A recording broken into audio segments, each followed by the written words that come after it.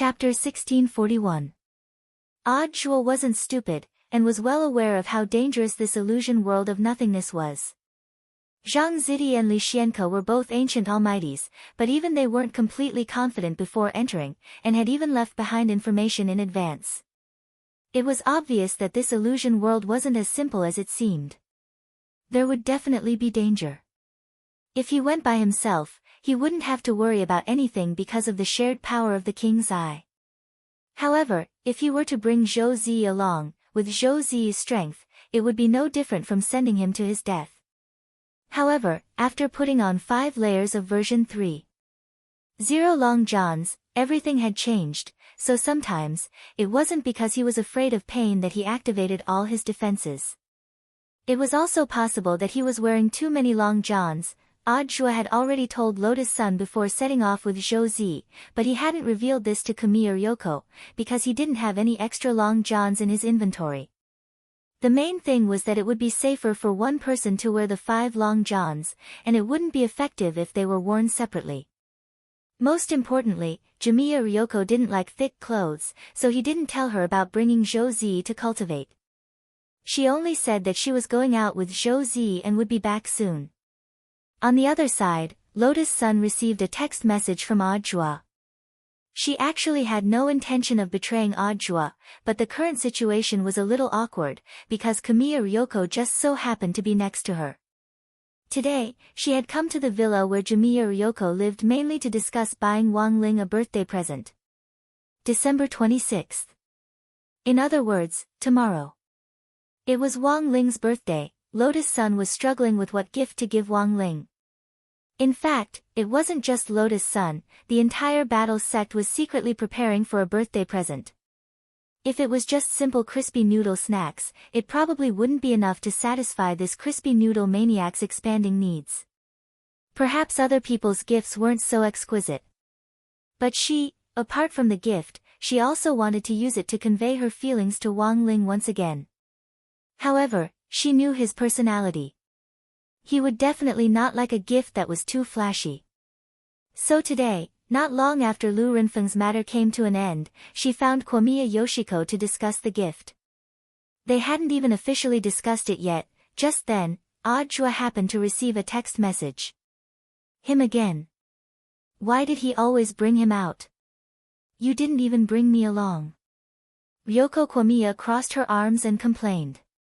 Lotus Sun hadn't expected Kamiya Ryoko's eyesight to be so good. She was clearly sitting across from her, and when she glanced at her screen, the text message was written backwards. How could she see it so clearly? Yoshiko, your eyesight is so good, humph. If your Wang Ling were to send me a text message at this time, you would also be able to see it clearly, said Kamiya Ryoko. Sometimes, girls were more sensitive. This was in fact thanks to the fact that she had sent so many messages to Jue that whenever the word Jue appeared anywhere, even if it was written backwards, Ryoko would still be able to recognize it in a second. Ryoko Kamiya's words made Lotus Sun blush to her ears. What do you mean by, my royal order? I just realized that you've become bad, Ryoko. Ryoko Kamiya, is that my royal order? Lotus Sun, absolutely not. Ryoko Kamiya laughed. I'm just kidding. Look at how nervous you are. I already have him. As she spoke, she stared at the phone screen. But I still don't understand. Why is he so concerned about Zhou Zi?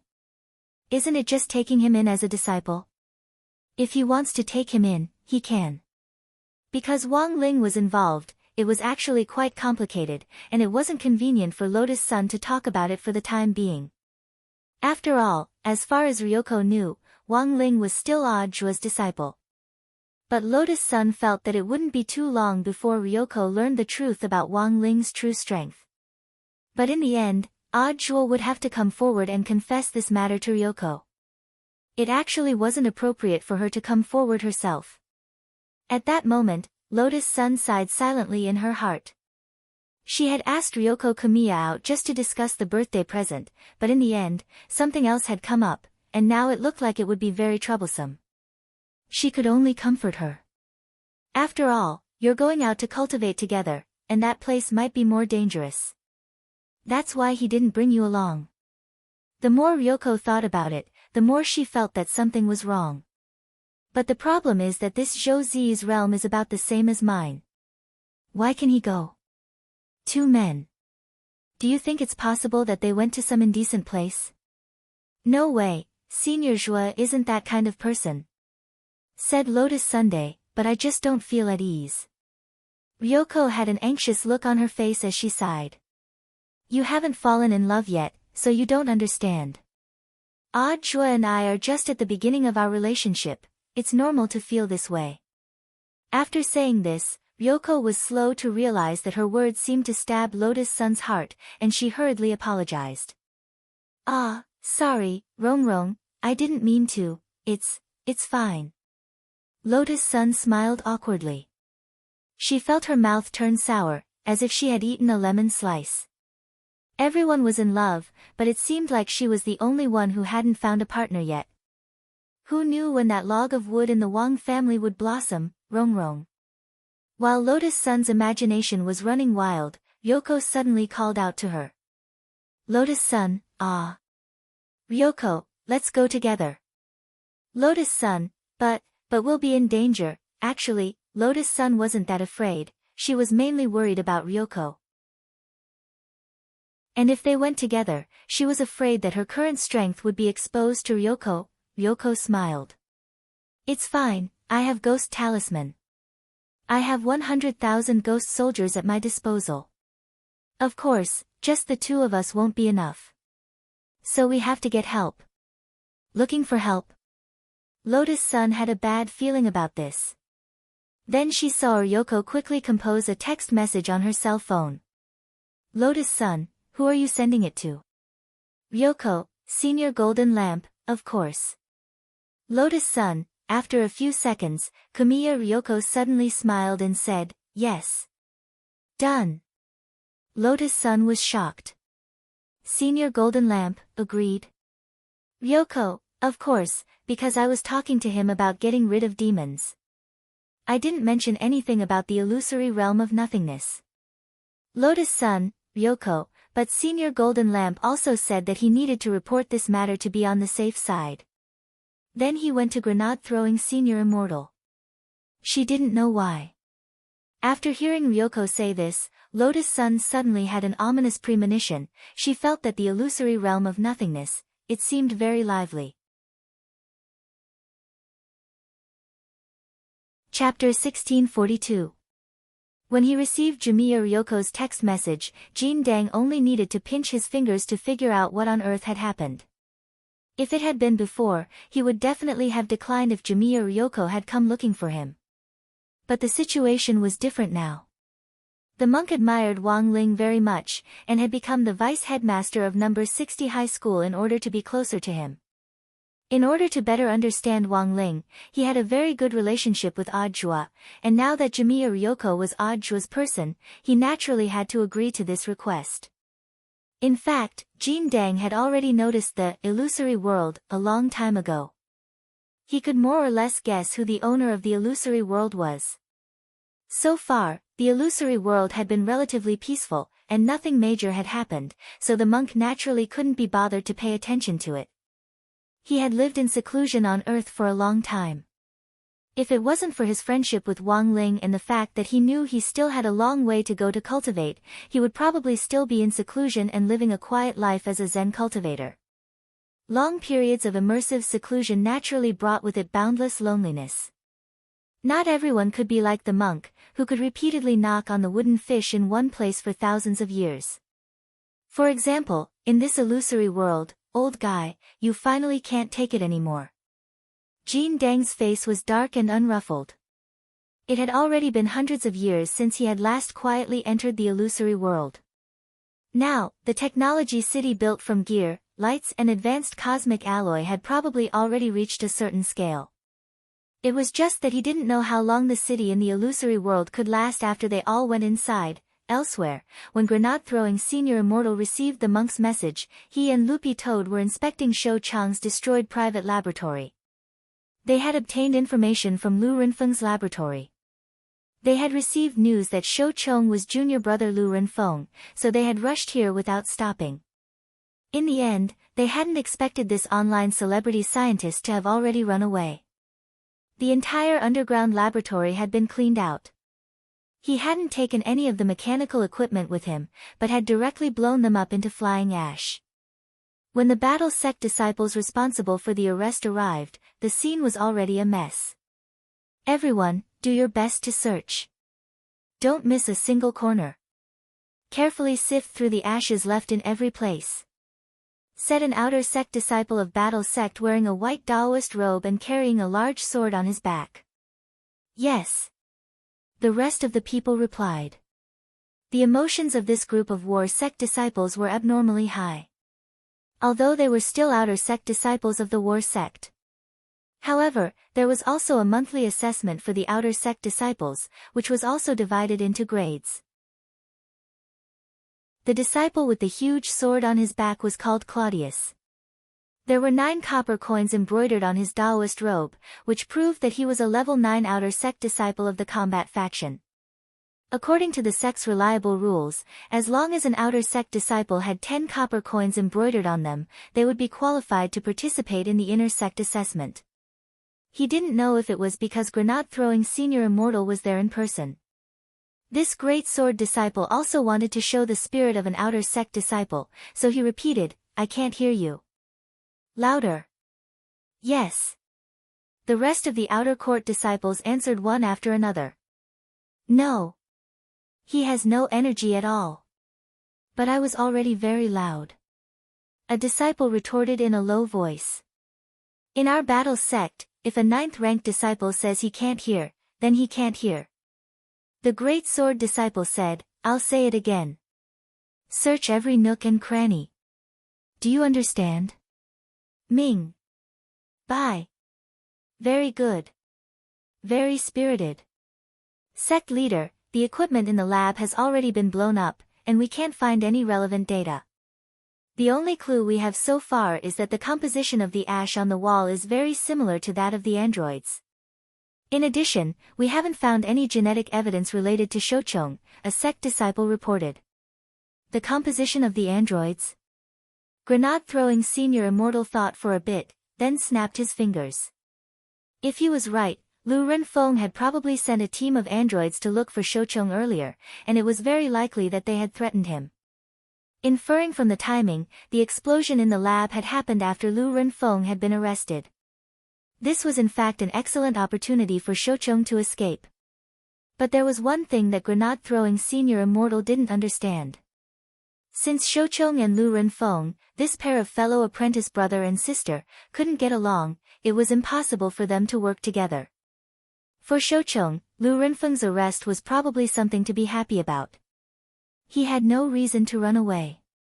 But it wasn't impossible to catch Shouchong now, which was why he had asked Loopy Toad for help. Although this king is good at tracking, you should be able to do it too, right? Loopy Toad said.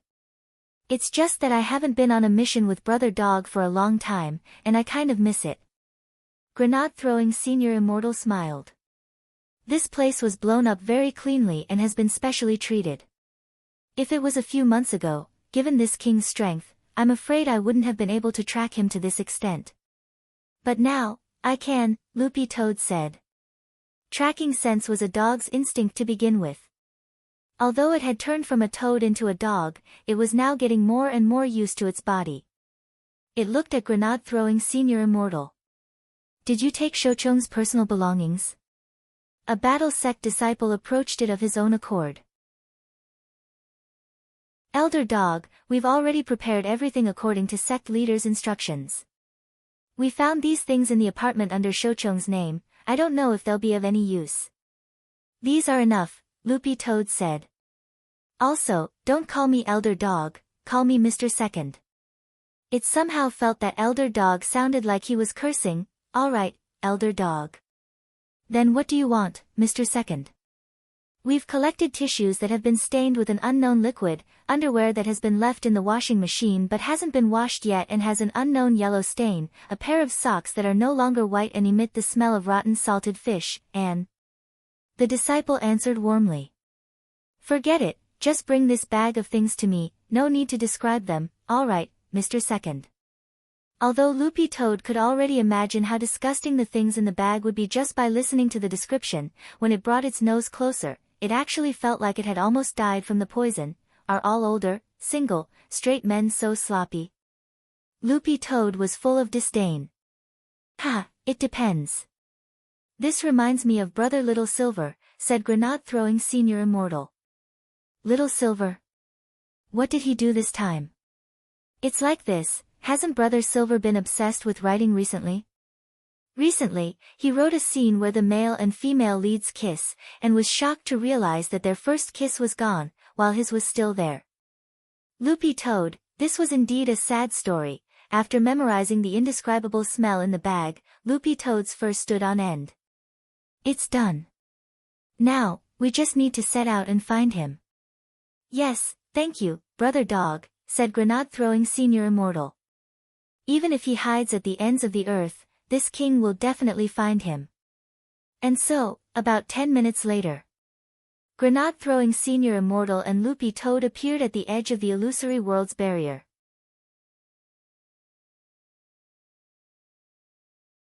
Chapter 1643. In the illusory world of nothingness, the huge technology city was clearly divided into two major areas. The core area of the city was the most splendid and brilliant place. Just by looking at the shining golden lights there, one could tell that it was the gathering place of the rich gentry. As long as they had enough money, they could do whatever they wanted inside. When Li Xian and Zhang Zizi entered here, they were in the outermost block. The air of this block was filled with a faint smell of engine oil and flashing neon lights of various colors, which made people feel very unreal. The two used invisibility spells and secretly observed the people living in the illusory world of nothingness. Although they had not fully touched the core area, from the feeling of the outer layer, this illusory world of nothingness did indeed have its own independent civilization. At first glance, they knew that it was the work of the heartless ancestor. Because as far as the two of them could see, the people living here were all half-mechanized human cultivators. Even many shops that sold spiritual tools had all kinds of mechanical limbs and mechanical organ parts hanging in the shops. The only overlap with the real world was that the language was still universal. You've created another world and declared yourself a king. This old guy thinks he's playing in Minecraft. Zhang Zizi snickered. Then, in front of Li Xian, he removed one of his right legs and replaced it with a mechanical limb. Li Xian. Zhang Zizi said, don't just stand there, hurry up and remove it. Li Xian, how do I remove it? Zhang Zizi, don't tell me you haven't learned the disintegration technique. Do you want me to teach you? At our level, don't we just casually remove and replace our eyeballs? Isn't it easy to remove a leg? There are only cyborgs here. If we move in public, we will definitely be suspected. Li Xian, although Zhang Zizi's words sounded very reasonable, Li Xian really hadn't learned the disintegration technique. However, both of them were big shots at the immemorial level, and their strength was almost the same, so it was not difficult for them to learn a new spell.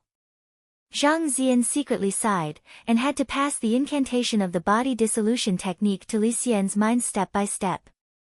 Li Xian studied on the spot for more than 10 minutes before he roughly understood it. Then, he removed one of his legs. He didn't expect that there was such a magical spell that could remove his limbs or organs. How did you learn the disintegration technique? Li Xian asked curiously.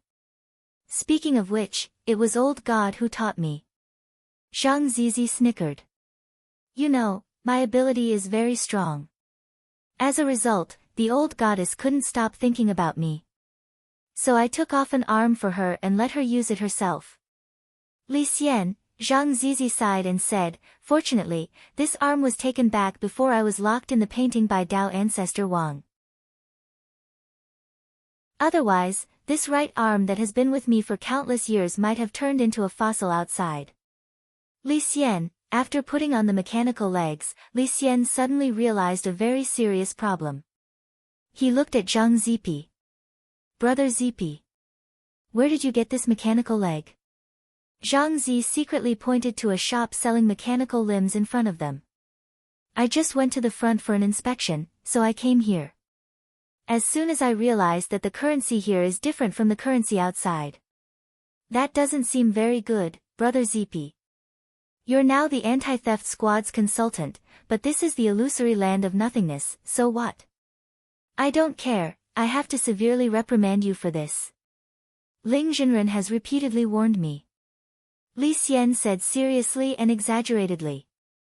After all, he and Zhang Zipi had been the first to be released from the corpse picture by Wang Ling, and he had been promoted to captain, so it was his duty to supervise Zhang Zipi's activities in the modern world. It would be an exaggeration to say that Wang Ling had repeatedly warned him, because those who were familiar with him knew that he usually spoke no more than 15 words, but putting that aside, the act of stealing was definitely not right. This was a problem that had to be corrected. It was the same even in the illusory land of nothingness. Fine, can't I think of a way to buy it? Zhang Zipi was helpless, but he could only comply with Li Xian's stubbornness. There was nothing he could do, because he was also afraid of Wang Ling. That's fine, but you're not allowed to steal money, said Li Xian. Then, at the speed of lightning, Zhang Zipi returned the mechanical legs that had been thrown over to the shop owner. He then directly led Li Xian over and chose to buy the 2 mechanical legs that he had just put back. How much for these 2? The shop owner, who looked like he weighed more than 100 jin, was wild with joy at the sudden big business. He rubbed his iron hands together and beamed. You two sound like foreigners. What, xenophobic? Zhang Zipi raised his eyebrows. Not at all, this shop has always been about the customer first. The shop owner smiled. The 2 mechanical legs that this gentleman has taken a fancy to are new arrivals, model Beppel 12 Pro, Taigui. Is it the latest model from the core area? Zhang Zipi asked. Sir, you must be joking. You know, the 10 floors outside the core area are all outer rings, and are actually where the poor live. There's no essential difference. The shop owner said, to tell you the truth, these 2 mechanical legs are indeed obsolete products in the core area for the rich. But here in our outer ring, they're new. So the price. I know. Just name your price. Zhang Zipi glanced at the shop owner and said. These are the last 2 mechanical legs of this model in our shop. The current original market price is 1,098 yuan. For both legs, sir, you only need to pay me 2,000 silver cogs. I'll give you a discount. The shop owner grinned. You can use electronic transactions or gear coins. After the shop owner finished speaking, Li Xian stared at Zhang Zipi's movements. He saw Zhang Zipi touch his left pocket, then the other pockets, and finally, he took out a stack of money that he had never seen before. The shop owner was overjoyed. When he saw Zhang Zipi take out the money without bargaining, he felt like he had killed a big fat sheep today. Thank you for your patronage. Thank you for your patronage. I look forward to your next visit. Then, the 2 left the shop. They found a dark corner and replaced the mechanical legs. Li Xian frowned deeply, still confused. Brother Zipi, where did you get the money from? Zhang Zipi snickered. I don't have money. Of course, it's from the shop owner. Li Xian said, You. Why did you steal his money again? Give it back. Zhang Zipi snickered. Didn't I already give it back? Li Xian said, but our mechanical legs, Zhang Zipi said, what's wrong with the mechanical legs? Aren't these mechanical legs bought with money? I didn't steal them. Look at the shop owner's happy face. He's looking forward to our next visit. Hearing this, Li Xian opened his mouth wide. This genius logic made him speechless for a while.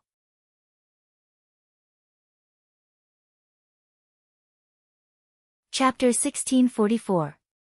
In the illusory void, outside the technology city's core area of the 10th ring, mechanical parts were piled up like a mountain. Since they entered the illusory void through different coordinates, the illusory void did not have the same effect. When Odd Zhua and Zhou Zi passed through the outer barrier, they directly appeared in their current position. There were all kinds of mechanical parts piled up here, and the air was filled with the unpleasant smell of gasoline from broken limbs. As soon as they entered, Audjua immediately sealed his and Zhou Ziyi's nose orifices and used the turtle breathing spell to breathe. Zhou Ziyi was stunned by the scene in front of him. This kind of apocalyptic sci-fi scene would only appear in a sci-fi blockbuster, giving people a surreal feeling. He followed Audjua past several mechanical hills. Suddenly, a mechanical hand reached out from the gap and grabbed Zhou Ziyi's trousers. The strength of the stump was not great, but it happened so suddenly that Zhou Ziyi staggered. In comparison, Audjua was indeed unperturbed, because he knew very well that nothing here could hurt him. Zhou Ziyi blushed. "Brother Zhua. I'm sorry, you probably haven't gone out to cultivate since you lost your legs, so it's inevitable that you lack some experience. A long time ago, when I went to the secret land with the seniors to cultivate, I was just as frightened." Audjua smiled. These words were his encouragement to Zhou Ziyi. At the same time, it also made him feel like a master for the first time. He had taken a fancy to Zhou Ziyi and decided to take him in not only because of Zhou Ziyi's character, but also because he wanted to find a strong successor for himself. On the other hand, he also wanted to properly experience what it was like to be a shifu. If he could figure it out, he might be able to understand Wang Ling better. Using the power of the king's eye, Audjua conducted a carpet search from a god's perspective, and a hologram of the entire illusory world appeared in his mind. It turned out that this was a technological city, a cultivation city built on a mechanized foundation. "Brother Zhua? What do we do next?" Zhou Ziyi asked. Before coming to the secret realm, he was full of confidence. However, when he really came to a strange new environment, the fear and mystery that stemmed from the unknown made Zhou Ziyi's mind go blank. He had no idea what he should do. In fact, this problem wasn't limited to Zhou Ziyi. Most of the newbies in the cultivation world were like this. Under the current systematic model of compulsory cultivation education, unless there was a very special opportunity, no one would be able to attend college.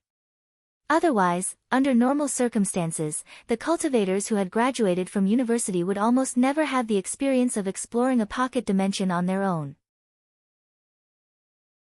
Most of them would follow the main group and move together under the protection and organization of the instructors of the university. With the advantage in numbers, they naturally wouldn't feel afraid in a different place. Audjua had always thought that strictly speaking, it wasn't called exploring a secret land. Instead, it was called a spring outing or an autumn outing. On the contrary, the fewer people there were, the more uneasy they would feel. "Z, you don't have to be afraid. What you're wearing right now is a very strong defensive equipment." "What, you still don't believe me?" Audjua laughed. "I believe you, as if. Long johns. How could they be so strong?" Zhou Ziyi scratched his head. Although Audjua had already told him before coming here about the power of long johns, Audjua didn't know what to make of them. However, he did not completely believe it. Because it was just too ridiculous. Although he was now wearing 5 layers of long johns and looked fatter, Zhou Ziyi found it miraculous that he didn't feel uncomfortable at all. These long johns seemed to be able to fit the human body, and also had a temperature control system that could adjust the human body's temperature to the most appropriate state. Such comfortable long johns were soft and intimate, and didn't look hard at all. How could they withstand a fierce attack? This didn't make any sense at all. When it comes in handy later, you'll know how strong these things are, Audjua said. After all, this enchanted long johns version 3.0 was Wang Ling's handiwork. Who would have thought that enchanted long johns would be more than 10 times more powerful than the chaos armor worn by Dao ancestor Wang's Dharma characteristic creature, Du, but now, these 5 long johns were stacked together like a doll. Although they made Zhou Ziyi look like a slightly bloated Michelin tire, Zhou Ziyi's armor was now fully stacked.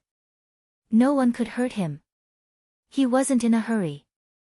In fact, he had brought Zhou Ziyi here this time to find an opportunity to help him soar. It was true that this heartless patriarch was an ancient expert.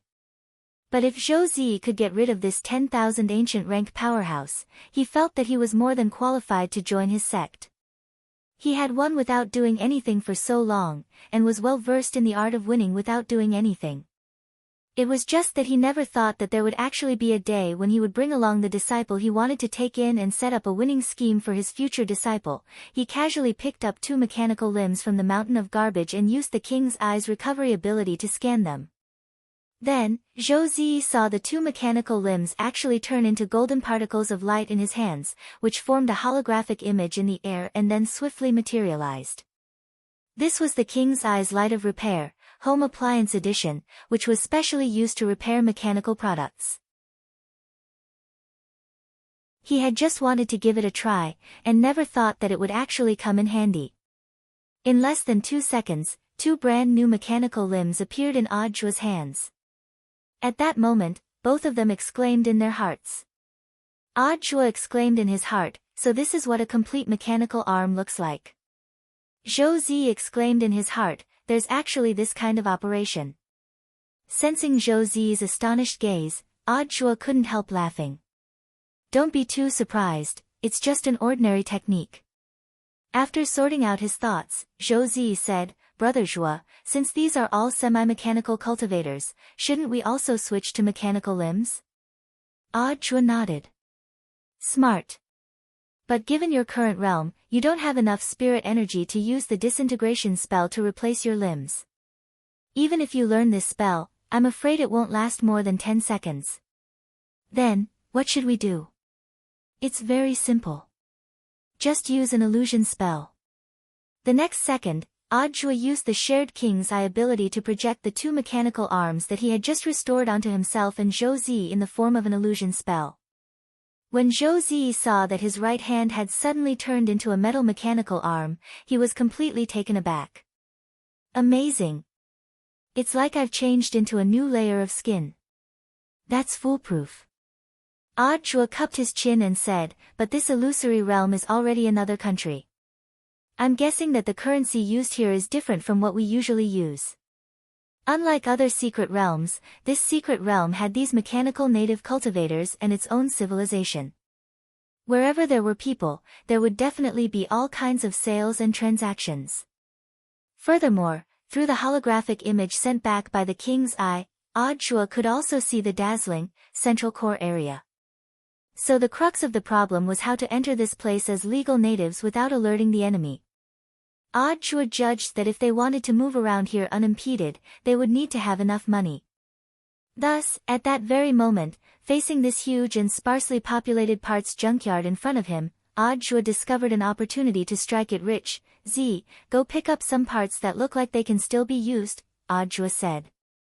He had the ocular technique of repairing light, Home Appliance Edition, so he could turn waste into treasure and sell it for a profit. "Okay." Zhou Zi understood tacitly and could almost immediately guess what Audio wanted to do. But just as Zhou Zi was about to act, a tall, fair-skinned young man suddenly appeared in front of them. He was dressed in casual clothes and had neat bangs. As he approached them, it was as if they could feel the sunlight radiating from him. "Brother, you don't seem to be from here." Audio frowned. "Me? Indeed not, but neither are you." The young man smiled. "Who are you?" Audio's eyes darkened. This unknown young man could actually see through the King's Eye's illusion spell. This was inconceivable to him. Sorry, I didn't mean to eavesdrop on you. I also accidentally fell into this secret realm." At that moment, the young man raised his hands lazily in a gesture of surrender. So he had eavesdropped. Audio breathed a sigh of relief. "So I just want to ask, where on earth is this place? I heard you say that it's a secret realm. Have you heard of Beiyan City?" "I'm from there," the young man said. "Beiyan?" Audio was blank. Then, he looked up at the person in front of him. "As far as I know, our Huaxiu nation doesn't have a city called Beiyan." "Huaxiu nation?" Hearing this, the young man was blank. He rubbed his chin with a thoughtful expression and couldn't help muttering, "Oh no, did I fall into another space?" Brother, aren't you going to tell me who you are? It feels very rude, Audra said warily. He felt that there was something indescribably strange about the young man in front of him. And most importantly, the other party's battle strength wasn't ordinary. The young man hadn't deliberately released his spirit power. But through the king's eye, Audra could clearly see that the spirit power in this young man's body was as boundless as the sea. It was almost on par with a Tao god. Then in exchange, after I'm done, I hope you can tell me who you are. The young man smiled warmly and then held out his hand to Audra. Hearing Zhou Zi call Audra Brother Zhua earlier, he also said, Hello, Brother Zhua, my name is Qin Zong. Qin as in Chu Tian, Zong as in vertical and horizontal. Qin. Zong. Audra was stunned by the name. Somehow, he felt that he had heard it somewhere before. At that moment, Audra still hadn't realized it. This handshake was a historic meeting.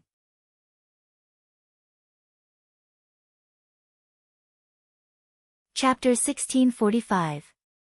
The shared version of the King's Eye had a lot of abilities, but at the same time, it also had limited permissions. Audra actually didn't have access to quite a few of the heaven-defying abilities. It wasn't that he was stingy, but that once these abilities were abused or used improperly, they could have a very serious butterfly effect. On the other hand, Audra actually hadn't reached the level of spirit power required to activate these heaven-defying abilities. He looked at the young man in front of him and felt like he had heard this name before, but he could not quite put his finger on it. Zhou Zi stared at Qin Zong. Although he felt that Qin Zong's sudden appearance was suspicious, he didn't know why he felt that Qin Zong looked especially familiar. What do you think? Do you want to cooperate? From the looks of it, you're planning to sell these wastes, right? Actually, Qin Zong had seen pretty much everything that had happened just now. He knew that Audra had the ability to turn trash into treasure, so he immediately offered to cooperate. That depends on how you can help, said Audra.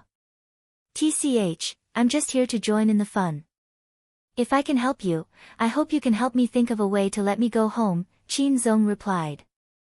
It was Qin Zong's first time encountering a space-time disorder after falling into a space-time turbulence. He could basically determine that he had fallen into another space. This was a big problem. With his current realm and strength, he was still unable to correct space-time. Of course, he didn't know whether Audra could help him. However, based on past experience, Lin Feng was not a match for Lin Feng. He felt that following Audra was definitely the right choice, because he was lucky enough. Otherwise, he wouldn't have heard Audra and Zhou Zi discussing a plan in this deserted waste yard as soon as he had fallen out of the space, and he found that he could be of use. Cooperation. After all, we don't know you. I think we should consider it. Audra said. He did not reject Qin Zong too much. It was just that he was too unfamiliar with Qin Zong. He did not know what Qin Zong's purpose for appearing here was. Also, if Qin Zong were to join, it might affect Zhou Zi's contribution. While he was thinking, Qin Zong crossed his arms and burst out laughing. I'm not a bad guy. If you're worried that I'll steal the credit, you don't have to worry. I'm the best at providing support. It wasn't that Qin Zong had used some mind-reading ability, but that he had made a mental guess purely by analyzing the micro-expressions on Audra's face, and then hit the nail on the head by a fluke. Audra pursed his lips. It's not impossible for you to cooperate, but you have to follow my plan. Of course, I'll listen to you. Qin Zong nodded. Then you and Z can go pick up scrap, Audra ordered. Audra hadn't expected a Tao God cultivator to go pick up trash. He thought Qin Zong would be angry, but in the end, Qin Zong seemed to be in an unusually good mood. He did not look like he was picking up trash at all. Instead, he looked like he was looking for treasure. Audra was shocked again. He suddenly regretted agreeing to join Qin Zong. Why did he feel like he had dragged a lunatic onto the boat? About a quarter of an hour later, Zhou Zi and Qin Zong returned at the same time. Master, the storage bag is basically full. It looks like it can be used. Zhou Zi said. Basically, he picked up the severed limbs that looked new and didn't have much dust on them. In total, he picked up 100 storage bags, and they were full. After that, he looked at Qin Zong. Then, Brother Qin Zong, how much did you pick up? With a smile on his face, Qin Zong fished out a gray item from his storage pouch. It was giving off a foul smell of engine oil. It looked like a lotus root that had just been unearthed from the mud. Ah, can this be sold for money? Zhou Zi said doubtfully. Qin Zong was very confident in himself, and the smile on his face didn't fade. You'll know when it's repaired. After a while, the three of them took the mechanical arm that Audjua had repaired with Repair Light, Home Appliances addition to a shop that sold and recycled mechanical limbs. Qin Zong glanced at the name of the shop, Boss Pigeon Mechanical Limb Shop, and suddenly felt all sorts of emotions welling up in his heart.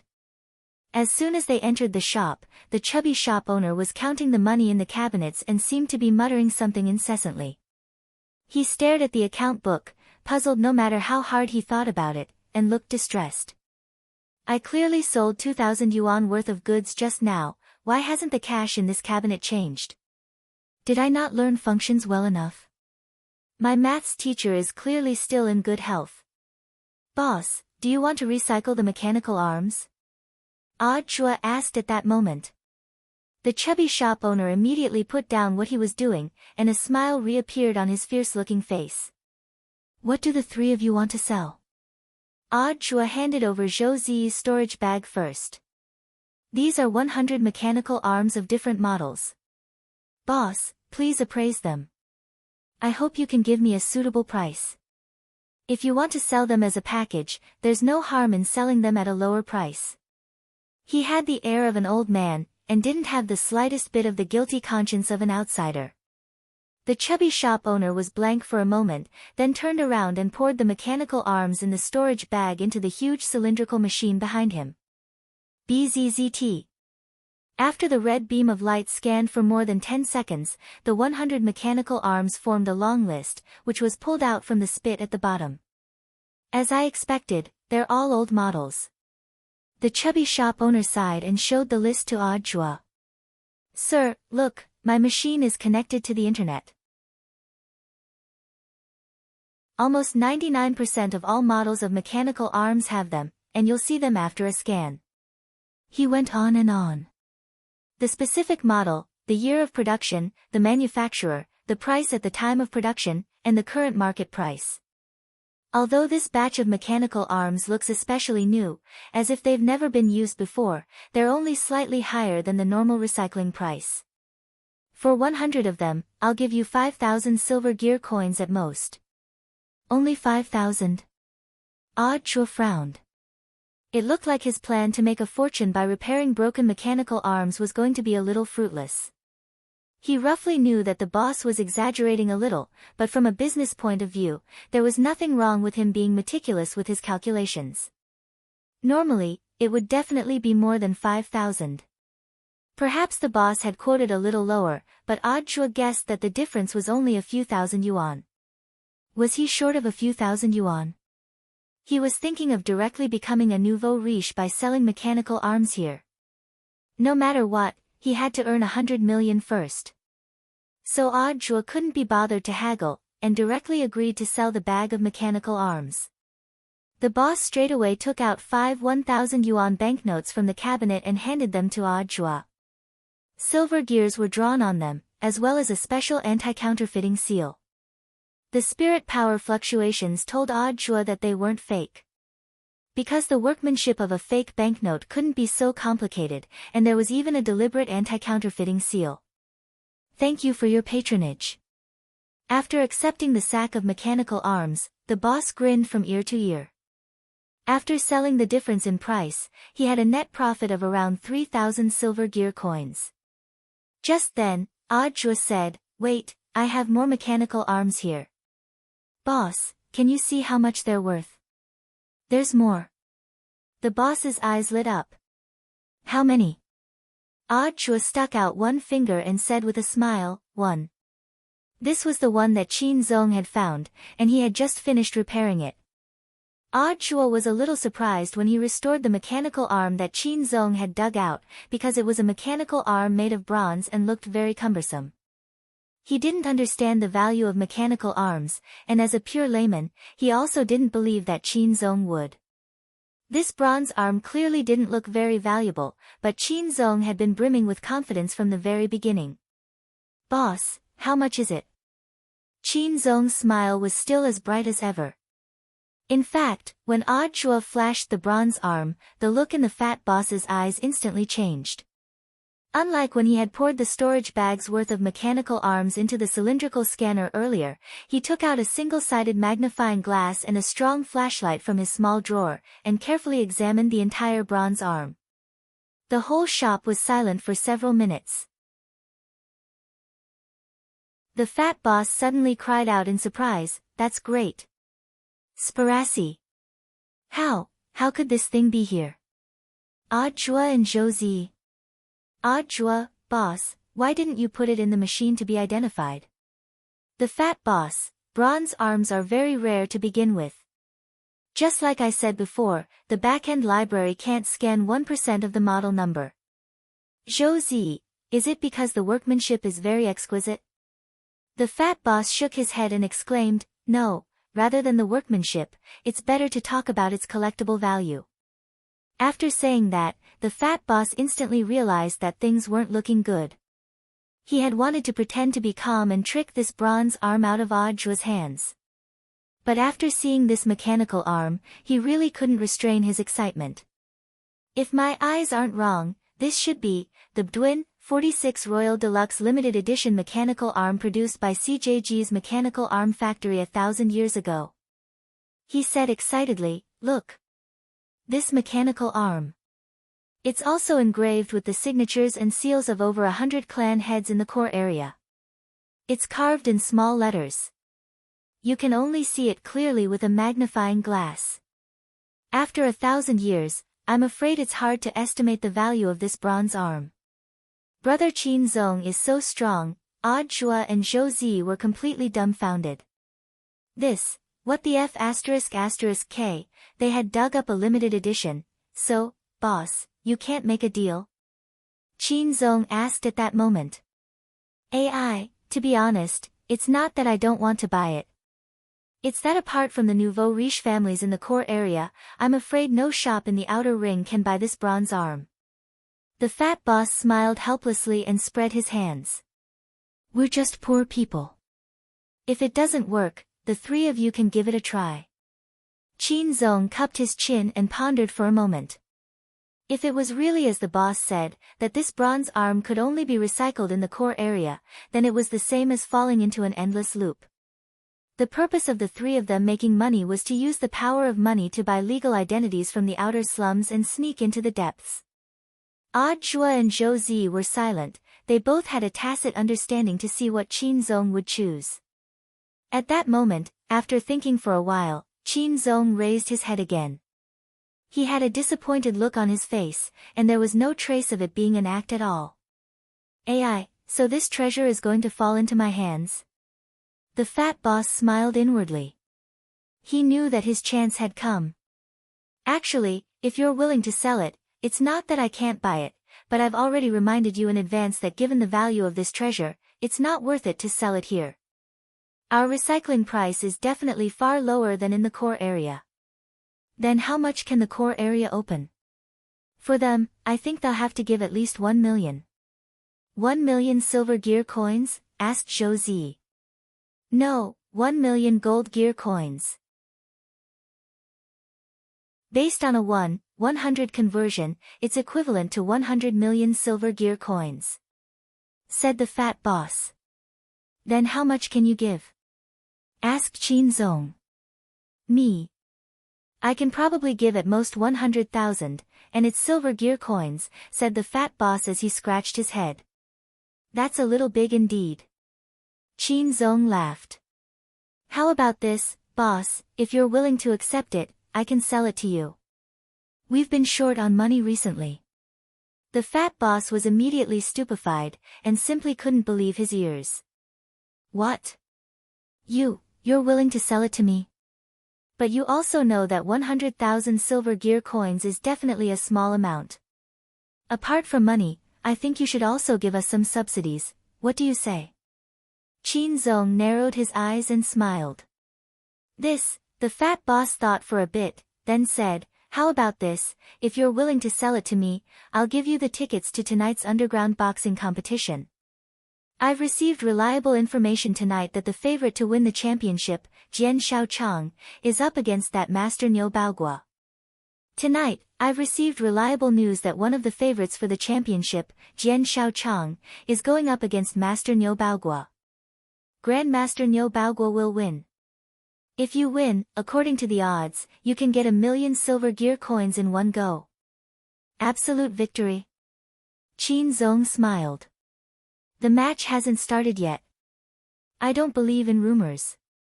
At this time, the fat boss gritted his teeth and decided to use a method that looked like a gamble, but was actually the most profitable for him. How about this, I'll give you 50 lottery chances for free. As you can see, although my shop isn't big, I do have top-notch goods. Whether or not you can get it depends on your luck. As he spoke, he pressed the button on the counter and sealed the door of the shop on the spot. Accompanied by the sound of gears turning, the hidden mechanism display cabinet inside the shop was revealed in front of everyone. This was his collection of mechanical arms, and there were more than 100 of them. These are my trump cards. I don't usually show them to the public. He pointed at his hidden display case and said, the second to last floor above us is Section SS. Most of them were just recently eliminated from the core zone, but they sell for an average of 100,000 silver gear coins here. The next box is Section S, which sells for an average of 50,000 silver gear coins. Section A sells for an average of 10,000 silver gear coins. The rest are B goods worth a few thousand silver coins and C goods worth only a few hundred silver coins. After saying that, the fat boss turned around and carefully picked up the bronze arm from the cabinet and put it on top of the display cabinet. All these years, I've always wondered if there were any SSR grade goods, Zhou Z and Zhou Z. So, boss, what do you mean? A lottery. As long as you're willing to sell me this bronze arm, I'll let you draw all the mechanical arms in my shop. Including the one you sold me. The fat boss said excitedly, there are a lot of small iron balls in that cradle over there. Black is C, gray is B, silver is A, gold is S, purple and gold is SS, and the ones that represent SSR are jade balls. I see. Qin Zong nodded thoughtfully. How about it? Do you dare make a bet with me? If you're fated with this bronze arm, you might be able to draw it back. The fat boss continued to tease Qin Zong into participating in this bet. He looked full of confidence, almost certain that Qin Zong wouldn't be able to draw it if he got carried away. The shop's lottery routine had always been the same, the prizes were very tempting, but the chances were minuscule. There were 100,000 small balls in his cradle.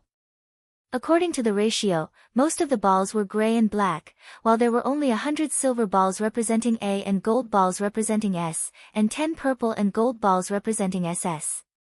Of course, the most outrageous was the SSR jade ball that the boss had just decided on a whim.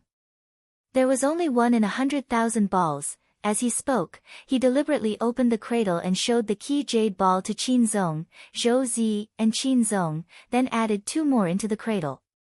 I'll add 2 more for you. Good enough, right? Excuse me, boss, is there no other alternative? Do I really want to draw a lottery? Qin Zong asked repeatedly to confirm. No. I'm poor, so I can only bet on luck. The fat boss laughed.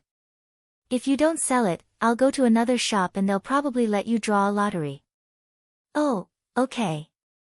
I'll draw. Qin Zong laughed. The fat boss was delighted. You mean, Qin Zong nodded. Yes, I'll sell this bronze arm to you. But if I draw something good, don't go back on your word, boss. The fat boss smiled slyly. Don't worry, we're all serious businessmen. As soon as he said that, the two of them sneered in their hearts at the same time. Qin Zong, ha, this fool. The fat boss, ha, this fool. With a probability of 3 in 100,000, I'll let you draw 50 times. Can you kill me instantly?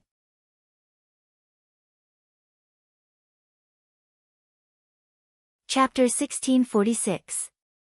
In less than 10 minutes, the three of them had already left Boss Pigeon's shop, fully loaded. The fat boss stood at the door and stared with a dumbfounded expression, feeling like a soulless walking corpse. His shop was completely empty. Qin Zong had taken away everything of value, including the bronze arm which Qin Zong had just sold to Boss Pigeon. The estimated value of this loss had already exceeded 1,000,000 silver gear coins. He had lost so much that he had to go back to his grandmother's house. Zhou Zi, brother Qin Zong, you're amazing, you're actually the first to get a jade ball. Aren't you a little too lucky? Maybe it's not that I'm lucky, but maybe you're the luckier one, Zi. I picked up the bronze arm with you just now after picking up the trash, Qin Zong said very modestly. Actually, he didn't want to go overboard. But who told this boss to compete in the lottery with him in order to scam him out of the bronze arm? When he had drawn the lottery, he had watched the boss's face turn livid little by little.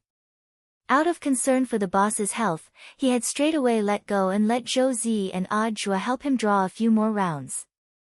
But unfortunately, his Providence radiation was too strong, and it directly caused Zhou Zi and Jua's luck to be extremely good. The three of them took turns and won one item after another. Nearly 99% of the gray and black balls were drawn, but they didn't win a single one out of 50 times. The mechanism of Providence radiation had started a long time ago. As the one and only koi in the cultivation world, Qin Zong's passive ability had already reached the level of precise radiation after constant cultivation. That was to say, as long as Qin Zong subconsciously listed someone as an enemy, even if he was present, the Providence radiation wouldn't reach that person. Hence, Boss Pigeon was out of luck. But this also reminded Qin Zong of something else. That was, he now indeed regarded Jua and Zhou Zi as his teammates. Strange, it's clearly the first time we've met, but why does it feel so familiar? Qin Zong murmured in his heart. He had also noticed this problem. He felt that there seemed to be some kind of hidden tacit understanding between him, Jua and Zhou Zi. This sort of tacit understanding was very wonderful, especially between him and Jua. Both of them had this feeling, but they couldn't quite put their finger on it. It was clearly his first time meeting Qin Zong, but he had directly agreed to work with this stranger. This was definitely not his style. Given Jua's usual strict attitude, it wasn't his style at all. Unfortunately, this time, it was a special case. Because he felt that Qin Zong was inexplicably familiar, and there was an indescribable sense of intimacy. However, he didn't show it. He still had a cautious look on his face, but he had already let down his guard a little. Let me do some calculations. If we can win tonight's underground fight, we'll have at least 3 million silver gear coins as our starting capital. If we can enter the core area and sell this bronze arm, we can directly become the landlord, Qin Zong said with a smile. Ha, so. Jua nodded indifferently. In fact, he was lucky enough to discover this problem as well. Despite Qin Zong's excuse that it was Zhou Zi's good luck, the change in his luck was obvious. Jua knew that he had never been a king of luck. Although his current career path wasn't bad, he couldn't be called a true king of luck if he was lucky once in a while. A true king of luck was the kind of person who had especially good luck no matter what they did. Last night, he had spent 648 on 3 orders, but in the end, he had only gotten 3 guarantees. How could he be called a king of luck? As for Zhou Zi, there was no need to even mention him. It was obvious that he hadn't been born with extremely good luck, otherwise his leg wouldn't have been so tragically amputated when he was young. So based on Jua's judgment, the real problem probably lay with Qin Zong. This person, his luck is really a little strangely good. Jua sighed sadly in his heart, but he didn't show it, and decided to keep observing him. Brother Zhua, I thought we were already in the same boat after what happened just now. But why are you so hostile towards me? Is it because I didn't do well? Qin Zong folded his arms and looked at Audrey with a gentle smile. The average girl wouldn't be able to withstand this star face, which looked like a protagonist's smile. Audrey couldn't help but be glad that he hadn't brought Kyoko Ryoko along. Maybe his wife would have been abducted. Don't think that we're already friends, it's just a purely cooperative relationship. Audrey's voice was cold and his face was devoid of emotion. He looked angry, but in fact he wasn't, and his heart was even a little calm. In the end, as soon as he showed this attitude, Qin Zong suddenly laughed. I say, brother Zhuo, don't tell me you're a tsundere. Audrey's eyes widened and his face was filled with horror. Nonsense. I don't know what you're talking about. Hearing this, Zhou Zi couldn't help laughing. In fact, he also felt that it was a little. After all, he had lived with Audrey for a while and knew very well that he wasn't a tough person, so it was very unnatural for him to suddenly become tough. Of course, given Zhou Zi's clever little brain, how could he not have guessed that Audrey's cold attitude towards Qin Zong was actually still out of vigilance? But Audrey's current double talk reminded him of his Shifu Ryoko. He couldn't help exclaiming in his heart. TSK, as expected of a couple. After living together for a period of time, even their personalities had become the same.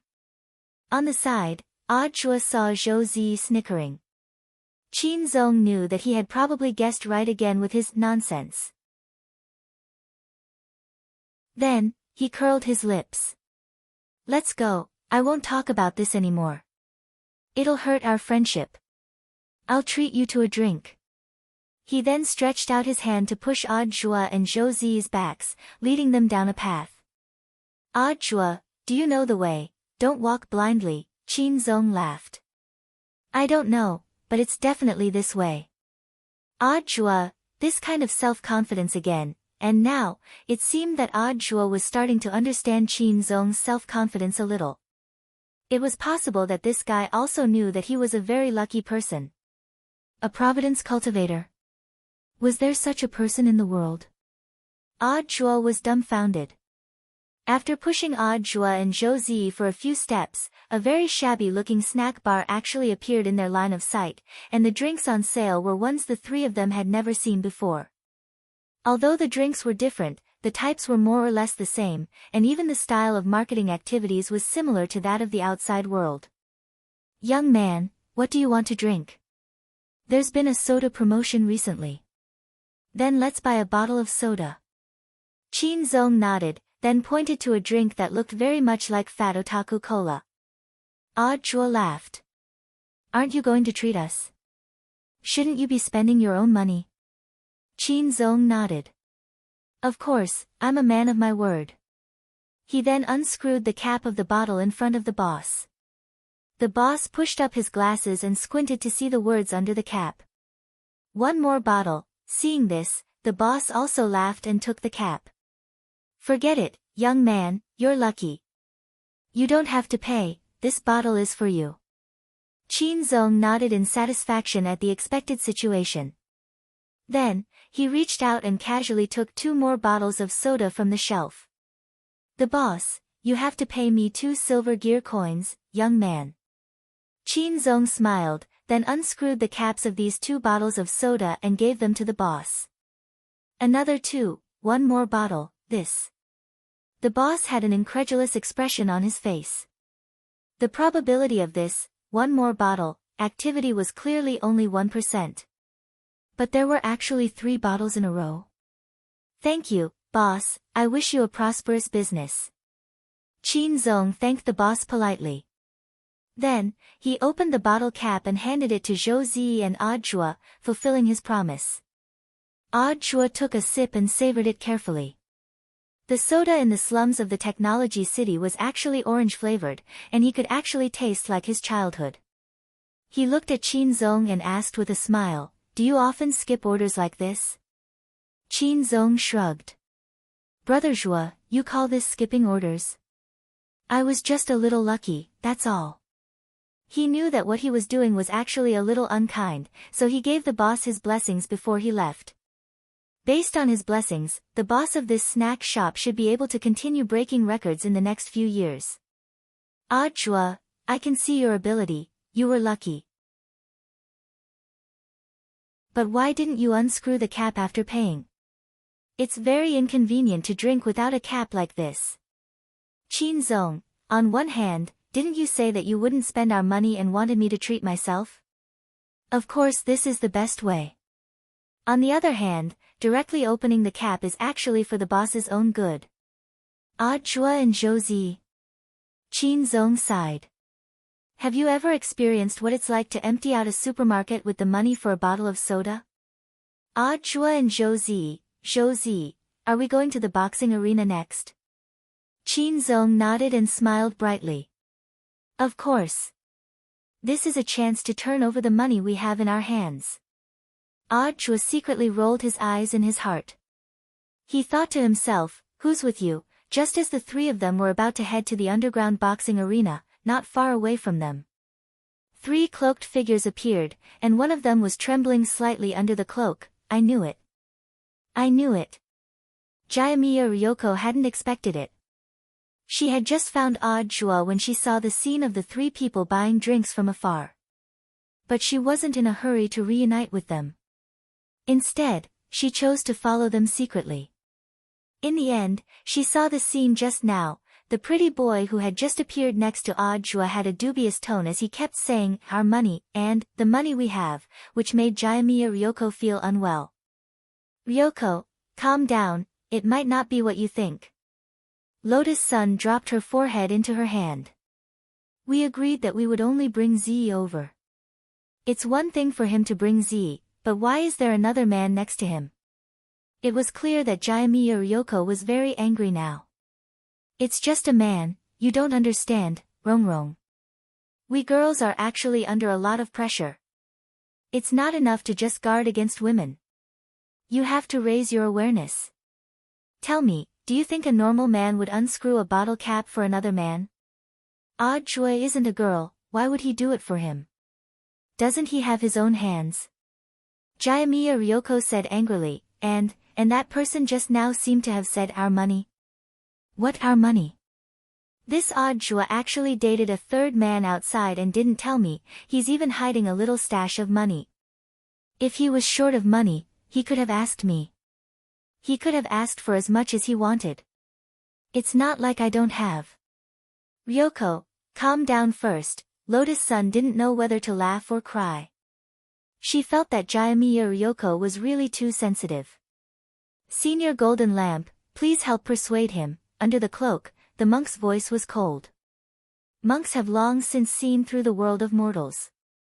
Please forgive this poor monk for not being able to understand the love and affection of the secular world.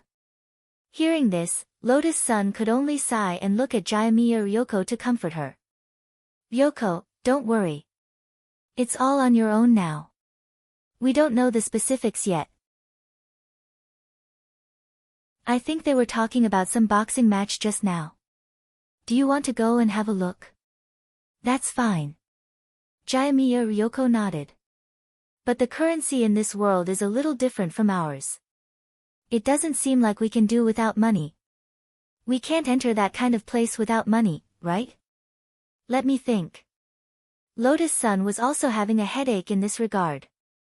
In fact, she had been thinking about legal ways to make quick money in this world in a short period of time ever since she entered the land of nothingness and discovered that the currency wasn't usable.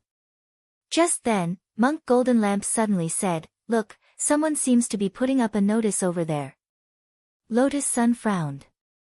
It looks like a wanted poster. Wanted poster? Speaking of which, if it's a wanted poster, there should be a bounty, right? Jayamiya Ryoko's eyes lit up. With a wave of excitement, the three of them gathered in front of the wanted poster and began to look at it carefully. According to the wanted poster by the police in the technology city, it was a pair of middle-aged men swindling people. They had swindled a shop owner out of 2,000 silver gear coins. But at present, there were only sketches provided according to the victim's description. Since the sketches couldn't be identified through the database, it was suspected that they were unregistered residents or had disguised their faces. Anyone who could provide specific information or clues would be rewarded with 20,000 silver gear coins. P.S. Please help me boost my sales at the end of the year. As Jayamiya Ryoko looked at it, she suddenly felt that the two sketches looked a little familiar. Rongrong, don't you think these two people look a little familiar? Lotus Sun was instantly clear-headed by these words, as if enlightened with wisdom. She was horrified. Wasn't it just a little familiar? This was Li Xian and Zhang Ziki stealing.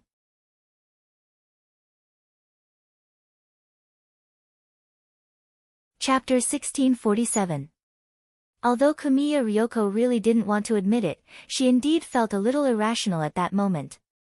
When she thought about Audiobook, she felt like she couldn't think straight anymore. When they arrived at the nearest police station, the three of them stopped in front of it. By establishing a group chat window, Lotus Sun and Kamiya Ryoko realized the telepathic communication between the two girls, ensuring that unrelated people wouldn't hear them. Lotus Sun, Yoshiko, do you really want to go in and report Senior Li Xian and Senior Zhang Zipi? Ryoko sighed. Actually don't want to, especially Senior Li Xian, who is the benefactor of our Ryoko family. However, these are extraordinary times.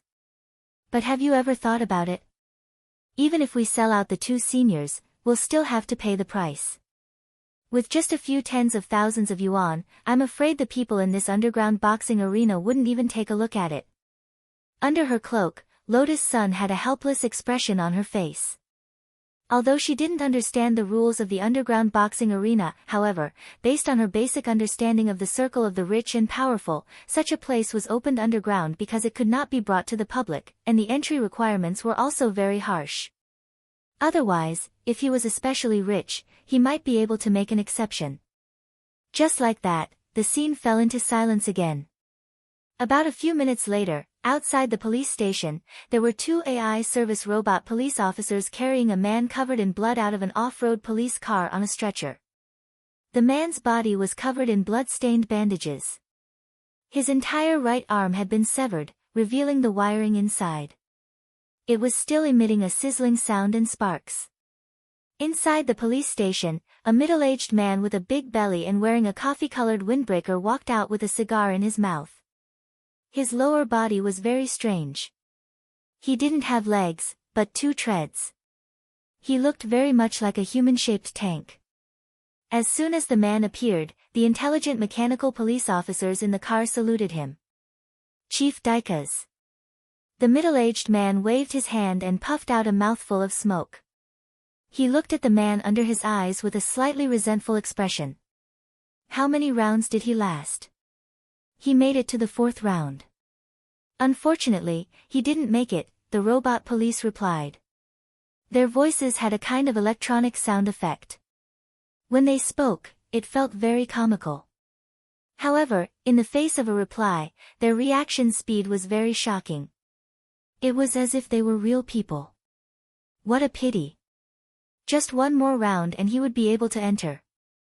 I'm afraid I can't stay in this restaurant anymore. It's boring. Amidst the middle-aged man's sigh, the buzzing sound of the person on the stretcher disappeared just like that. He had completely breathed his last. On the side, Lotus Sun and Kamiya Ryoko felt uncomfortable watching this. Mysterious C's healing sword chi was only effective on humans, and there was nothing Lotus Sun could do about a cyborg whose body was half mechanical. Why don't you send him to the clinic first? The doctors at the scene have determined that there is no hope. There is a shortage of spare parts in the clinic. If we can't cure him, it will take up resources. How pitiful. The middle-aged man said, forget it, just send him home. Also, you must pay the compensation as stated in the contract. Understood, Director. Then, two robot police officers carried a stretcher and put the poor dead man back into the car. Watching the police car leave, the middle-aged man called Daikas suddenly turned to look at Lotus Sun and the other two. Are you three also here to be my fighters? What, are you so scared that you can't speak after seeing a dead person? He laughed. I'm joking, I don't expect two girls to fight for me. The little brother next to them looks soft and tender, and doesn't look like he's a martial artist. The three of you are brother and sister. Kiya Ryoko awkwardly denied it. Not siblings. I'm just curious about the boxing field. I remember that Mr. Jian Xiaoqiang and Mr. Niu Baoguo are going to fight tonight, right? The semifinals are over, right? She tried to worm information out of him. Unexpectedly, not only did this man called Daikas not find it troublesome, he even thought it was interesting for a girl to ask about such things. He took a puff on his cigar and said slowly, "You women don't understand the fun of the rich and powerful. Before the finals, there is a dojo challenge. You have to challenge a total of 5 rounds to qualify, and then you have to fight last year's dojo challenge champion to warm up before the match. Even the finals aren't as good as this. Because it's a fight for life. Between the two of them, one has to die. That person just now signed a life and death contract with me and was sent over. That person is doing it for his family. In a slum like this, of course it's for his livelihood. If he hadn't stood up to fight for me, I'm afraid he wouldn't have been able to pay off the debt his family owes." Daikas smiled mockingly. "But it's a pity that he's already at the 4th round. If he could break through the 5th round and challenge last year's dojo challenge champion, he would get a full 6 million. He would be able to jump out of this slum in one fell swoop. 6 million. Silver gear coins? No. Gold gear coins." Daikas's voice grew louder. "And it's not just 6 million. There's also a pass to the core area. I made an agreement with that man just now that I'll provide the registration funds and the entire fee. He'll fight for me, and if he wins, he'll get 3 million. The remaining 3 million and the pass are mine." "I see." Lotus Sun and Kiya Ryoko nodded. They had a general idea of the situation. And judging from the director's description, this person wasn't too bad. At least he kept his promise with the man on the stretcher. So, the finals are just for the fun of betting among the poor. The Dojo Challenge champion is the most exciting. But last year's Dojo Challenge champion was very strong. I think he's going to make a meteoric rise this year. Because so far, no one has passed the 5th round. If no one is his opponent, he'll have to enter the core area lying down. Then who was last year's Dojo Challenge champion? Lotus Sun asked. In fact, last year's Dojo Challenge champion was Mr. Niu Baoguo's master, Hu Baoguo. Last year, not only did he single-handedly challenge the 5 pass lords arranged by the bigwigs, he also used only one move to kill the Dojo Challenge champion the year before last. One move? Yes. One move. It's said that when he used it, he was so fast that people couldn't see his movements. By the time they reacted, he'd already hit the ground. Those who saw it at the scene only saw a flash of lightning and thunder. And this move was also called by him Lightning 5 consecutive whips. The more Dekars spoke, the more agitated he became. The veins on his forehead bulged, and he had to rub his twitching temples. "I'm sorry, I was too agitated and talked too much to you girls. Mr. Director, can I give it a try?" Just then, Ryoko Kyuko took the initiative to step forward. Lotus Sun and the monk's eyelids twitched when they heard her request to fight. They hadn't expected Ryoko to do this at all. Of course, Ryoko wasn't just throwing her life away. She had just estimated the realm of that seriously injured man, and felt that he was at the peak late golden core stage. With the ghost talisman on her, she might be qualified to challenge him on her own. At the very least, there was Monk Golden Lamp to vouch for her, so it was very safe. "You?" Daikas laughed. "A woman shouldn't join in the fun, although you don't look like one." Blue veins popped out on Ryoko's forehead. "What do you mean?" Daikas chuckled. "Of course I'm talking about your chest. It's so flat that you're hardly a woman. Don't even think about the dojo challenge."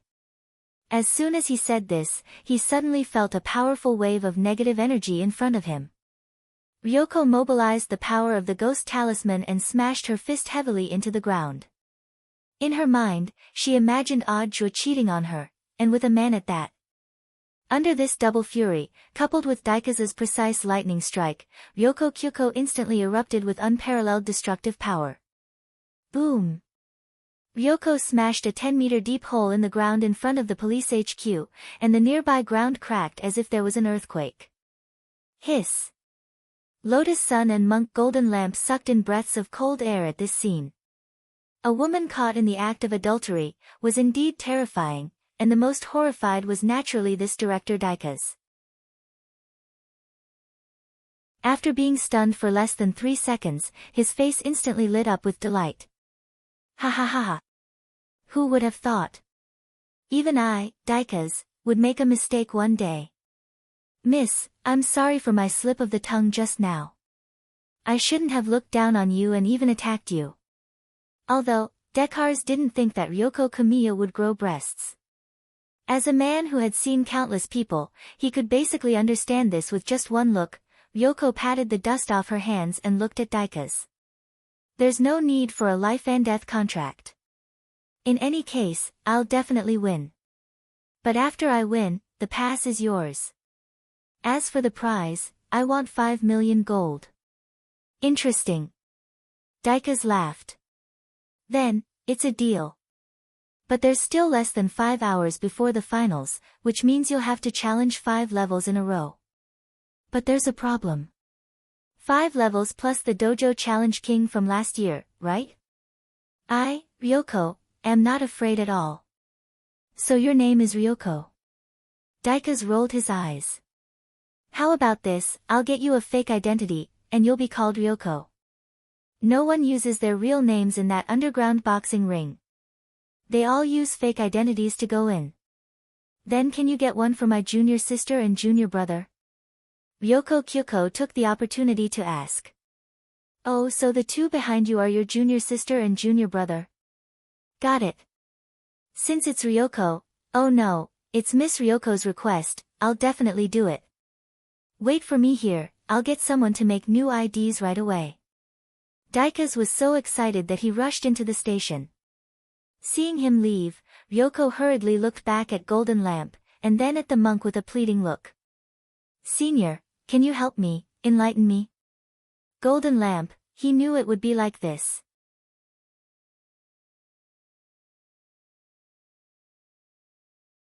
Chapter 1648. The entrance to the underground boxing arena in the slums of the Technology City was in a deep alley on 5th Ring Road. Deep in the alley was a sealed manhole cover, which was open to reveal the entrance. At the mouth of the alley were gun-wielding mechanical cultivators. These brawny men blocked the entrance tightly like a human wall, adding a layer of mystery to this restricted area.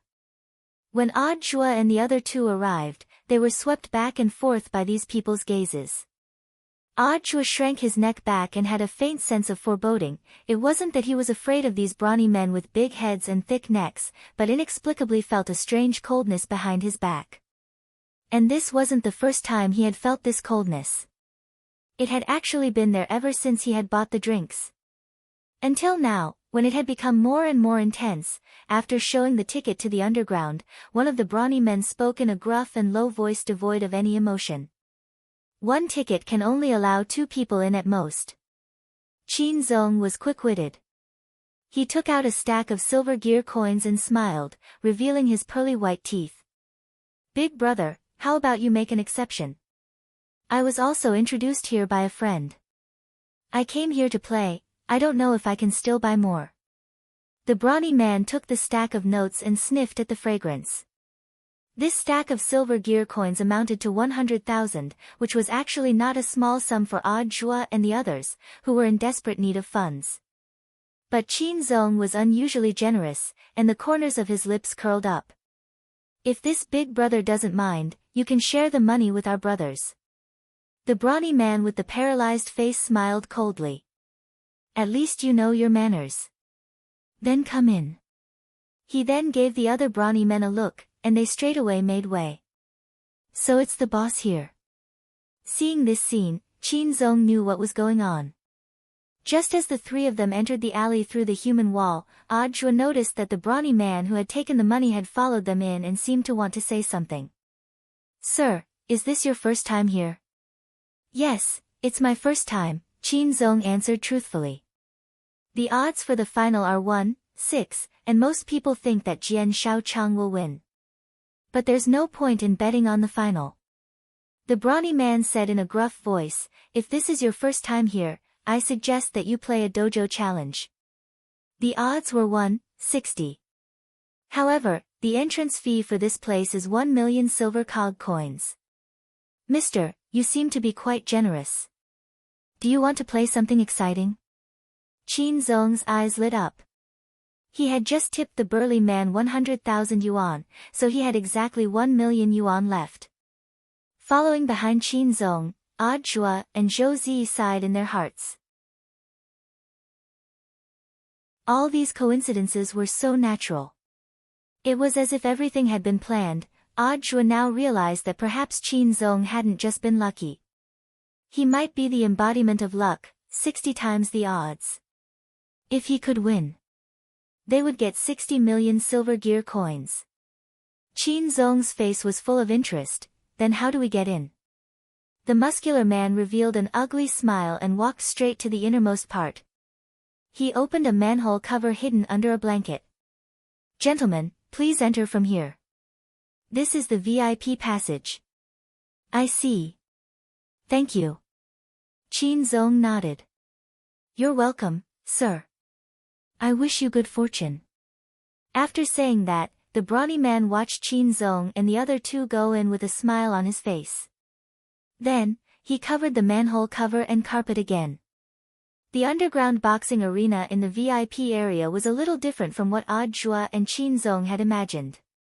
These people were dressed in bright and beautiful clothes. Just from their appearance, they already looked like poor people.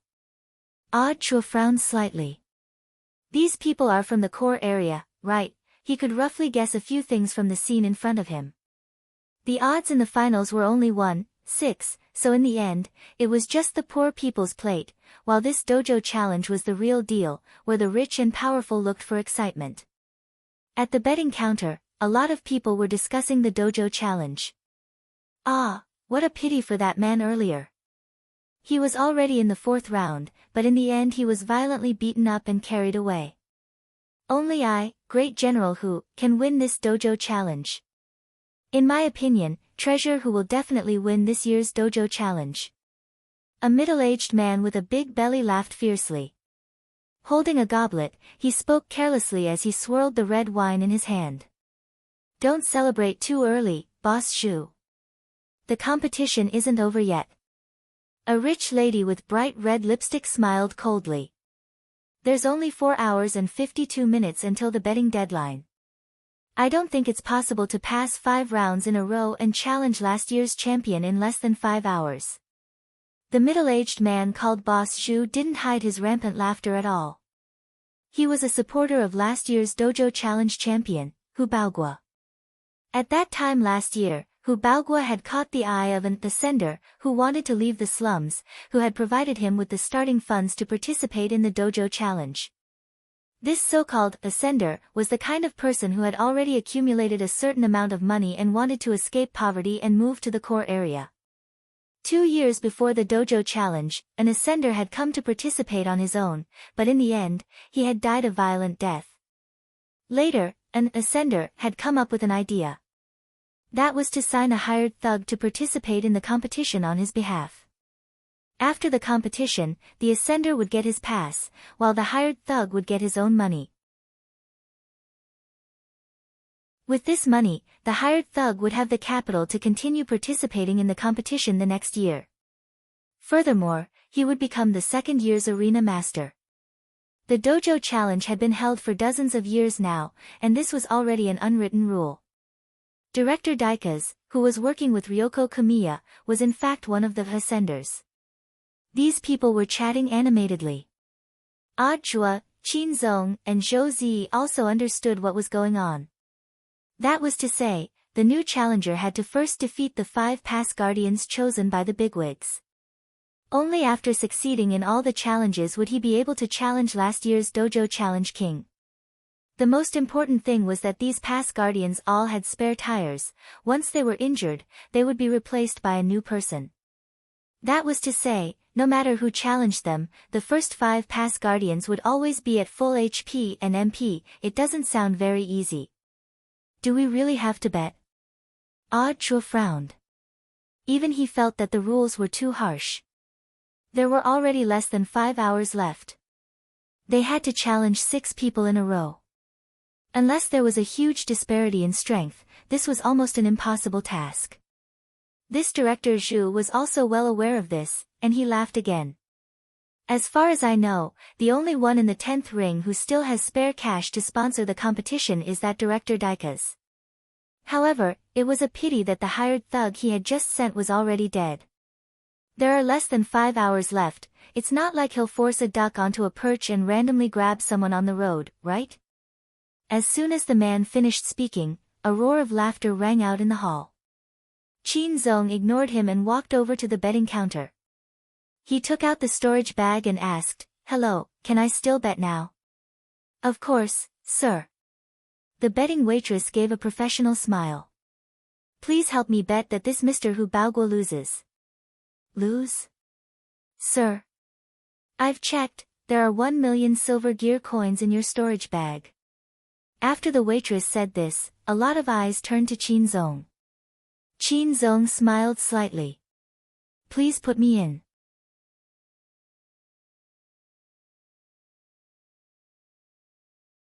Chapter 1649. The voice was not loud, but it attracted the attention of the people around. There were less than 5 hours left, and the fighters that Director Dekars had signed were all dead. There was almost no one in the entire 10th ring who had extra money to fund the next match. Zhu Yuanrun was not wrong at all. He was a big shot in the circle of influential people in the core area, and he actually had some shares in this underground boxing ring. What Zhu Yuanrun did not expect was that someone would bet on Hu Baoguo to lose after hearing his analysis. In his opinion, this was something that was impossible to accomplish. "Young man, you're quite impressive. You bet 1 million silver gear coins right off the bat. This is probably your life savings, right?" Zhu Yuanrun chuckled. Although he was a little annoyed that someone did not listen to his analysis at this point in time and forcefully went against his words. But in fact, Qin Zong betting on Hu Baoguo to lose was actually beneficial to him. Because he was the one who bet on winning. What he was profiting from was this steady business. After he was sure that no one could challenge Hu Baoguo, he immediately increased the bet and raised the odds to the current one. 72-60. Because of the huge capital, even if it was won 72 times, it was still enough for him to make a lot of money. Qin Zong's bet only gave him 1 million more. He could not help but laugh in his heart. He would not be able to find a charity business like this that gave away money for free. In the end, just as he finished his sentence, the deafening sound of a gong rang out in the VIP area. Someone is beating the war drum. On the screen in the hall, a skinny cloaked man wearing a black cloak and a mask, accompanied by 2 other cloaked men wearing the same mask, and Dekars, who was grinning from ear to ear, appeared in front of everyone's eyes. "Dekars? Why is it him again? Didn't his contracted fighters just..." Zhu Yuanrun and the surrounding dignitaries opened their mouths wide at the same time, looking at this scene in disbelief. That Hu Baoguo was rumored to have unfathomable strength.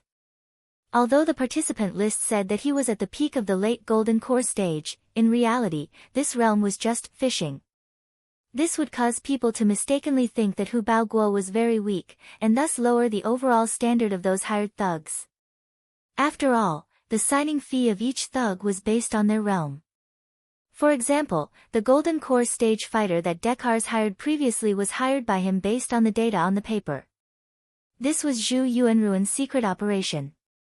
However, he didn't expect that this person couldn't even pass the 4th round.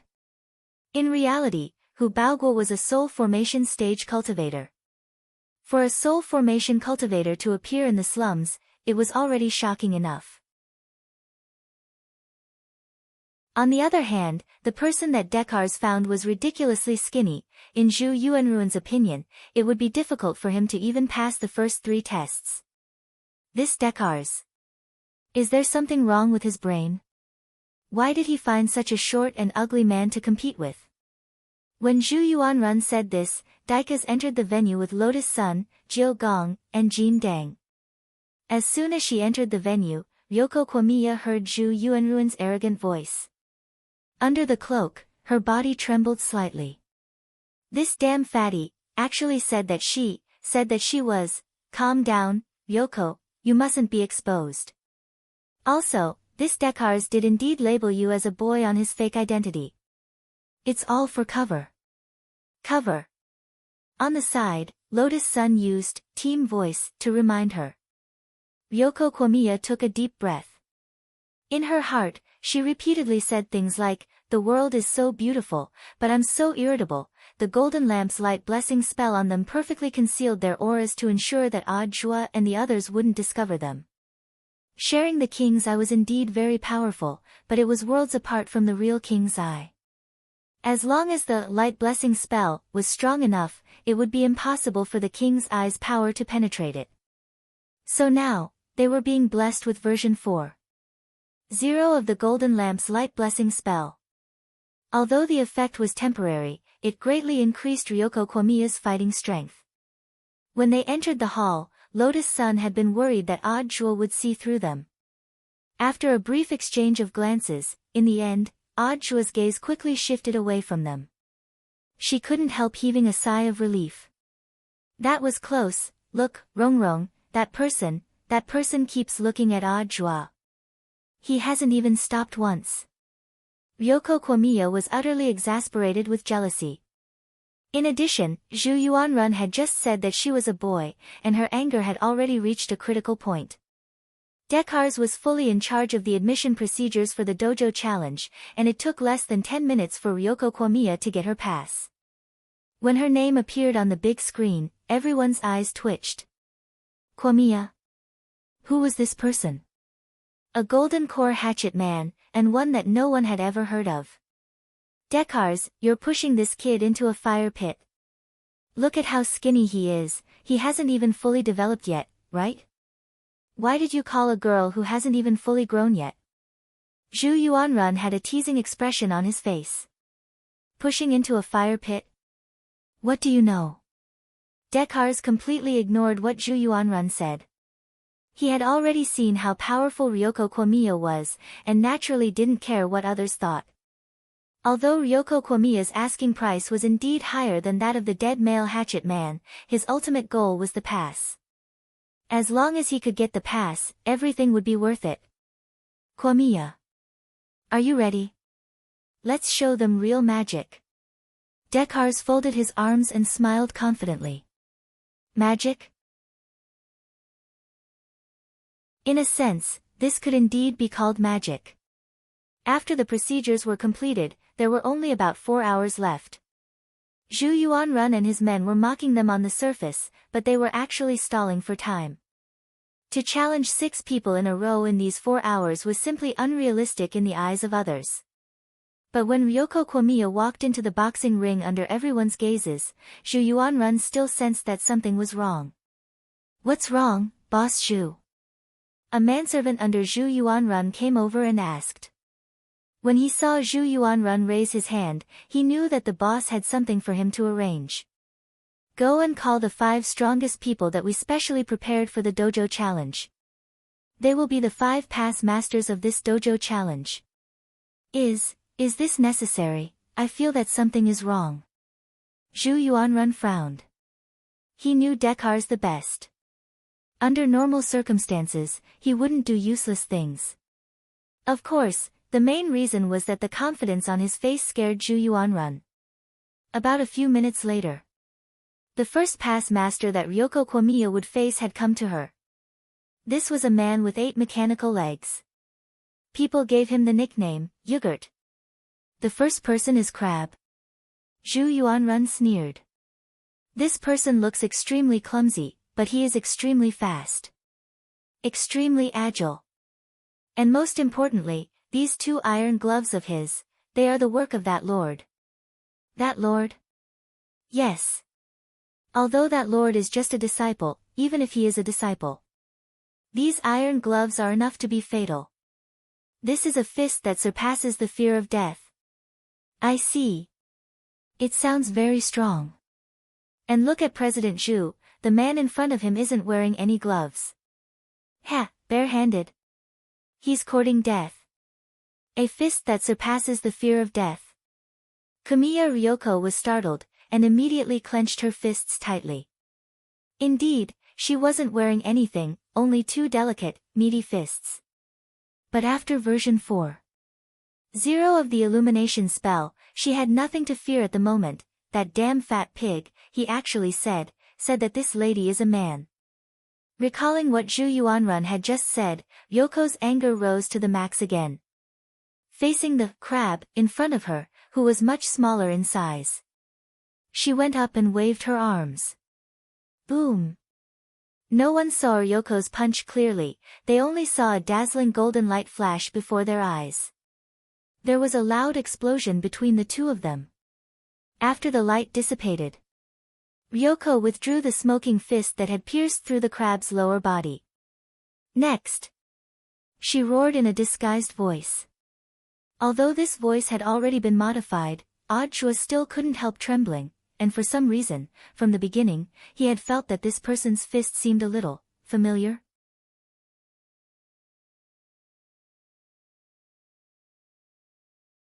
Chapter 1650. The Immortal shows the way. Punching the way. At the scene, a commentator cried out in surprise. Everyone was dumbfounded looking at this scene. It was really hard to believe that a fledgling newcomer could actually use the Immortal guides the way to defeat the burly crab. Fortunately, the crab's lower body was almost entirely made up of spare parts. Although it was connected to the pain nerves, it was not fatal. This punch seemed terrifying, but in fact, the crab only needed to replace the spare parts. But it had to be said that Kamiya Ryoko's punch had indeed hit the crab's vital point, trapping his body in place and making him unable to move. After finishing off the crab, Kamiya Ryoko felt the fire in her heart surging, and she could no longer hold it in. This was just an ordinary punch. In the end, the commentator explained it as, Immortal shows the way. Kamiya Ryoko didn't think she was an old boxing master. Her usual fighting style was to summon ghosts to assist in battle. She was a cultivator of the summoning style. So in fact, she didn't know any boxing techniques at all. She just used the crab in front of her as a sandbag to vent. What is this gong's background? Zhu Yuanruan's expression changed. Among the 5 gatekeepers he had sent, this crab's comprehensive strength was already above average, but it was so easily taken care of. This was something he had never expected. His face was filled with nervousness. After thinking for a while, he whispered to the manservant beside him, "Go, tell the black dragon to bring that thing. If necessary, use it. You must ensure that this unknown person is intercepted within the 5th gate, or fight with him to buy time." Yes. The manservant nodded and immediately retreated to do as he was told. In the spectator stands, Zhou Zi noticed this scene from afar. He was observant, especially the manservant standing beside Zhu Yuanrun, who he had been secretly observing for a long time. Brother Zhua, and Brother Zong. That person is going back and forth, as if he's up to something. Qin Zong smiled. Zi has good eyesight. Maybe he's preparing some kind of prop. Zhou Zi was not stupid, and he quickly thought of stimulants or something like that. If this was a regular boxing match, this would definitely be against the rules. But Zhou Zi forgot a very important premise, and that was that this was an underground boxing arena. It was a shady place. It was a place where the rich and powerful in the core area used their money to expose their evil interests. And in such a place, all kinds of shady things would exist. You don't have to worry too much, Ze. This Mr. Gong will definitely win. No matter what tactics they plan to use, Qin Zong crossed his arms and said calmly. From the moment he chose to bet on Hu Baogua and ended up losing. Luck was no longer in the hands of Zhu Yuanrun and Hu Baogua, the 2 big traders. Zhu Yuanrun wanted to earn a stable income, but the appearance of this palace had disrupted his overall plan. He didn't need to think too much to know that his opponent would definitely resort to some dirty tricks in the next few stages. However, no matter how dirty it was useless as long as he was here. It was only a matter of time before he used his luck to clear his name. He might even shoot himself in the foot. It could be said that everything up until now was within Qin Zong's expectations. However, it wasn't that there weren't any surprises. This was because Qin Zong noticed a strange phenomenon from the moment the man called Gong defeated the crab. Zhuo, who had been standing next to him the whole time, was still trembling slightly. And for some reason, his complexion didn't look good. "Brother Zhuo, are you feeling unwell?" Qin Zong asked. This voice made Zhuo, who was deep in thought, shudder again. "No. I'm not feeling unwell," Zhuo replied. His gaze was fixed on that incomparably fair little fist in the boxing ring. Although he still couldn't quite believe it, the more he looked at this hand, the more familiar it seemed. After all, he had only used Ryoko's hand a while ago with her permission. That kind of comfortable rhythm was something that couldn't be compared to when he was doing it himself. Zhuo remembered. That had been his first time, and also Ryoko's first time. He had never been touched by anyone other than Ryoko, and it was also Ryoko's first time coming into contact with this kind of thing. Thus, this incident had left a deep impression on both of them. At least for Zhuo. He had carved every inch of Ryoko's hand into his bones. But if this person really was Ryoko, why had she appeared here to fight in an underground boxing ring? And who were the other two people in the cloak? All kinds of questions lingered in Zhuo's mind. Given the current situation and his understanding of Ryoko, the first person he thought of who would be able to fool around with her recently and get close to her, was Lotus Sunday. As for the remaining person, he was definitely an almighty figure. Gu Xuanji, Crispy Noodles Dao Monarch, Monk Golden Lamp, all of them were possible. At that moment, Zhuo's mind was spinning rapidly. If his inference was completely correct, then what was the reason for Ryoko and the others to hide their true identities? Since they had already come to this illusory world of nothingness, why didn't they acknowledge him? Zhuo couldn't figure it out no matter how he thought about it, and had a very bad feeling about it. When he raised his head again, he found that Ryoko had already dealt with the 4 gatekeepers. There were still a full 3 hours before the dojo challenge ended. The last person she had to face was Zhu Yuanruan's strongest trump card, Black Dragon. Compared with the others, Black Dragon didn't have much of a showy appearance, and looked just like a normal human being. His muscles were well developed, but not exaggerated, and were just the right type. At the same time, his skin was dark, and even the whites of his eyes were completely black. Apart from the fact that his eyes are a little strange, this person looks very normal, Zhou Zi said at that moment.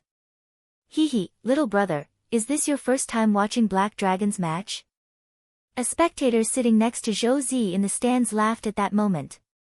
He was covered in jewels from head to toe, and his 10 fingers were covered in glittering jewel rings. At first glance, it was obvious that he was a dignitary living in the core area.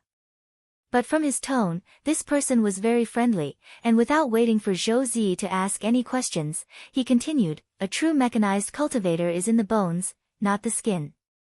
Take the crab from before, for example, he looks mighty and domineering, but in fact he's very easy to target. But Black Dragon is different, he's that lord's masterpiece." "That lord? The founder of this technology city?" Zhuo asked. Qin Zong was also very curious about this. Because Zhu Yuanrun had also mentioned this word before. Although the stands were very far away, given Qin Zong and Zhuo's hearing, it wasn't hard for them to hear. "No, just his disciple." "But everyone is used to calling his disciple, that lord," the rich man said with a smile. "You're actually willing to talk to us?" Hee, why wouldn't I be? We're on the same side." The rich man shook the bet in his hand. "I'm also betting on Hu Baoguo to lose. Of course, apart from that, we might have some other connection." Zhuo frowned slightly. "Sir, what do you mean?" Leaning on his cane, the rich man smiled leisurely. You should be Mr. Grenade Throwing's people, right?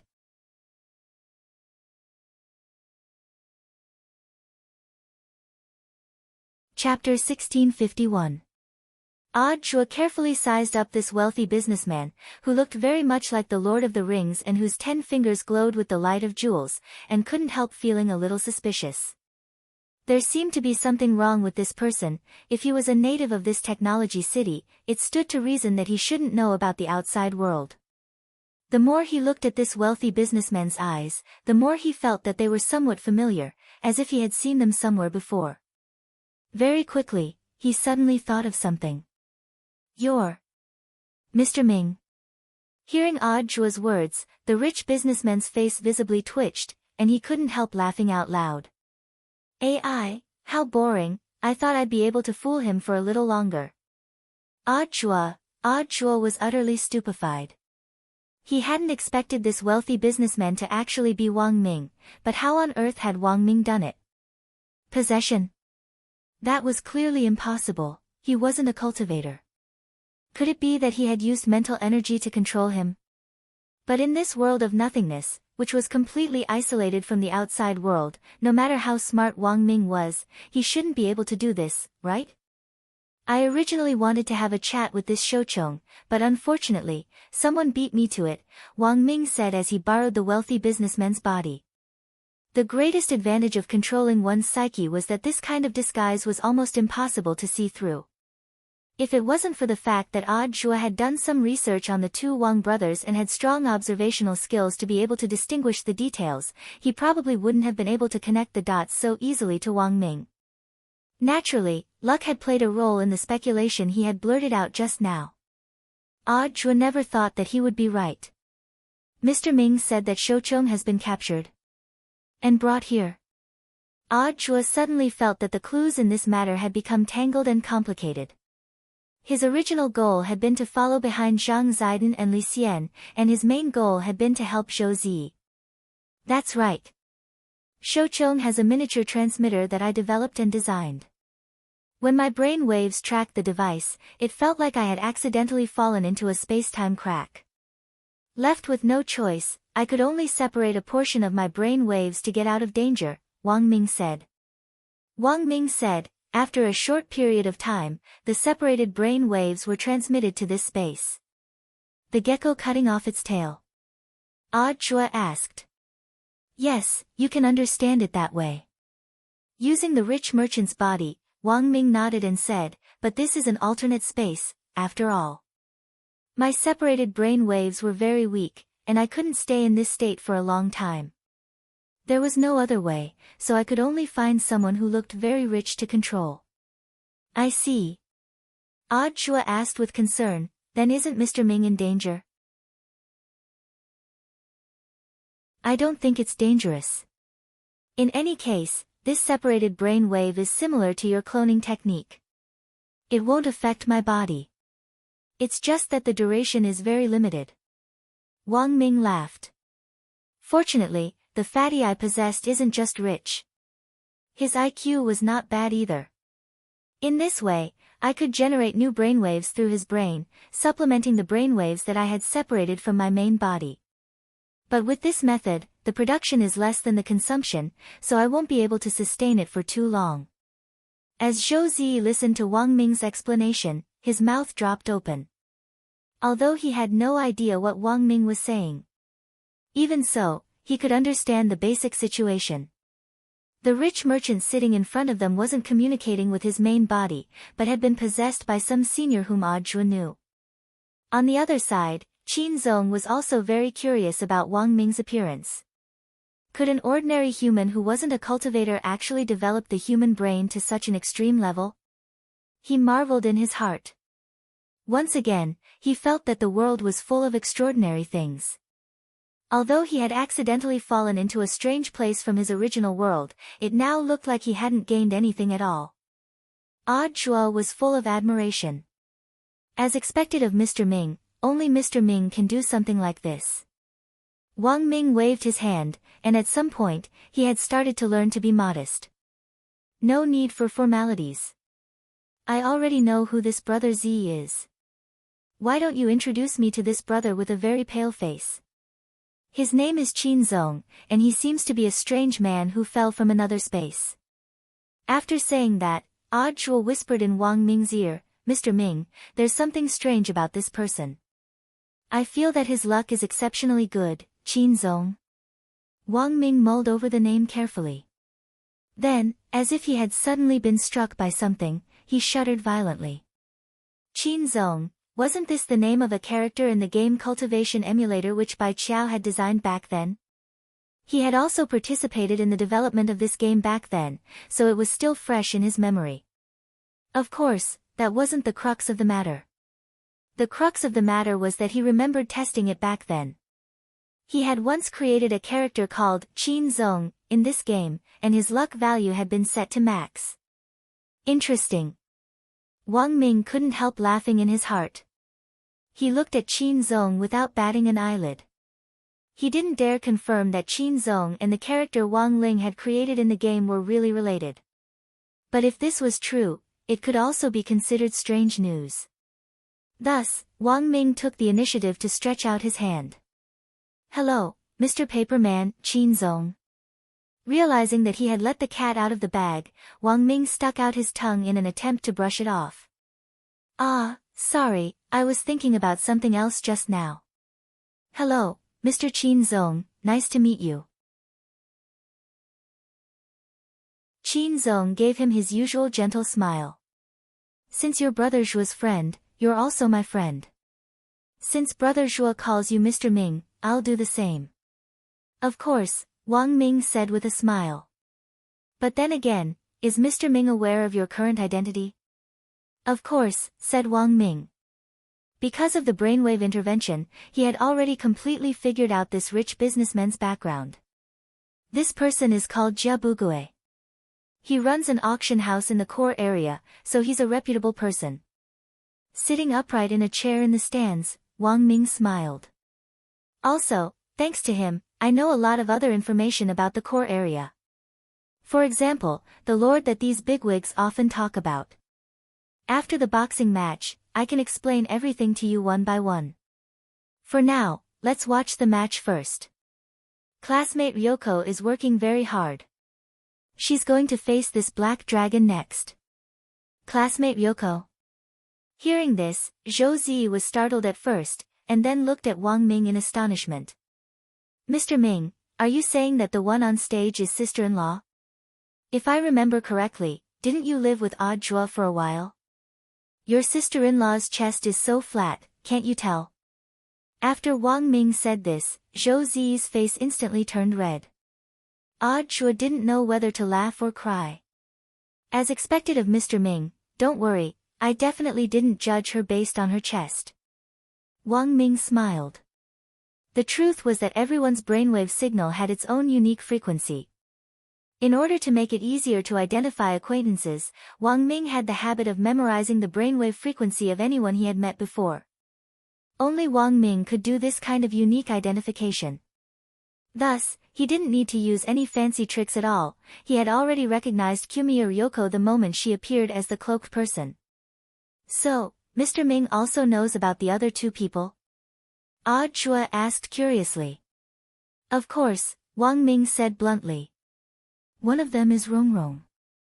I can't detect the frequency of the other's brainwaves, but I can tell that it's Senior Golden Lamp. Monks have a pure heart and few desires to begin with. It's really them, Zhuo couldn't say it out loud. But why did Ryoko and the others come here? I clearly told her. Girls in love are paranoid. I guess she's worried that when you're not in her line of sight, you'll flirt with someone else. Wang Ming laughed. Zhuo, really, most likely. Wang Ming spread his hands. At that moment, this was a deep conversation between two men in love among the battle sect members present. Wang Ming said, you don't know, Factor got so jealous a while ago that she deleted all the videos on my internet drive. They were my treasured collection for many years. That's indeed a little unfortunate. Zhuo smiled bitterly. It's not unfortunate. Because they were originally used to confuse her. Don't tell me that people nowadays actually store their treasured videos on an internet cloud drive? Wouldn't it be a huge loss if they deleted them? Wang Ming shrugged and said, like me, it's directly uploaded to my brain, so I can stream it anytime, anywhere.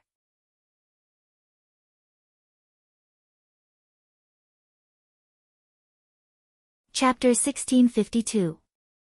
The dojo challenge had only been going on for less than 30 minutes, but Jiumiya Ryoko had already defeated 4 people in a row and reached the final checkpoint at the speed of light.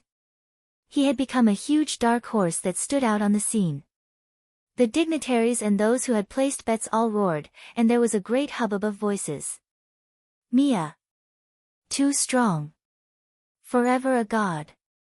For a moment, the situation was changing rapidly.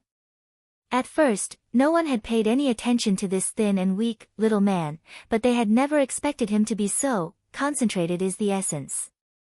He didn't make a move, but when he did, he amazed the world with a single brilliant feat. I'm sorry, but I won't give you another chance. At that moment, the black dragon standing in front of Jiumiya Ryoko looked like the most ordinary person, but he gave off a vague sense of danger. He stared at Jiumiya Ryoko, and his black eyes, without the scara, looked especially terrifying. Jiumiya Ryoko stared at the black dragon with rapt attention. She saw him clench the ground with his toes, and the ground in the arena was scraped by his toes, which then cracked in all directions. Bang! The black dragon's feet shot out of the ground like a vigorous beast. His speed was unbelievably fast, completely incomparable to that of the 4 people he had encountered before. On the edge of the arena, Lotus Sun was sweating inwardly. She was sure that this black dragon had more than just the combat strength of the Golden Core stage.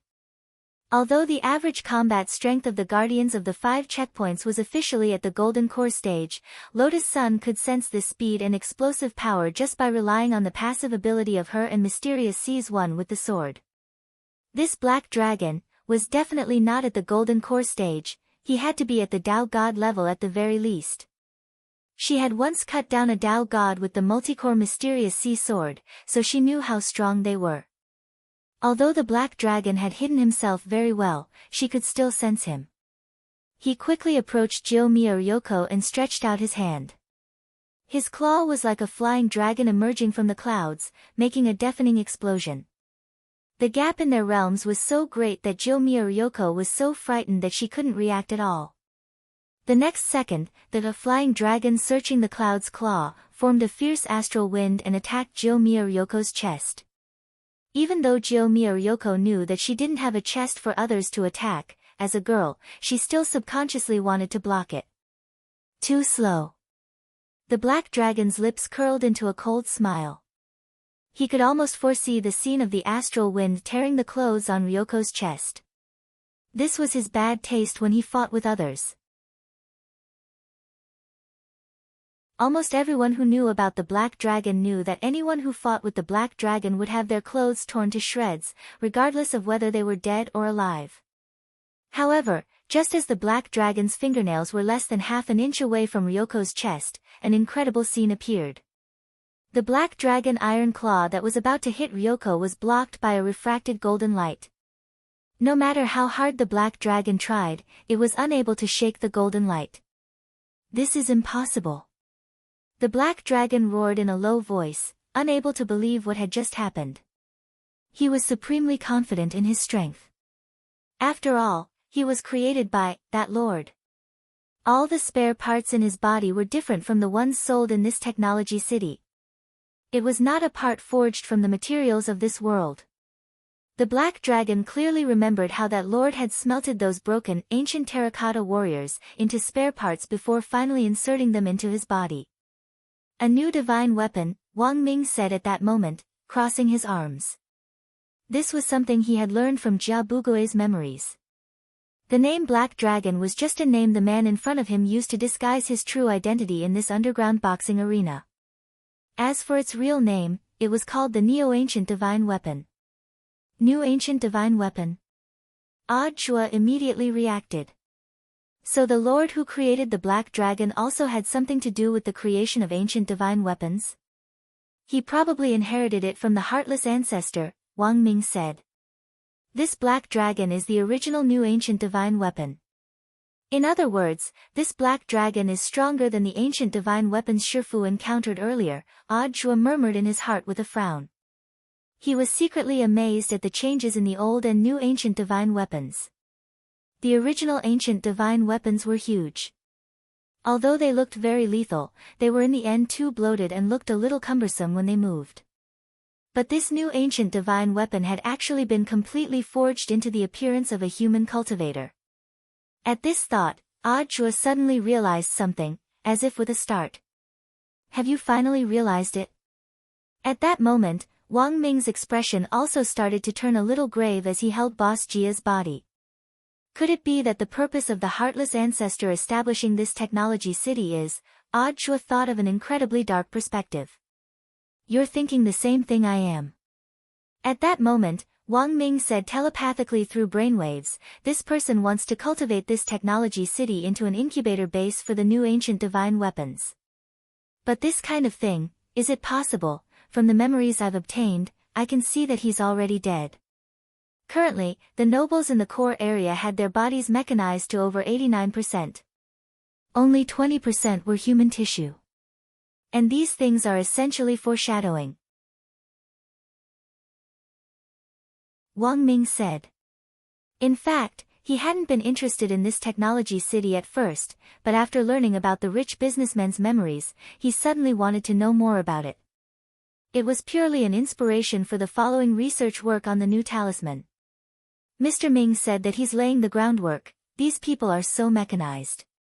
As long as we go deeper, we'll be able to kill them.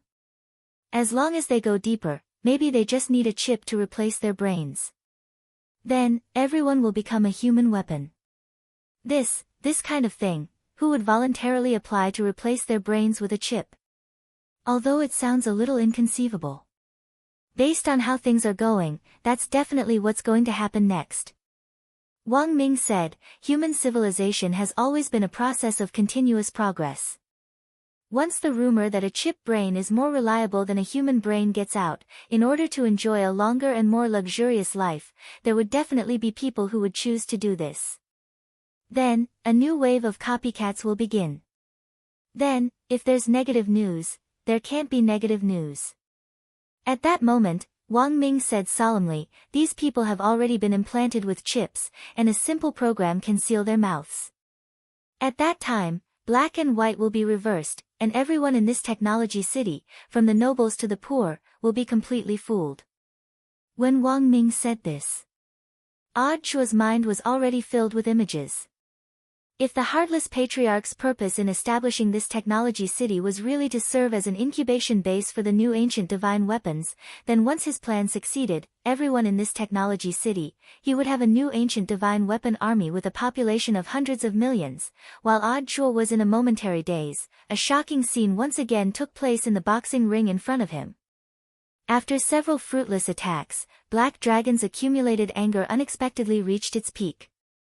Black runes rose from under his feet and wound around his legs like snakes before finally crawling all over his body. Ryoko Kamiya frowned deeply. This was a suffocating evil power. For some reason, Ryoko Kamiya felt a little disgusted. Lotus Sun sensed that something wasn't right with Ryoko. Senior Golden Lamp, there seems to be something wrong with Ryoko. The monk's face was calm. This is the power of Hell of Azura, which has a certain restraining effect on the Buddha Light of the Light blessing spell. Although it won't be enough to undo version 4.0 of the Light blessing spell, it will definitely make Miss Ryoko feel uncomfortable. After all, she isn't a Buddhist, but the power of Hell of Azura specializes in attacking the heart. Lotus Sun became anxious. Then what should we do? Don't worry, Miss Rome. After thinking for a moment, the monk said, then, it's this poor monk's turn. Senior, you mean, in version 4.0 of the Light blessing spell, the person who is blessed has the right to use it to fulfill a wish. In a critical moment, this poor monk will be able to take over the body for the time being by silently reciting the Great Mercy spell. Is this okay? It's not a problem. In this poor monk's 1,000 lives, I've experienced being a woman.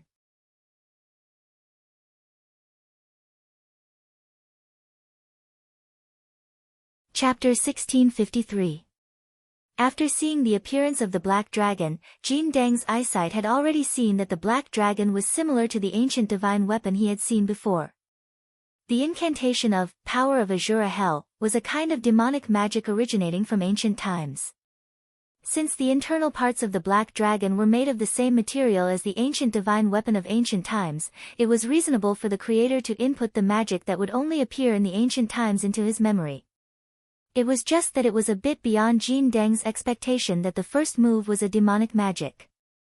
Fortunately, the 4.0 version of the blessing spell on Jimiya Ryoko was powerful enough to not cause any damage to her body. When the black incantation spread up from the soles of her feet like tentacles, Jimiya Ryoko instinctively felt a sense of being bound. This incantation seemed to be able to affect her spiritual will, making her vision gradually blurred. When the monk used the 4.0 blessing spell on her before, he had hinted at the vow repayment mechanism of this spell. Now, Jimiya Ryoko felt that the time was ripe. Vow. I want to vow. At the moment when her consciousness gradually became blurred, Jimiya Ryoko almost said in her heart with a weak spiritual will. As soon as her voice died away, a burst of golden light burst out from under her cloak. The voice of Jin Dang sounded in her mind, Miss Ryoko, don't worry, this poor monk is coming. This poor monk will temporarily control your body with Buddha's will. Okay.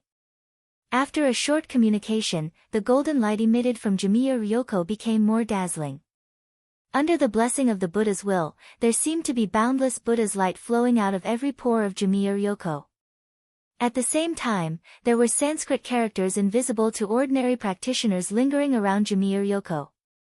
Almost in this short moment, Jimiya Ryoko's cells were strengthened under the blessing of the Buddha's will. Her spirit was also quickly melted away some illusory and evil forces under the supplement of the Buddha's will.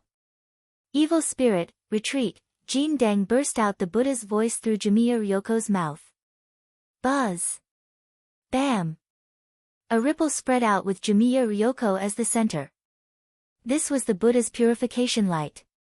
And it was controlled by the Buddha's most sage, himself. In the face of this supreme purifying power, the Azura Hell power that the Black Dragon had unleashed was completely powerless, and it was quickly defeated in an unstoppable manner. In essence, the incantation of the power of Hell was something with the power of withering, weakening, and aging. It affected the mind and then affected the cells of the human body. This curse of the devil path was comprehended by the creator of the spell from the daily lives of human cultivators. Nobody would have thought that somebody would seek inspiration from sloth and procrastination, a common disease among modern cultivators. Fortunately, Jin Dang acted in time. With the blessing of the great Buddha Dharma, a powerful purifying Buddha light swept across the entire arena. At this moment, the boiling underground arena fell into a momentary silence. After all, it was a powerful force unleashed by the most holy Buddhist teachings. For a moment, everyone in the boxing field began to reflect on the mistakes they had made recently. For a moment, Jin Dang heard many people's voices of repentance fall into his mind. Ah, I shouldn't have bought spinach. I shouldn't have spent so much money. I clearly knew that spinach wasn't good behavior. If I had known that it would be shopping day, I wouldn't have bought so many things. There's almost no space in the express delivery boxes at home. Ah, if I hadn't returned my wife's express delivery, maybe she wouldn't have divorced me. Of course, Jin Dang also heard some familiar voices among these repentant voices. A while ago, I shouldn't have said that the factor was small.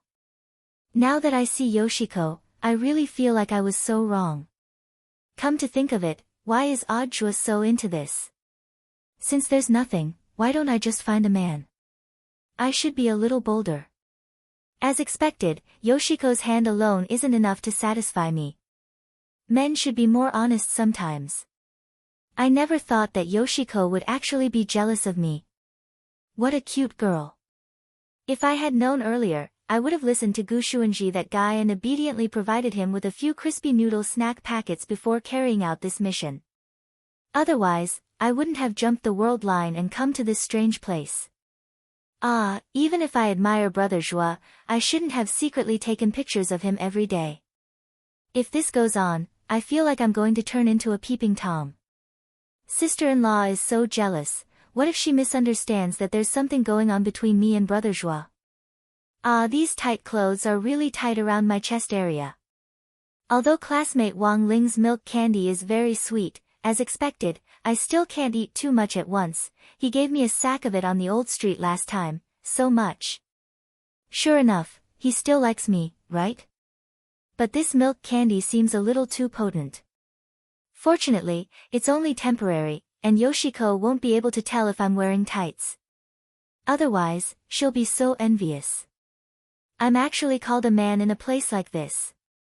That's too disrespectful.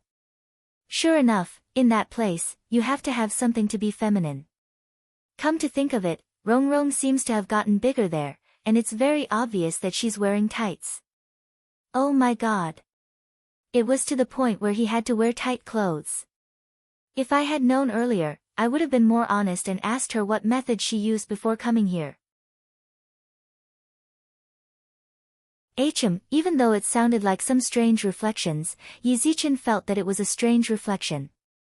It could only be said that Monk Golden Lamp was indeed Monk Golden Lamp. Even though he had heard these things, he gave his friends enough face and didn't make any comments in his heart. Monks were pure and had few desires, and didn't understand the love between men and women in the secular world, thus, he could only pretend that nothing had happened. Everyone at the scene was in a state of reflection, and the overall atmosphere was silent, which startled Black Dragon. You, who on earth are you? Black Dragon felt his mind in a mess. His demonic spell had been defeated, and he had suffered a backlash from the purifying Buddhist light of the golden lamp. His steps started to become unsteady, and he began to stagger in the arena as if he were drunk. There was a thud. The loud sound of someone kneeling on the ground broke the silence. At that moment, Black Dragon was kneeling on the arena, and his eyes, which had been completely invaded by darkness, gradually revealed the whites of his eyes. Black Dragon's hands trembled as he stared at his palms. His pupils contracted slightly, and a question actually started to echo in his heart. Who on earth am I? Yes. At that moment, a question of reflection also appeared in Black Dragon's mind. He was reflecting on who he was, why did he appear in this world, and where did he come from? And when these questions unfolded in his mind, Black Dragon searched through his seemingly rich memory, only to find that apart from killing, there was nothing else in his mind. All that was left was a blank space.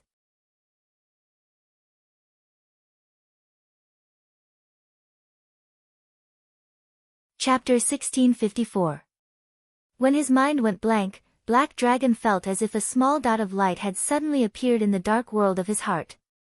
It was as if something was awakening in his body, giving him a splitting headache.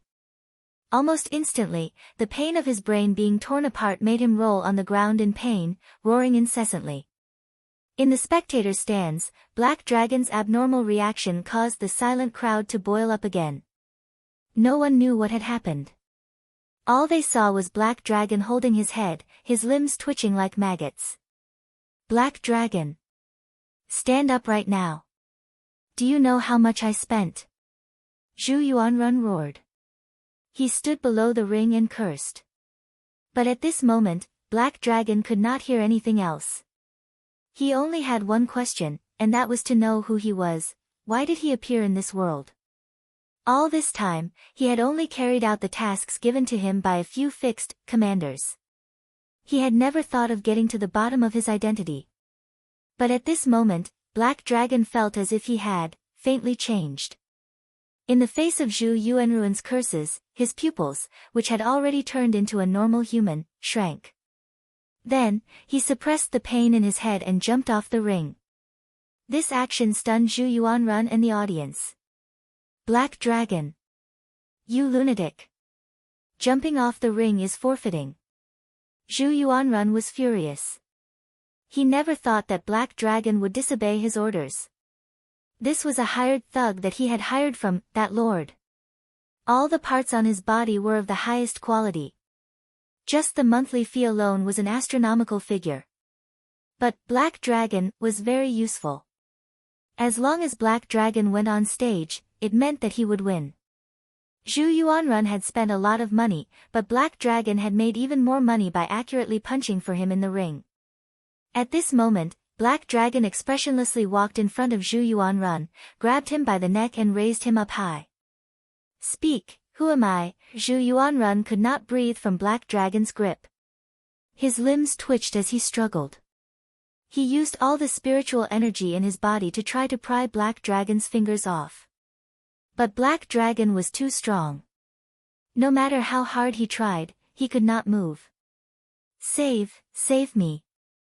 Zhu Yuanrun felt like he was going to die. He had never imagined that he had spent so much money to buy the Black Dragon from that lord. How could he betray him? He had just renewed the fee 2 days ago. He clearly had the highest authority to command the Black Dragon. Buzz! Just as the Black Dragon was about to die, the golden lamp in the body of Kamiya Yoshiko suddenly made a move. A Buddha's light shot out from her fingertips and hit the back of the Black Dragon's hand precisely. The Black Dragon was in pain and had no choice but to separate Zhu Yuanrun. Then, with a stomp of his feet, he transformed into a cannonball and directly blasted a big hole in the ceiling, escaping from the underground arena. This palace was too much of a hindrance. And his commander wasn't just Zhu Yuanrun, there had to be someone who knew the answer he was looking for. Cough cough. Damn Black Dragon. Zhu Yuanrun was like a stray dog, lying on the ground and coughing for a long time before he stood up shakily. "Director Zhu, are you all right? That Black Dragon has gone berserk, what should we do now?" Just as the Black Dragon was about to go berserk, a few servants who were hiding far away came over one after another. "What should we do?" "Put him on the wanted list." "How dare he do this to me?" Zhu Yuanrun rubbed his red neck, his expression was still painful. "Yes, Director Zhu," the servant replied, "there is one more thing, Director Zhu, what is it?" "That Mr. Hu Baoguo ran away." "Ran away?" Zhu Yuanrun was so angry that he almost fainted, he almost lost his balance. This result could be said to be unexpected, but it was reasonable.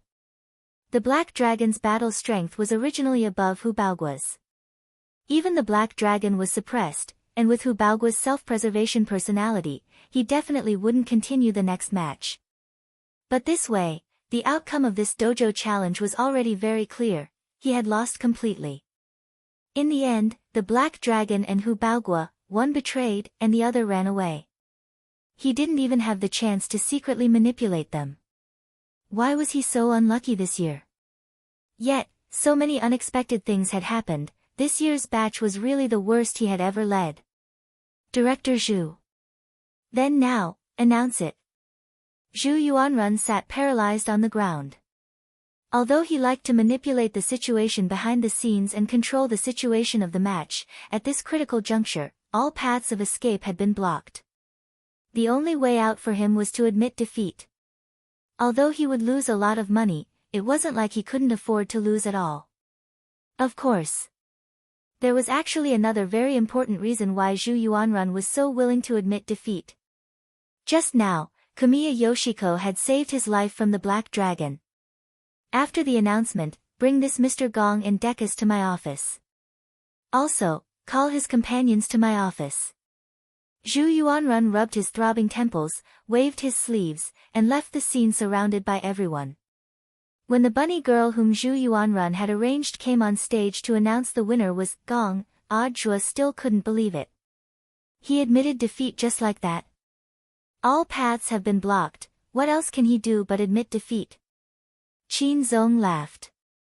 I thought he wouldn't admit defeat, but I didn't expect him to be such a straightforward person.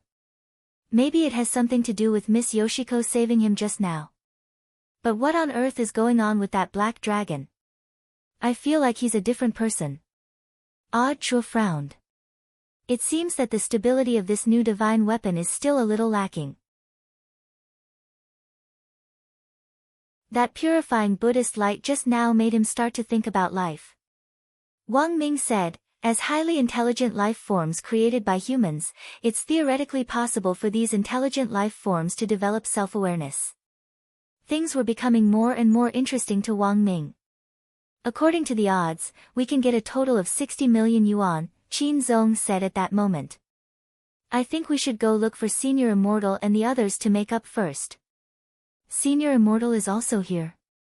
Yes, and with Loopy Toad, said Wang Ming. With his brain waves, Wang Ming was already incomparably familiar with sensing the waveforms of these acquaintances.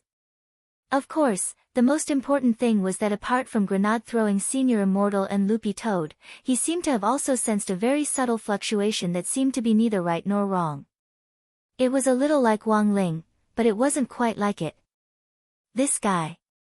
After another simple probe, Wang Ming couldn't help smiling bitterly in his heart. If his guess was right, Wang Ling probably hadn't personally come to this world. Instead, he was peeping, as expected of Ling Ling. Even though they were separated by a space, they could still peek. Were peeping techniques now so powerful that they could project things across screens? On the other side, Kyu Ryoko and the others were led to Zhu Yuanruan's office. After a short wait, several of Zhu Yuanruan's manservants arrived at the scene with 10 suitcases full of cash. Because this was a shady business, most transactions in the underground boxing arena were in cash. Daikas counted the numbers lightly, and after confirming that there were no mistakes, he nodded with satisfaction. I never thought that President Zhu would actually keep his promise. This is a little unexpected. I thought this old guy would play Tai Chi with me. Daikas, you've gone too far. Speaking ill of people behind their backs. Am I, Zhu Yuanrun, such a shameless person? At that moment, Zhu Yuanrun walked in through the door, looking like an old capitalist in a suit and leather shoes. As soon as he entered, he bowed to Lotus Sun, Kyu Ryoko and Jin Dang. Thank you, Mr. Gong, thank you all. If it hadn't been for you just now, I'm afraid I would have died at the hands of the Black Dragon. Daikas smiled. President Zhu, apart from the bonus, it seems you're missing something. I know what you're talking about. I prepared it a long time ago. As he spoke, Zhu Yuanrun took out 4 rainbow crystal cards from his bosom. These are your passes. How come there are 4? Daikas stared at them with wide eyes. 4 passes. One of them was worth 20 million gold gear coins. This was wealth that people in the slums couldn't accumulate in their entire lives. One of them is for you. The other 3 are for Mr. Gong and his friends, Zhu Yuanrun said generously. He had acquaintances in the core area, so while these 4 passes had cost him some money, they weren't actually as expensive as their market value suggested. There are conditions, right? Kyu Ryoko asked in a changed voice. Mr. Gong is smart. Zhu Yuanrun said solemnly, actually, it's not too much. I hope that Mr. Gong can help me stop the Black Dragon. This guy has gone crazy, and I'm guessing that his next move will be to find other commanders. They have a deep cooperative relationship with my boxing arena. If I let them die just like that, the consequences will be very troublesome.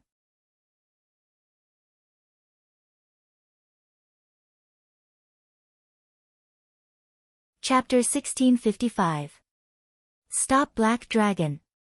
This mission sounded reasonable, but from what Dekars knew of Zhu Yuanrun, he always felt that this old guy wouldn't be so kind for no reason. After receiving the pass, Zhu Yuanrun didn't force them to stay, and didn't even sign any specific contract with Lotus Sun, Jimiya Ryoko, and Jin Dang. A purely verbal agreement made people feel even more mysterious and uneasy. Because he had obtained the long-awaited Core Zone Pass, Dekars quickly completed the handover of the position of director. The next director was appointed by him. Meanwhile, he packed all kinds of belongings that he had prepared beforehand into a fully packed package, which he placed in a luxuriously decorated carriage. He couldn't wait to go to the core zone, that heavenly world that could be clearly divided from the slums. From the moment he got the pass, Dekars couldn't bear it anymore. At this moment, he stood in front of the carriage and had a final conversation with Lotus Sun and the others. I still maintain my original opinion. This Zhu Yuanrun isn't a simple character. He wants you to deal with the commander, there must be some other reason behind it. Don't believe the nonsense that he's doing this to repay you. Dekars frowned. This person is just a businessman who won't get up early without profit. Thank you for the reminder, Mr. Dekars. We'll be careful. Under the cloak, Lotus Sun thanked him with a smile. She and Jamiya Ryoko naturally also thought of this. As the successors of the Sun and Jamiya families, even though they were very young, they had personally experienced a lot of wars in the business circle since they were young. It was full of murderous intent and undercurrents, and the slightest carelessness could lead to a horrible death. In fact, when Zhu Yuanrun gave them the pass, Lotus Sun and Jamiya Ryoko had a tacit understanding that this boss Zhu might be up to something else. More words, I will not say more. Thank you, everyone, for your help. You've allowed me to achieve what I've always dreamed of. Dekars gave a hearty smile and handed each of them a golden name card he had printed. Ha ha ha. This is my address in the core zone. You're welcome to come and play with me whenever you're there. Then, he stepped onto the luxurious carriage heading to the core area. Accompanied by the long neigh of the white spiritual horse with mechanical limbs, this carriage driven by the black deacon under Dekars sped towards the place of his dreams. Lotus Sun gazed at the departing carriage, vaguely sensing that many things had happened. Her willowy brows were tightly furrowed and a strong sense of unease welled up in her heart. She wasn't like Wang Ling or Golden Lamp, who had that kind of realm and powerful ability to predict the future.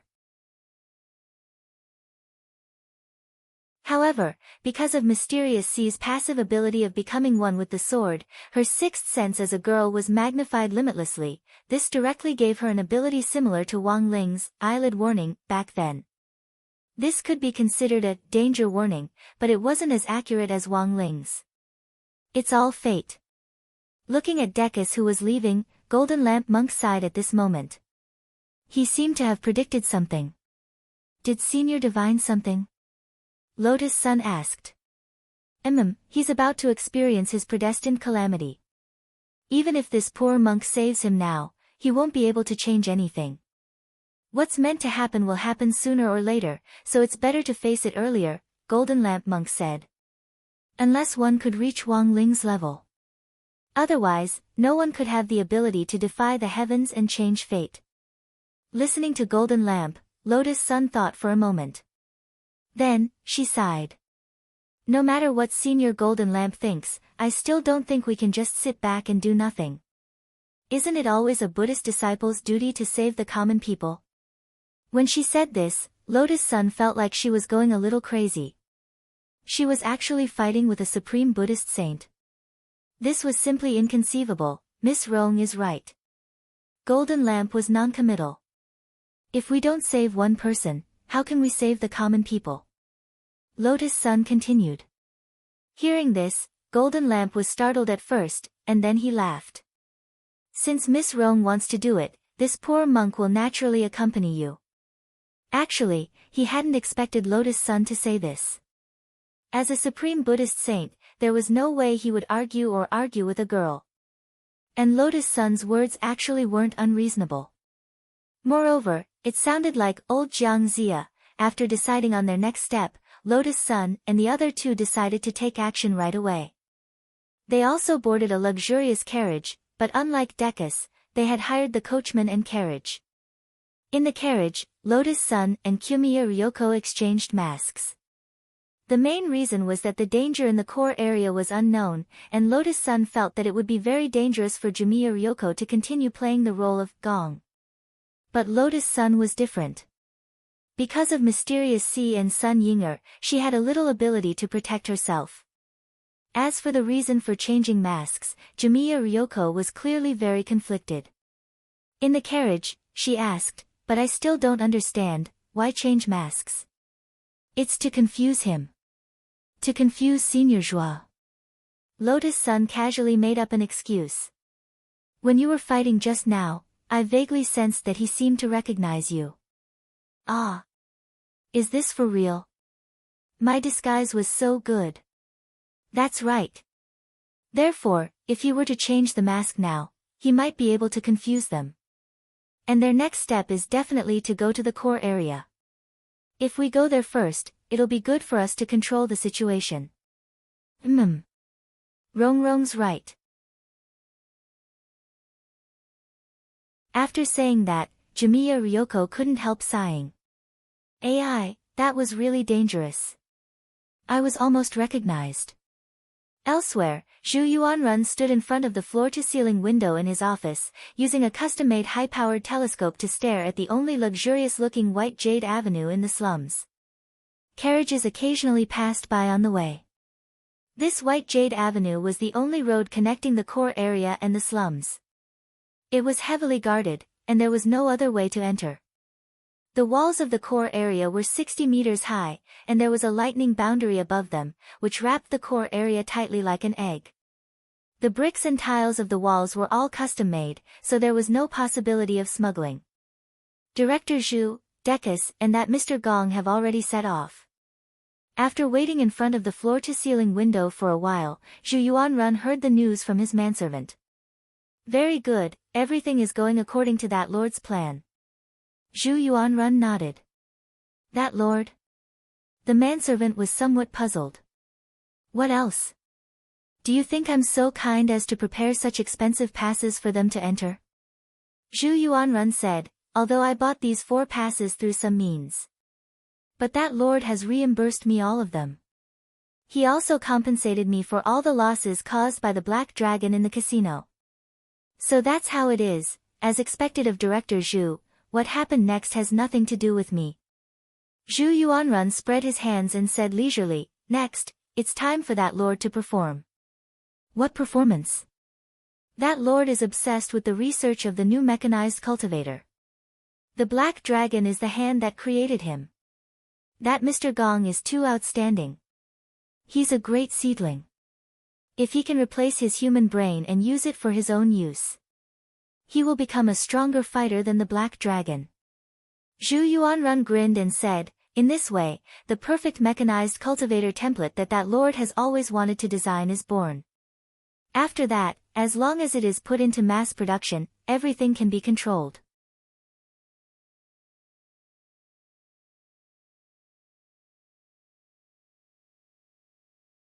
Chapter 1656.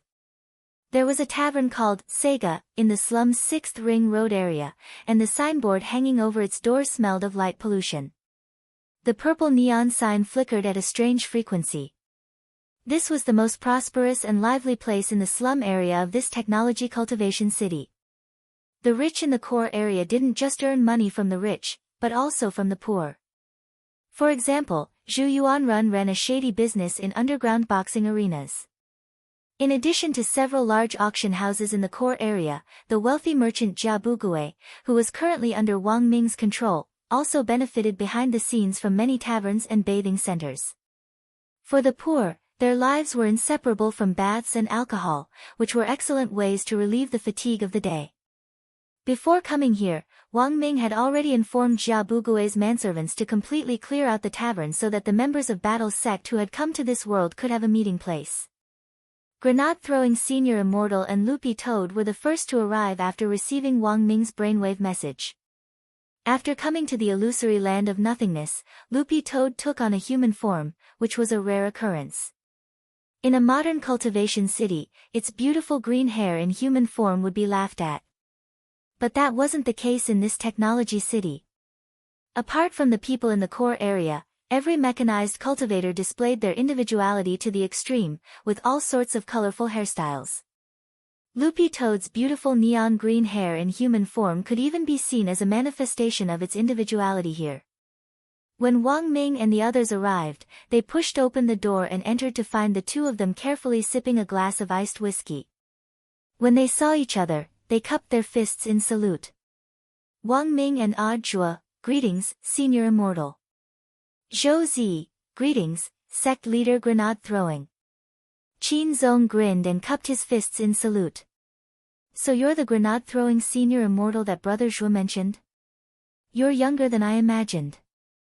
Brother Wang Ming has already conveyed Brother Qin's matter to me via brainwave. Since we all have the same goal now, once we're done with the illusory land of nothingness, I'll definitely find a way to help Brother Qin return to his original world, grenade-throwing senior immortal said confidently. Since true monarch has said so, of course I believe him unconditionally. Also, I feel that we hit it off very well, as if it's not the first time we've met. Qin Zong said with a smile, it's not that urgent to go back. Because I find this place quite interesting. Hearing Qin Zong's response, grenade-throwing senior immortal breathed a sigh of relief for the time being. In fact, he roughly knew Qin Zong's identity. However, because he had reached an agreement with a certain someone, he didn't say it out loud. Everyone, take a seat. We're all brothers, so there's no need to stand on ceremony. Grenade-throwing senior immortal raised his hand and motioned for everyone to sit down. As always, he was amiable and didn't have the slightest air of a sect leader. Seeing grenade-throwing senior immortal's attitude, Zhuo also vaguely sensed something. He somehow felt that grenade-throwing senior immortal seemed to know Qin Zong. Moreover, he knew the background of this lucky person. After a few seconds of silence in the tavern, grenade-throwing senior immortal said, actually, to tell you the truth, back when my title of Great Death-Courting Senior had just started to gain popularity, I didn't know what to do. Then, he noticed that there was such a mysterious barrier in the Arctic Circle. It was just that my realm at the time wasn't high enough to explore this place. Senior immortal already knew. Zhuo was a little surprised by this answer. That's right. Grenade-throwing senior immortal nodded. At that time, I sensed that this was a big game of chess. It was just that given my limited strength, I was afraid I wouldn't have been able to intervene. But the existence of this mysterious country in the Arctic Circle in a special barrier that no one in the world knows about, this has always been a hidden danger. And most importantly, the founder of this mysterious country didn't make any unnecessary movements. In order not to alert the enemy, I had to keep this matter a secret. I just didn't expect that Shoucheng to actually have a special connection to the founder of this mysterious country. Since Senior Immortal already knows that this place is a hidden danger, given your personality, have you already planted spies to monitor and set up a trap? Zhuo asked. Of course I have. Furthermore, I specifically looked for Brother Gu, grenade-throwing Senior Immortal said. Grenade-throwing Senior Immortal said, Brother Gu protected me, and the other party successfully infiltrated this world. The truth was that the person he had wanted to look for at first had been Wang Ling. But because Wang Ling had really troubled him too much at the time, he hadn't been able to bring himself to do it, so he had later turned to Gu Xuanji. Loopy Toad had listened to grenade-throwing Senior Immortal's account of the whole story before anyone else. After he finished listening, Loopy Toad instantly felt like spitting out a mouthful of curses. He felt that Senior Immortal was sometimes too naive. What didn't his little master Ling know? I see. Hearing this, Wang Ming and Zhuo nodded. After all, Gu Xuanji was a keeper of order and an official sent by the heavenly Tao to correct the order of the universe. It wasn't strange for him to know about this. It was just that they were now curious about who on earth this person Gu Xuanji had vouched for was. So who is Senior Gu vouching for? Zhuo asked curiously. As he spoke, he noticed that Qin Zong's expression was a little unusual.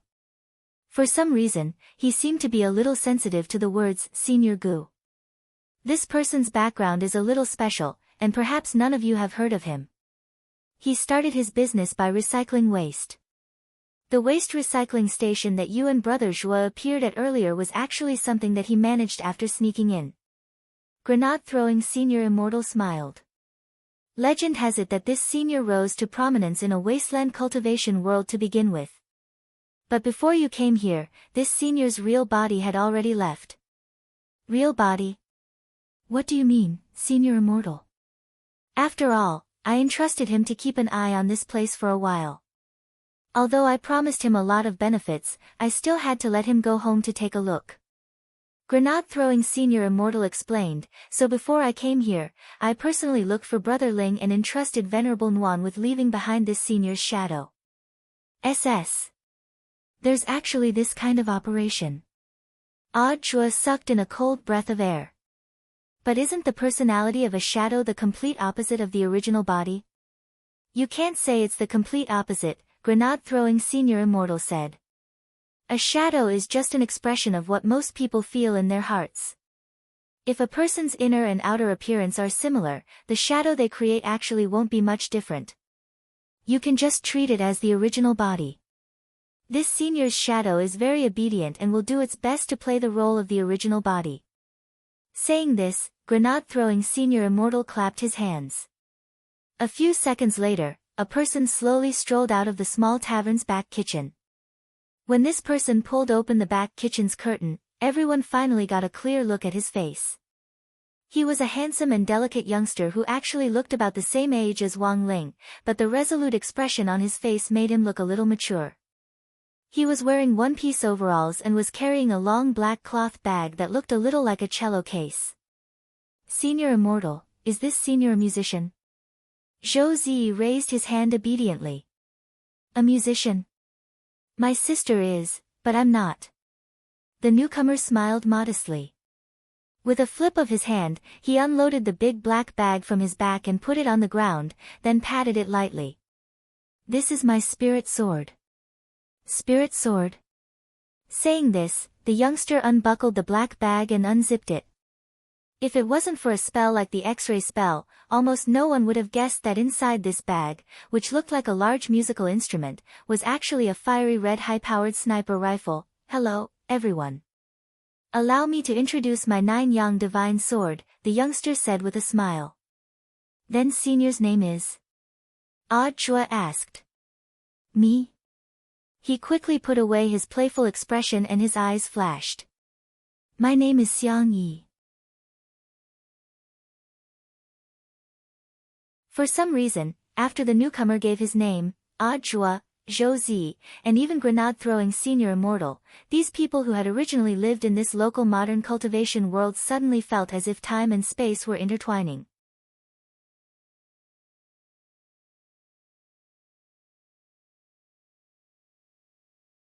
Chapter 1657.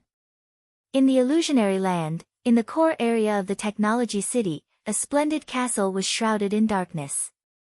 A thin and long beam of light was refracted from the top of the steeple at the top, which seemed to be connected to the sky. With the beam of light as the center, a barrier without any blind spots spread out and connected to the outer wall of the core area. Below the castle was a splendid night market. It was lively, prosperous, and never-ending, completely different from the deathly stillness that shrouded most areas in the slums. This castle was the place where the legendary Lord lived. The only road leading to the castle was the main road that had been completely cordoned off more than 10 hours ago. It was dozens of kilometers long. Mechanized cultivator guards were stationed every 10 meters, and countless tiny reconnaissance drones the size of fireflies were hovering in the sky. They were moving around the castle in a regular pattern, monitoring all unusual movements around the castle. Li Xian and Zhang Zipei had successfully sneaked into an astrology club named Starry Sky. Yes. Zhang Zipei played his old tricks again and stole 2 passes of the dignitaries in the core area so that they could come to the club without any hindrance. Li Xian, as the captain of the ancient experts, was naturally against the idea of stealing. However, after Zhang Zipei stole a few passes, he was forced to accept the arrangement. Even if he did not accept it, Zhang Zipei would find other ways to get what he wanted. For example, the 10 million gold gear coins they had right now was stolen by Zhang Zipei. His goal was clear. After sneaking into the core area, he immediately stole the signal base station installed near the core area and began to send fraudulent text messages. The specific content of the text messages was very simple. He said that he was the secret disciple of the Lord and that he had made a bet with the Lord for a certain research project. Right now, he was collecting research funds. He was confident that he could prove that his theory was completely correct. If the bet was successful, he would receive a bonus 100 times the research funds. When he got the bonus, he would give it back to all the sponsors of the research. There was no telling if it was because he was stupid and had too much money. Li Xian did not expect that someone would really keep transferring money to Zhang Zipei's new electronic wallet. In just a few hours, they had collected a total of 10 million gold gear coins and arrived at the astrology club that was famous for divination. The membership fee for this club was 100,000 gold gear coins per person per year. It was a pleasure for the rich and powerful. After joining the association, in addition to being able to conduct a fortune divination for free every day and a question divination once a week, there was also a monthly starry sky blessing gathering to help people absorb the universe's luck through divine power and become European. However, after some evaluation, Li Xian and Zhang Zipei both felt that they might be able to find the clues they were looking for in this place. As soon as they paid the membership fee and entered the restaurant, Li Xian and Zhang Zizai heard the discussion at the next table. Have you heard? The Black Dragon had escaped, betraying its commander. The government just issued a mobilization order, offering a bounty of 1 million gold gear coins. No wonder martial law has been imposed. It's not necessarily because of the Black Dragon. It's said that a few hours ago, someone saw a mechanical guard carrying a coffin into the castle. It's just hearsay. I don't have any proof. I still think it has something to do with the Black Dragon's escape. So, who is the current commander of the Black Dragon? That Zhu Yuanrun who runs an underground boxing ring in the slums. So it's him. I think it's better not to get involved in this matter. That Black Dragon's combat ability is extraordinary. Even if we really meet him, it's questionable whether he'll be able to live to report the news. That's true. It's said that the Black Dragon is that Lord's proud creation, the first fully mechanized defense-type cultivator. This time, the Black Dragon almost caused the commander to die in his hands. That Lord is probably going mad with anger. 3 dignitaries and a blonde lady dressed like a witch were holding hands and discussing around a table. On the table was a crystal ball. Before performing astrological divination, one's body and mind had to be completely relaxed. Therefore, gossiping before the divination was often the most effective. As everyone knew, the best way to relieve stress was actually to gather together and talk bad about outsiders. Anyone who had experienced living in a dormitory would definitely understand this. The most outrageous example was when there were 4 people in a dormitory. Each of them would privately create 3 groups, pull in 2 roommates that they thought were passable, and then complain about the 4th annoying person together. It was so real that it was frightening. Originally, they were talking about the Black Dragon. As they chatted, the topic suddenly changed to that Lord, and the witch in charge of divination immediately spoke up to control the situation. This was not something they could discuss. That Lord could foresee things like a god, monitoring everything, and could hear anything. Regarding this point, the witch was very clear in her heart. She had also heard of a rumor that the light beam refracted from the castle's spire was also known as Thinker. Its role was not only as a barrier. At the same time, it could also play a monitoring role. Although this was only a rumor, in order to avoid trouble, she still smiled and advised with a gentle voice, "Gentlemen, do not discuss national affairs, to avoid bringing trouble upon yourselves." The 3 dignitaries nodded. Madam Melissa is right, it was our slip of the tongue. No matter. Then, the astrological divination will officially begin.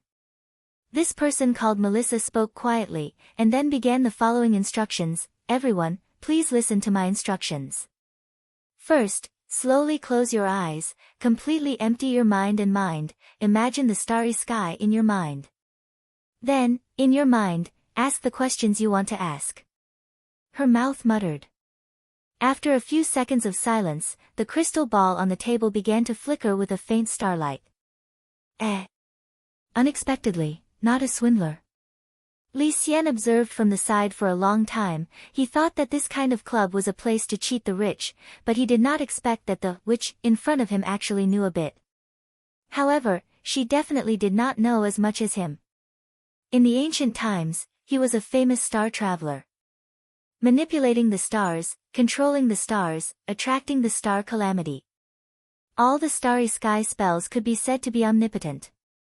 Of course, this also included this astrology. After approximately 3 minutes, this woman called Melissa gently released her hand. The Star Lord has already understood your request, and has given an answer. Then, a girl wearing a maid uniform took out a quill from the side. Melissa quickly wrote down the questions and answers of the 3 people on 3 pieces of paper, and handed them to the 3 people. At this time, Li Xian saw Zhang Zizai walking forward, with a sneaky appearance. He immediately knew that this guy's itchy hands had acted up again. Brother Zizai, what are you doing? Nothing much, just taking a look. Zhang Zizai transmitted his voice. To be honest, if not for Li Xian pulling him back, he might have really taken the 3 pieces of paper.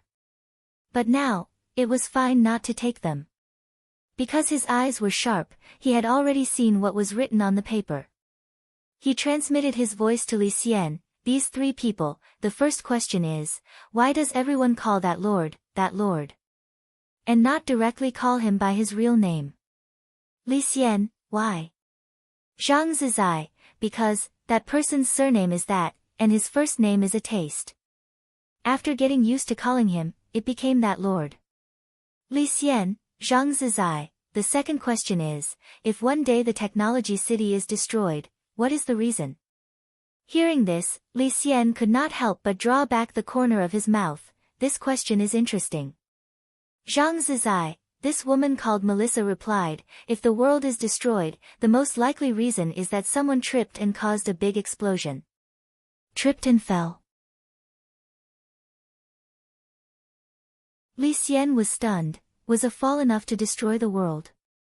Even if a cultivator at the soul formation stage occasionally fell, it would just leave a hole in the ground. To destroy the world, it would only happen if Wang Ling tripped and fell. One last question. Zhang Zizai continued. The third person asked, is there a second season of the Immortal King's daily life? Li Xian smiled meaningfully. So, is there one? Zhang Zizai nodded. There is. Furthermore, it is today. At this moment, when everyone is reading this chapter, Bilibili has already announced it.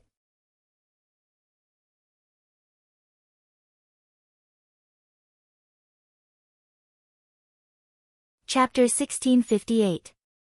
Melissa's calculations were more accurate than Li Xian had imagined. To be honest, he hadn't been expecting this result. She wasn't a swindler, and in Li Xian's opinion, the accuracy of the astrological divination was just barely passable. The only pity was that there was too little information. Accuracy was one thing, but as an outstanding astrological divination practitioner, the most important thing was to be able to sort out their own clues from the starry sky and accurately say as much as possible about what they saw. Although Melissa's accuracy was high, it also meant that she might have seen very little information. That was because the information obtained from the astrological divination could be true or false, and it was up to the astrological divination practitioner themselves to distinguish between right and wrong. When it came to uncertain information, astrological divination practitioners would generally choose to keep their mouths shut and only say what they were certain about. In this way, they would appear very high and mighty. For example, is there a second season of the Immortal King's daily life? Melissa only saw that there was. Li Xian also saw other information from the astrological divination. For example, the second season of the Immortal King's daily life contained the following elements: Demon World Chapter, Loopy Toad Chapter, Square Root Wang Ling Crushes Everything, Square Root Beat Demon Saint, Square Root Every Episode of Pretentious, Square Root Invisible Hair Candy, Square Root Relaxed Sand Sculpture, Square Root. Melissa hadn't been able to see any of the above information from the astrological divination. Of course, she might have seen it, but she just couldn't tell if it was right or wrong. Seeing that Li Xian and Zhang Zidong had been staring at her for a long time, Melissa immediately finished what she was doing and turned to them. Gentlemen, would you like to try divination? You're new members, so today you can have your fortune divination and question divination at the same time. Fortune divination. Li Xian smiled gently and said, I know that brilliant divination masters can change luck. Can you do it too? Melissa gave a professional smile. According to the different changes in the astrological divination and the constellation each person belongs to, there will naturally be strong and weak luck. It's impossible for anyone to have excellent luck every day. Oh. Is that so? Zhang Zidin was skeptical. He actually didn't believe in such things. After all, in ancient times, he had always been lucky. The only time he had made a mistake was when he had fallen at Dao ancestor Wang's hands. The daily fortune prediction was a free divination for members. But in fact, this seemingly free project was actually very sophisticated. Hearing that the two new guests were interested in luck, Melissa immediately knew that she had to complete her daily KPI in advance.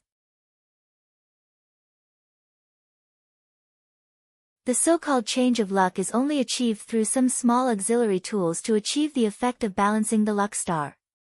In other words, you can absorb a bit of the luck of the people around you to dilute some of the bad luck on your body. This way, you won't seem so unlucky. Melissa spoke frankly with assurance, showing that she was very professional. However, Li Xian was an expert. This was showing off in front of an expert. The Star of Fate was indeed a special celestial body that could affect one's fate. Moreover, it was indeed possible to use some special astrological tools to guide the luck of the person who received the most blessing to the person who needed to change their luck. However, such a method could only be achieved by an extremely high level of skill. Of course, Li Xian could do it. But Melissa, he guessed that with this lady's ability, she would not be able to do such a thing. However, the situation had not been clarified, and Li Xian could not directly accuse Melissa of swindling her. Thus, he used a probing tone to ask, then, Lady Melissa, in this astrology club, are there any astrologers stronger than you? No, I'm ranked first. Melissa shook her head.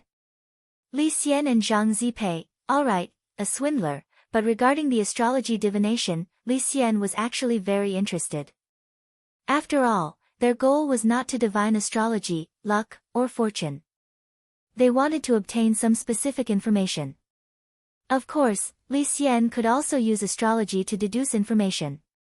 However, to do so through astrology, the crystal ball used for divination was of very high quality. The club's crystal ball was too inferior, and might affect the results of the divination.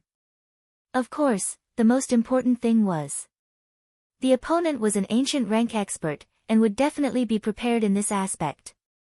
It would not be good if they alerted the enemy. Thus, obtaining information from a human was currently the best outcome. Alright, Lady Melissa, we need to conduct the divination. At this time, Li Xian said. Welcome. Then, can the two of you please follow me? The fortune divination is in another room. Melissa bowed, then led the two of them to a room specially used for astrology divination. In order to prevent the luck from affecting the surrounding people, the divination needed to be done individually. Li Xian and Zhang Zipei communicated with their eyes, and finally, Li Xian took the lead to enter the velvet-carpeted room. After the door was closed, Melissa put on a special purple crystal gauze dress, wrapping her body tightly from head to toe. This was to prevent the astrologers in charge of the divination from affecting the fortune of the examinee. Sit, Mr. Li. Then, Melissa and Li Xian sat down, facing each other. Different from the crystal ball used for the weekly question and answer, the crystal ball used to test one's fortune was pure black, as deep as a black hole. Li Xian feigned ignorance and asked, then, Lady Melissa, what do I need to do? Put your hand on it. And, please clear your mind, and then put your hand on it. First think of something happy, then think of something sad. Melissa said. Okay. Li Xian nodded his head. However, the matter was out of Melissa's expectations. Because after the first round of divination, she was actually unable to see the position of Li Xian's luck star. The slight astonishment in her eyes told Li Xian that Melissa's divination had a problem. What happened, Lady Melissa? Li Xian laughed. Melissa closed her eyes, not admitting defeat, and used all her strength to calculate. Then in the next second, she suddenly stood up. This is impossible. Why is your luck so good? I've never seen anyone with a fate star that's full. Because, using the luck star to determine one's fortune is not accurate. Li Xian laughed calmly. With Lady Melissa's knowledge, since you know about the luck star, then you should also know about the existence of the fate constellation, right? Fate. Fate constellation, the so-called fate, only with fate can there be luck. Cultivators who have studied astrology can use it to light up their own fate constellation. From there, they can achieve the goal of eternal luck. Senior, who exactly are you? Melissa was shocked. Do you want to learn? I can teach you. Li Xian touched the black crystal ball, and laughed, but the condition is that you have to give me something to exchange for it. When Melissa heard this, she immediately pondered for a long time, as if she was going through an intense struggle in her mind. After a few minutes, Li Xian asked, How is it, have you thought it through? Melissa seemed to wake up, and then nodded her head with determination. I understand, senior. Then, she started to take off her amethyst robe in front of Li Xian, and then her clothes. At this time, Li Xian was even more frightened as he hugged her. What are you doing? Didn't senior say that you would give me something to exchange for it? But I didn't say that you would give yourself.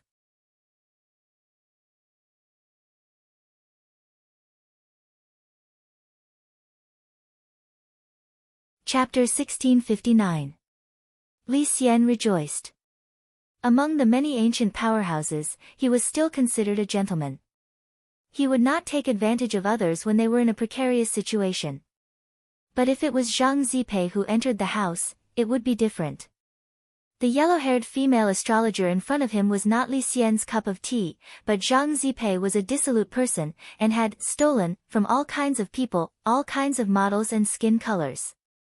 It was really hard to imagine, if it was Zhang Zipei who entered the house, this Miss Melissa would not even have her bones left. What I want is not your body, you should know from my face that I am not that kind of person. Li Xian sighed helplessly. He was handsome, elegant, and did not look like the trash of that school. In fact, it was Melissa's imagination that was overthinking things.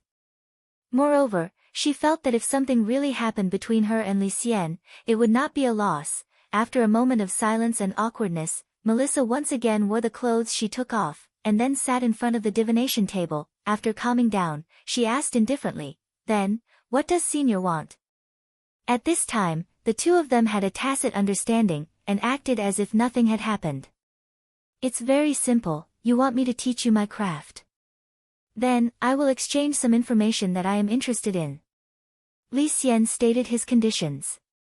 Senior's astrology is so strong, there is still information that you do not know? Melissa revealed an inconceivable expression. Astrology is not omnipotent. Even if it is me, when facing an opponent who is prepared in this aspect, there is still a chance of making a mistake. So, it is better to directly ask someone who has the information. Li Xian sighed, and said frankly. He knew that Melissa actually had her own concerns, and directly grabbed her hand and placed it on the black crystal ball in front of him, and started a very simple astrology calculation. Then he opened his mouth and said, Miss Melissa, your mother's body does not seem to be very good. So, you are currently very short of money. This astrology club is opened by your boyfriend, but your boyfriend is a scum, flirting everywhere, so you already have no feelings for him. The reason why you are here to swindle customers to buy transportation products is mainly to treat your mother's cervical spondylosis. Hearing this, Melissa revealed an inconceivable expression. It was the first time she had met Li Xian. It was impossible for anyone to know so much about her. Moreover, Melissa had never mentioned her mother's illness to anyone. At this moment, when she heard Li Xian's words, she couldn't hide the shock on her face. Senior, perhaps this is a little offensive to Lady Melissa, but these are the things I just saw. However, there were some other private matters involved, and if he said too much, it might cause Lady Melissa to feel pain. Let's not talk about it. Li Xian waved his hand and frowned as if he was thinking. He said indifferently, Lady Melissa's mother's illness, I know of a set of primal chaos divine arts that can cure it. Hunyuan cultivation method? Senior Li, can you use the Hunyuan technique to treat my mother's cervical spondylosis? Of course. This set of cultivation technique was very simple and did not have many realm restrictions. And if he only taught the part of massage therapy? You can learn it yourself. Li Xian said. He crossed his fingers and held his chin. I can teach you how to treat your mother's illness, and I can also teach you some new astrological methods. As long as he grasped the core skills of astrology. In this place, you can completely get rid of your philandering boyfriend. Isn't it popular now for independent women to do it? Wang. Melissa felt her heart beating fiercely. Li Xian's words. Directly attacking the soul. She had to say it. It gave her a strong feeling of heartbeat. She had done all of this for so many years. In the end, the simplest reason. It was nothing more than to protect her family. After careful consideration, Melissa raised her head with tears in her eyes. Then Senior, what do you want me to do? Li Xian calmly smiled. I want to inquire about that lord. Melissa was not stupid, she had seen Li Xian's methods. In her heart, she had already guessed Li Xian's intentions. She did not say anything. She just turned around and opened a secret compartment. She pressed a button. Instant time. In this fortune divination room, the walls on all four sides were like fish scales that flipped over in an instant, and almost every compartment was embedded with a different colored crystal. After doing all of this, Melissa nervously said, Senior, I have arranged this room for a long time. I do not know if it will be useful, but it is the best way to stop the explorers. But time is limited. Once the energy of the crystal is used up, it will not work. Explorers? This is what that lord uses to monitor the situation.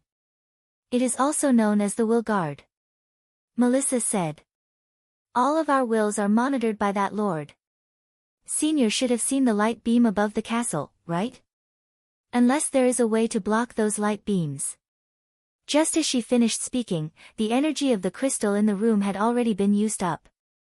From start to finish, it did not even last for a minute. At this time, Li Xian had completely understood. Melissa did not dare to say anything, she did not even dare to think about the matter regarding that lord. The operation of the will guard was a huge deterrent to all the mechanized cultivators in the technology city. However, people like Li Xian and Zhang Zipei who had snuck in from the outside would not be threatened like this. As long as we block the light beam above the castle, it will be fine. At that moment, Li Xian muttered in his heart, and then sent a telepathic message to Zhang Zipei outside. What do you think, Brother Zipei?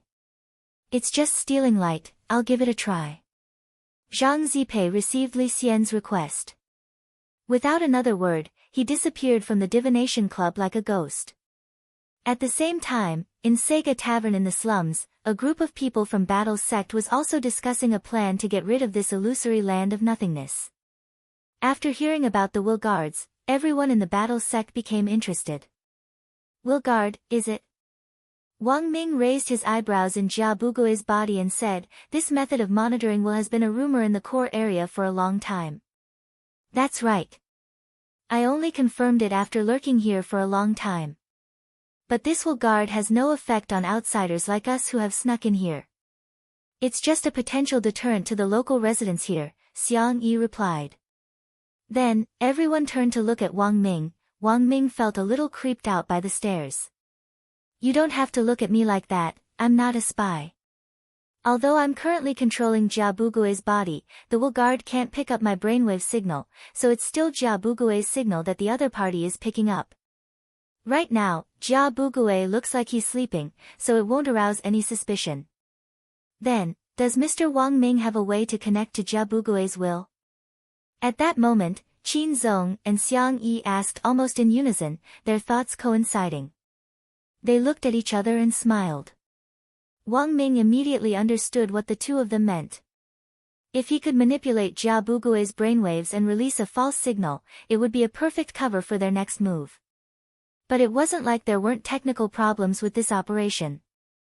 Once Wang Ming's brainwaves interfered with Jia Bugui's, the two brainwaves would merge into one, and there was a risk of exposure if they weren't careful.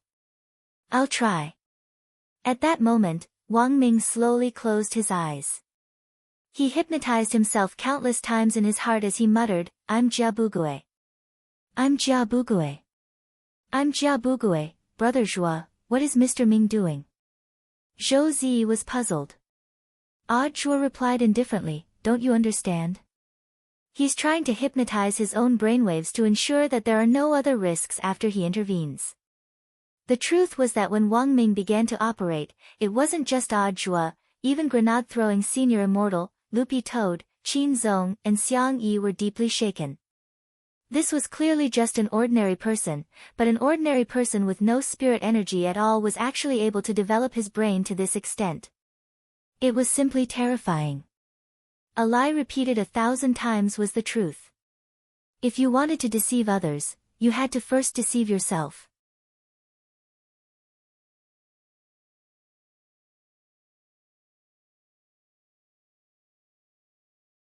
Chapter 1660. As a user of brainwaves, Wang Ming naturally knew the danger of connecting two brainwaves in series. It was easy for him to hypnotize himself into Jia Bugui, but if he got too immersed in his role, there was a high chance that he wouldn't be able to come out in the end. However, this was only a small portion of Wang Ming's brain waves. Even if something really did happen when the time came, it would at most be this small portion of his brain waves that would be assimilated, and wouldn't have any impact on the main body in the outside world. After a few minutes, he opened his eyes with a flushed face. Jia Bugui's body had clearly become scalding hot from the operation of the brainwaves, and there was even steam rising from the top of his head. For the time being, it's a success. Wang Ming nodded. I've already homogenized his brainwaves, so I can become him at any time without being detected by the willpower guards. In terms of movement, I have already used my own brainwaves to implant suggestions. You only need to use certain gestures or sounds to control Boss Jia's body to move around. In other words, you haven't completely connected yet? Grenade-throwing senior immortal asked. That's right. Completely connecting the brain waves and twisting the two brain waves into a rope, in my opinion, this was the last step that had to be taken. Because once I'm connected, I'll become Jia Bugui, and it's hard to say whether I'll be able to back out, Wang Ming replied. At the moment, he was still in a semi-connected state. Because of the brainwaves, he had become Jia Bugui, which was probably unexpected for the heartless patriarch and his disciple. Wang Ming was also well aware of how important his role was. Therefore, he had to make use of his identity to play every move well. If he made the slightest mistake, everyone here would be at risk of being exposed. And the plan that grenade-throwing senior immortal had painstakingly entrusted to this senior Xiang Yi for so many years would completely turn into bubbles. The people sitting here weren't idiots. Naturally, they could also imagine what Wang Ming was thinking and what his concerns were. It was just as Wang Ming had said. He had to use the identity of Jia Bugui to deceive the heartless patriarch and his disciple through the willpower guard and lure them into the trap they had set. This was already the last step. At that moment, Qin Zong stared at Wang Ming's Jia Bugui face for a long time before he suddenly thought of something and asked, come to think of it, it wasn't just our group who infiltrated this world, right? I ran into Brother Zhua and classmate Zi. Then I met you guys. Grenade-throwing senior immortal, it was because I saw Miss Rong and Miss Yoshiko's text message. At that time, Brother Dog and I happened to be investigating Shouchung's kidnapping, and in the end, we didn't expect to track them to the edge of this illusory land of nothingness. Hearing this, Zhuo was shocked. It was actually Master's wife who sent you a message. No wonder Yoshiko followed you here. It seems that when I sent her the message, she was probably right next to me. Grenade-throwing senior immortal sweated. So they came here because they saw your text message, Brother Zhua. They even called Senior Golden Lamp along in passing. I'm afraid so. Then how do you know about this nihility illusory realm? Naturally, it's Senior Li Xian and Senior Zhang Zipi. They should be the first group to explore this illusory realm. Hearing this, everyone fell into a long silence. It turned out that the real purpose behind this string of nesting dolls was actually to switch maps for the battle sect team building activity. Are these two seniors very strong? Qin Zong asked again at that moment. It wasn't just him, even Xiang Yi had a puzzled expression on his face. After all, the two of them were the only outsiders in this battle sect team building activity. These two are 10,000 level experts. Loopy Toad, with its head of lush green hair, also said with a face full of sweat. Hence, after the current analysis, the people in the tavern suddenly discovered an incomparably stiff problem. The first group to enter was Li Xian and Zhang Zipei. The second group was Odd Zhua, Zhou Zi, and Qin Zong. The third group was Lotus Sun, Jamiya Yoshiko, and Golden Lamp. And now, the fourth group was grenade-throwing Senior Immortal, Loopy Toad, Xiang Yi, and Wang Ming, who had already merged with the second group. Their current plan was to use the willpower guards to deceive the Heartless Ancestor. To get more information out of him. But now, in a situation where their actions didn't match up, it was very likely that this would result in a false start, that was, the other two groups would be completely unaware of the Heartless Ancestor's plan. They would directly rush over and destroy this willpower guard. Obviously, everyone thought of this and couldn't help feeling a little worried for a moment. It looks like, we have to get to the core area as soon as possible and meet up with them. Grenade-throwing Senior Immortal smiled bitterly. To be honest, this trip to the illusory land of nothingness had turned out like this, he was partly to blame. He had originally wanted to hide something and investigate in secret. In the end, he hadn't expected other people to also notice this place. But to enter the core area openly, we need to prepare a pass. The market price for a pass is currently 20 million gold gear coins. Plus the 60 million silver gear coins that Brother Qin Zong earned. I'm afraid that won't be enough for us, said Odd Zhua. That's easy. If I count my money, buying a few passes won't be a problem. It won't be a problem to buy a few. Xiang Yi stood up. After all, he had been asked very early on to be stationed in this world as the head of the waste recycling station, and had accumulated some money. How much can you buy? Based on my family assets, with my meager savings, I can probably buy 3 of them. Xiang Yi did some calculations. Xiang Yi calculated 3 passes for 60 million gold gear coins. Everyone was stunned, and they all looked at him with admiration in their eyes. Is recycling so profitable these days? It's just a trivial trick, Xiang Yi said with a modest smile. But even so, apart from Wang Ming, who had Jia Bugui's identity, there were still 3 people in their group of 7 who didn't meet the requirements to enter the core area.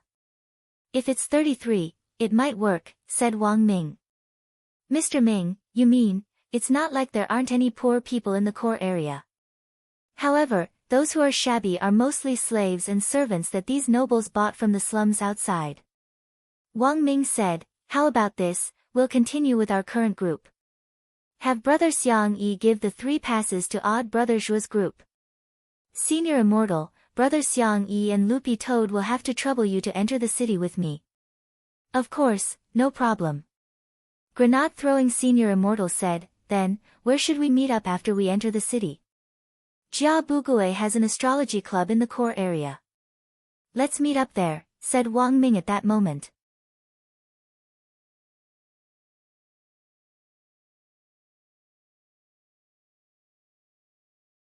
Chapter 1661.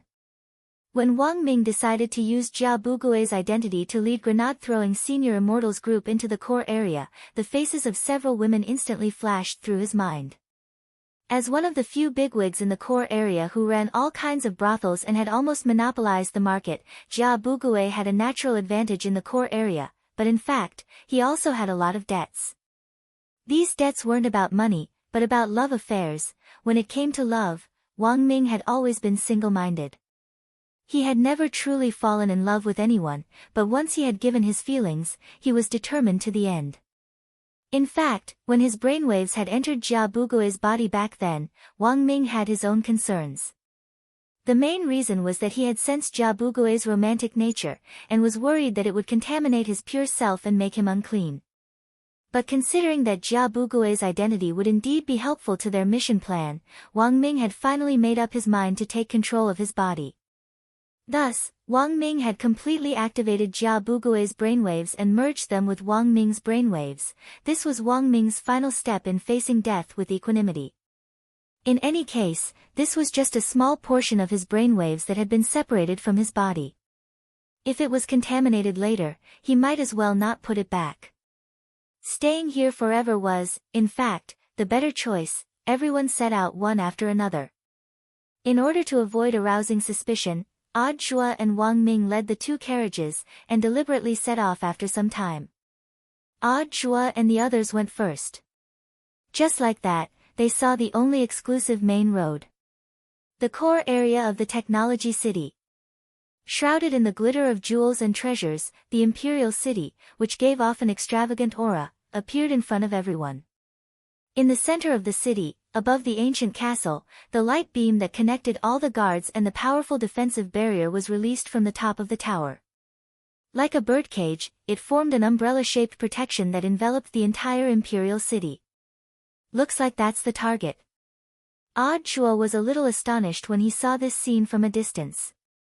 He thought that after so many days at Wang Ling's side, he had witnessed a lot of big scenes. But as he stood here now, the scene in front of him made him tremble slightly and a little out of control. Was this the power of an ancient expert? Although he had already faintly felt some pressure when he was in the slums, but when he really entered the core area of the imperial city, he felt a little pressure. This world constructed by an immemorial rank powerhouse using the strongest laws was presented before him, and his heart was shaken. For the first time, Zhuo couldn't understand it. Of course, what made him feel even more unreachable right now was not the pressure from the laws of these ancient powerhouses. Instead, he was thinking about something else. That was Wang Ling. He knew very well how powerful Wang Ling was. But the truth was that Wang Ling had never shown 100% of his combat strength in front of him. The laws created by the ancient powerhouses were enough to make him feel this way. If one day he completely removed the talisman seal, what kind of scene would that be? In the team voice space, Zhuo, Zhou Zi, and Qin Zong created a separate space to communicate in secret so that the hired driver in front wouldn't hear their plan. That must be the light beam that connects to the willpower guardian.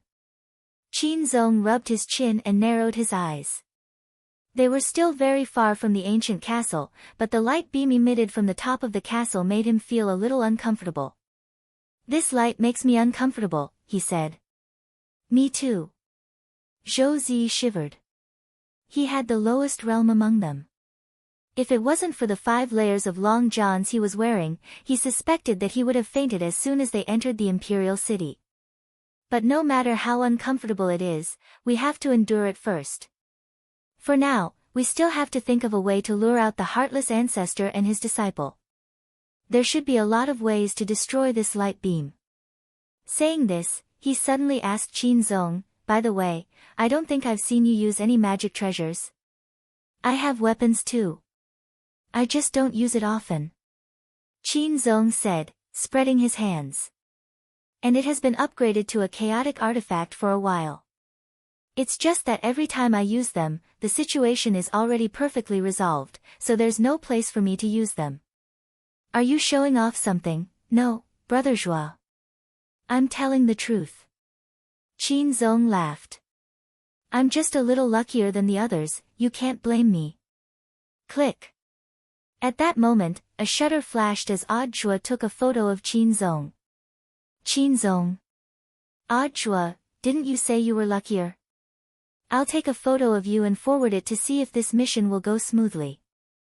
Zhou Zi clutched his stomach and burst into laughter. "Brother Zhuo, you think Brother Qin Zong is a koi fish? Forward it to a collection of good luck." For a moment, the atmosphere in the carriage fell silent. After a few seconds, Qin Zong suddenly felt the atmosphere drop to a visible freezing point. Holding his phone, he could see that it was trembling. Brother Zhua? Qin Zong asked tentatively. I sent it, Zhou Zi and Qin Zong. F***K. Isn't this illusory world equivalent to another world? Why is there a mobile signal? Zhuo was horrified. Was this the same world, the same mobile signal? He had originally wanted to post Qin Zong's photo in his WeChat moments, and had planned to set it as a private photo that only he could see, in order to avoid Kyumi Ryoko's misunderstanding. In the end, he had just been absent-minded and had directly sent it out. Furthermore, it just so happened that he was about to die. Not only had Kyumi Ryoko seen it, she had even given him a like, so now, Zhuo instantly broke out in a cold sweat. It's over, it's all over. At that moment, inside the carriage, Zhuo felt the sky go black as he looked up. I'm here, sister-in-law probably won't do anything to you. Qin Zong laughed. To be honest, he also wasn't sure why such a coincidence had happened. But generally speaking, given the current situation, it looked like Zhuo was the unlucky one. As long as they were together in the world, Qin Zong felt that they would definitely have extraordinary luck in other areas because of the accumulation of luck. In short, Brother Zhuo, don't think too much about it. I'm wondering if I should go to the coffin shop and order a coffin for me now. Zhuo dropped his forehead into his hand. In this imperial city, Jia Bugue, who is possessed by Mr. Ming, has eyes and ears everywhere. He'll definitely find a way to find the other two groups led by Master's wife and Senior Li Xian. That was true, but Zhuo felt that he already didn't have the face to meet Kyumi Ryoko. Ha, Brother Zhuo is right. But have you ever thought that we might run into sister-in-law on the road? Said Qin Zong. No way. Zhuo abruptly raised his head at these words. Qin Zong had just been joking in passing. Who would have thought that as soon as he said this, outside the window of the carriage, three familiar cloaked figures brushed past their carriage. Zhuo looked at Qin Zong in horror. Excuse me, has your mouth been blessed? Qin Zong, ?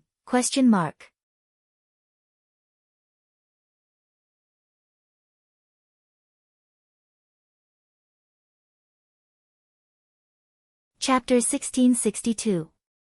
Although this group of people were wearing masks and cloaks, when the carriage passed by, Zhuo could still sense a hint of coldness emanating from under the cloaks, and he could tell that one of them was Kyumi Ryoko. He broke out in a cold sweat on the spot, making Qin Zong very nervous for a moment.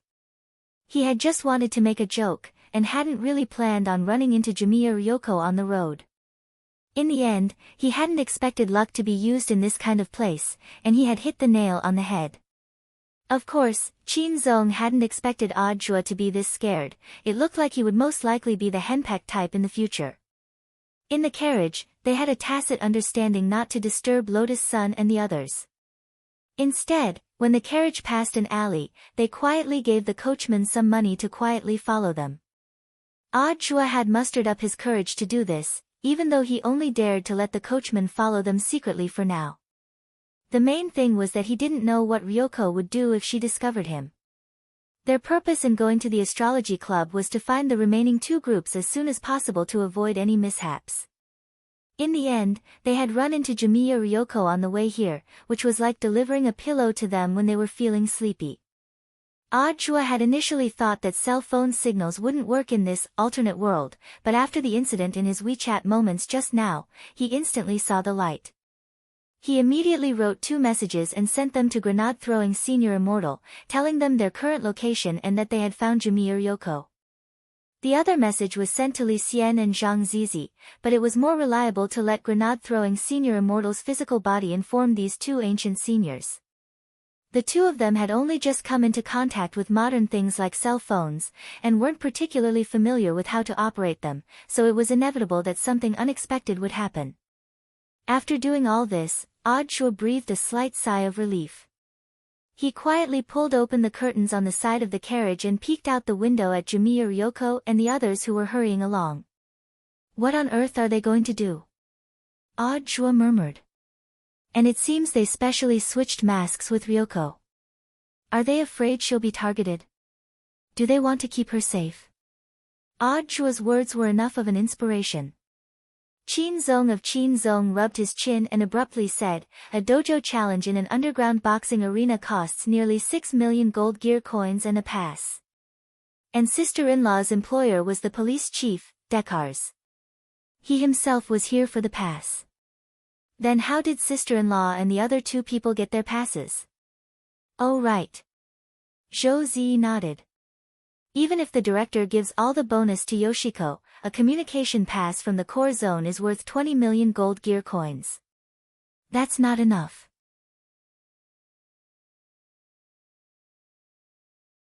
Bingo. So the only explanation is that someone is sponsoring them. Qin Zong snapped his fingers and said with a calm expression, the person who is most likely to sponsor is the boxing arena operator, Zhu Yuanrun. Is it because Senior Golden Lamp saved him from the Black Dragon? Chua frowned. Judging from Zhu Yuanrun's hostility towards them in the beginning, he felt that this person was not a nice person. Furthermore, such a cunning person who thought of all sorts of ways to use improper means to trip up his opponent had actually admitted defeat so openly. This also made Zhua vaguely feel that something wasn't right.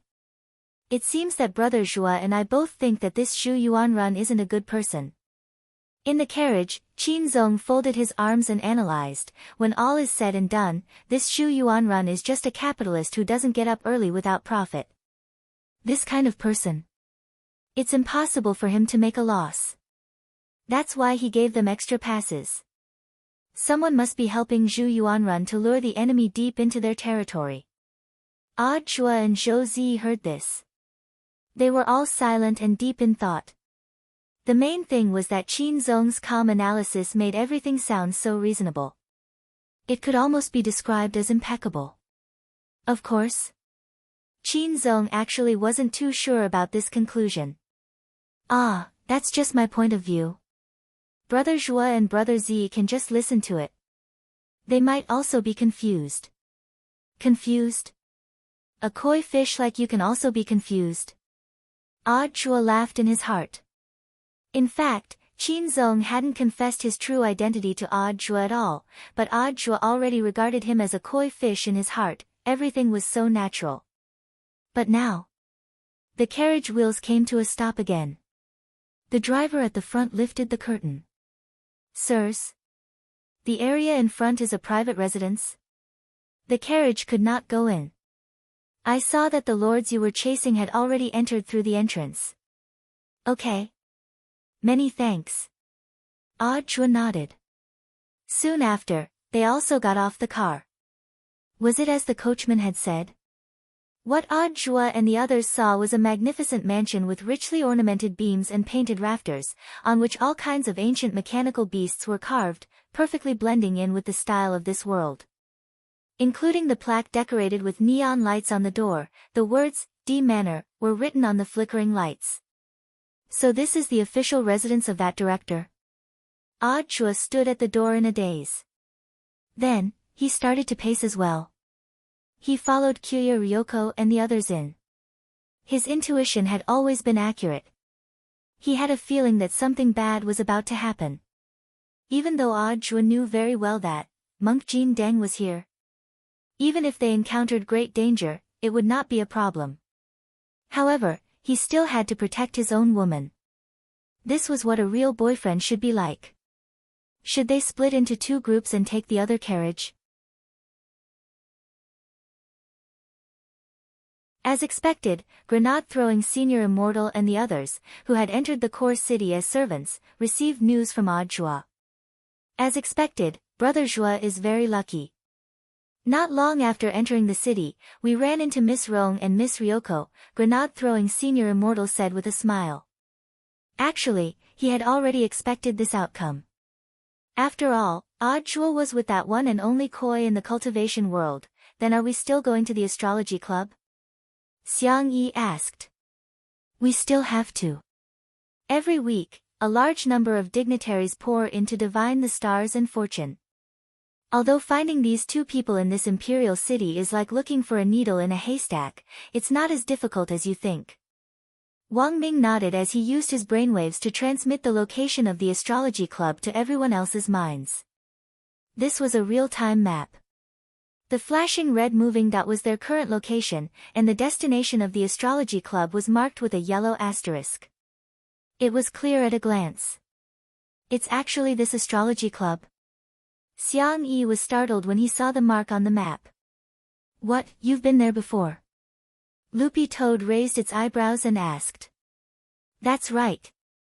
Come to think of it, it's a coincidence that I actually run a tobacco, alcohol and snacks shop next to the astrology club.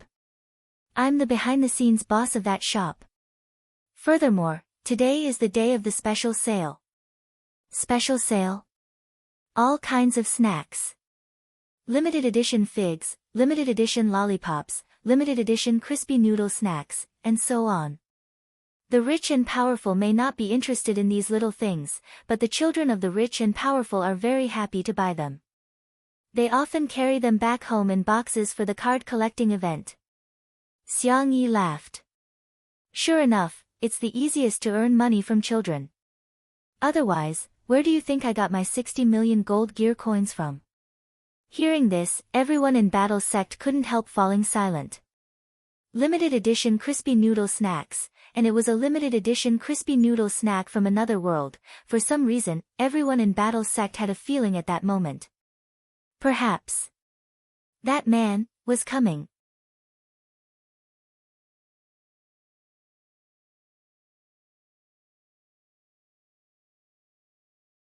Chapter 1663. Tomorrow was his birthday. Actually, Wang Ling hadn't been looking forward to it since there had been too many mishaps on his birthdays in the past, and he had long since passed the age where he could look forward to birthdays. Every birthday told Wang Ling that he had grown a year older, and that he had become even more powerful. For Wang Ling himself, before he found a way to completely control his combat strength, every birthday was nothing more than a reminder that God had stuffed another spoonful of gunpowder into his body. His peers were now looking forward to their birthdays, but Wang Ling hoped that time could pass a little slower. As far as he could remember, he had never had a birthday party since he was 7 years old. Because it was hard to imagine him being able to blow out a candle and create a fire escape grand fireball technique, and directly burn down his home, so this year's birthday present was the same as in previous years. With Wang Ling's permission, Father and Mother Wang still gave him the option to buy something he liked. 17 years old. This year's birthday gift red packets seemed to be more generous than in previous years. Surprisingly, Father Wang wasn't stingy. The couple stuffed 17,000 HNY into the red packets. For Wang Ling, this was shockingly a huge sum of money. When he opened the red packets, he received the couple's heartfelt wishes. On each bright red banknote was written beautifully in pencil, "Happy birthday, son." Father Wang had been fiddling with these 170 banknotes in his study for a long time last night. He had written a lot of well wishes online, and after sorting out his thoughts, he had planned to transcribe them on the banknotes bit by bit. Later, he realized that there were too many well wishes, and it seemed that these 170 banknotes weren't enough to fully express his feelings. Thus, out of all the words he wanted to say, there was only one sentence left, "Happy birthday." But Wang Ling didn't intend to spend all this money. The main thing was that he couldn't think of what he wanted to buy, and what he really wanted to buy was a certain snack from the snack shop, which was so cheap that he didn't need to spend so much money at all. After putting the money away, Wang Ling planned to go to the bank and deposit this huge sum of money into his account. Just as he was about to teleport away, little girl Nguyen had crawled over at some point and tugged at his trousers. Actually, Wang Ling had recently realized that this little girl especially liked to stick to him. And he was not a person who liked to be stuck to by others. Perhaps it was because they were related by blood, but he didn't reject Nguyen's clinginess at all. Wang Ling looked at Wang Nguyen. "Do you want to come with me?" Wang Nguyen exclaimed, "Ah." Therefore, he half squatted down and picked little girl Nguyen up. His movements were smooth and natural, and he could not find any mistakes. In fact, this was the result of Wang Ling practicing it many times in private with Loopy Toad, mainly because he was afraid that he would be too stiff and make his little sister uncomfortable. Seeing that Wang Ling had picked her up, little girl Nuan was also happy. Her chubby body leaned against Wang Ling's shoulder like a little fat bird perched on his shoulder. She liked to nestle in her big brother's position. The whole scene was so warm that it was unbelievable. If there was someone else watching, they would definitely feel that it was unreal. Although he hadn't shown any expression from beginning to end, this gentle gesture and the way he treated his little sister with such care and gentleness always felt unreal from Wang Ling, the role model of our generation. After depositing the money, the whole process took less than half an hour. The specific time taken was shown below. Wang Ling used the Great Teleportation spell to move to the nearest bank. The whole process took less than a second. Wang Ling noticed that the ATM machines were under maintenance, so he took the initiative to take a number and wait for it to be processed manually. There were a lot of people on Saturday. Then, he had to queue for a full 27 minutes before his turn was called. Then, it was time for the manual deposit, which took another 2 minutes, but thanks to this time in the queue, Wang Ling was able to sort out his thoughts about what he wanted this year. He felt that the other world's limited flavor crispy noodle snacks in the land of nothingness seemed pretty good. It was just that the currency in the real world couldn't be used to buy them. But the truth was that Wang Ling had some savings in that world. Because not long after grenade-throwing senior immortal had realized that there was a land of nothingness in the North Pole, Wang Ling had in fact already noticed its existence. Because of the other world's limited flavor crispy noodle snacks, they were only available in limited quantities every year. Actually, Wang Ling had resisted the urge to uproot this strange world. Of course, he also clearly knew what on earth these people were planning, whether it was an old ancient divine weapon or a new one. Wang Ling thought that if someone really thought that they could rule the universe with this scrap of metal, that would be a little too whimsical. The truth was that no matter how old or new an ancient divine weapon was, it was impossible for it to withstand the power of one punch from him. Today was his birthday, and it just so happened that the other world's limited edition gear crispy noodle snacks were on sale in this world. It was said that anyone who drew a crispy noodle snack with a golden gear card in its packaging would receive a free pack of neon rainbow crispy noodle snacks. Wang Ling didn't know how much better it tasted than other crispy noodle snacks, but he knew a little about its effects. It was said that as long as you ate neon rainbow crispy noodle snacks, for the next few days when you went to the toilet, the stuff in the toilet would also turn a beautiful rainbow color, and it would last for a full 7 days. Limited edition crispy noodle snacks sometimes weren't necessarily sold for flavor, but could also be sold for novelty. Ordinary crispy noodle snacks were no longer able to satisfy Wang Ling's needs. These novelty flavor crispy noodle snacks indeed gave Wang Ling a different feeling. They gave him a sense of satisfaction. Of course, when Wang Ling entered the illusory world of nothingness, he had a disguise. His name in this illusory land of nothingness was a single name, which was the word Jean, after the word Ling had been removed. For the bosses of all the game parlors in the core area, this name was an absolute nightmare. Because game parlors were Wang Ling's main source of income in this world's currency. As for An Wan, as long as she was in shadow form, she could stay on Wang Ling's shoulder without anyone noticing. Thus, when Wang Ling put on the white fox mask which he had prepared beforehand and swaggered into one of the game parlors in the Imperial City, almost in a split second, the game parlors went into level 1 alert mode. It's Jean. God, Jean has appeared again. Is he going to smash the boxing machine again today? When the person in charge of the game parlors saw the familiar figure enter the surveillance room, he instantly broke out in a cold sweat. Staring at Wang Ling's figure, he immediately ordered the person next to him, quickly find someone to calm him down, then inform Boss Jia at once and ask him if he has any countermeasures. Didn't the boss go to that underground boxing arena? He came back a long time ago. He's now at the astrology club next door. Good. I'll go ask him right away.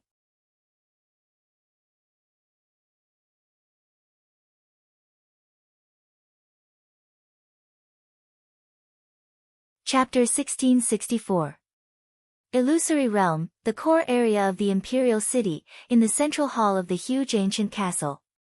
An old gentleman wearing a gold-rimmed monocle sat on a dazzling king's chair inlaid with all kinds of beautiful crystals. He held a black scepter in his hands and squinted his eyes into slits, exuding an air of unfathomable depth. The most eye-catching part of his extremely distinctive face was the pitch-black mole at the corner of his mouth. "Your Excellency, the Black Dragon has been captured." But by the time we caught him, he had already killed 3 past commanders. A spherical guard floating in the air entered the palace and reported the current situation in an electronic voice. This matter should not be made public. The previous commanders also had backup bodies. Have they been replaced? Na Wei held onto his scepter and replied indifferently. All of them have been replaced with newly developed antique divine weapon androids. Up until now, the families of these killed commanders still haven't reacted. This matter has been handled beautifully. Na Wei smiled. Shouchong and the Black Dragon are both in place. The merging of the Brain of God has been completed. Now we just have to wait for Mr. Na Wei Gong to offer up his body. Have they arrived? Yes, Your Excellency Na Wei. They have already entered Daika's mansion. Immediately send people over and surround the mansion. We must capture Gong alive. Try not to damage her body. Yes, Your Excellency. After making all these arrangements, Na Wei heaved a long sigh of relief on the king's chair. Back then, his master, the heartless ancestor, had divided a portion of his left and right brain tissues. One of them had been implanted into his body when the Black Dragon had been created. The other was in Shouchong's body. After years of painstaking preparation, the Brain of God had finally been assembled. This made Na Wei very happy.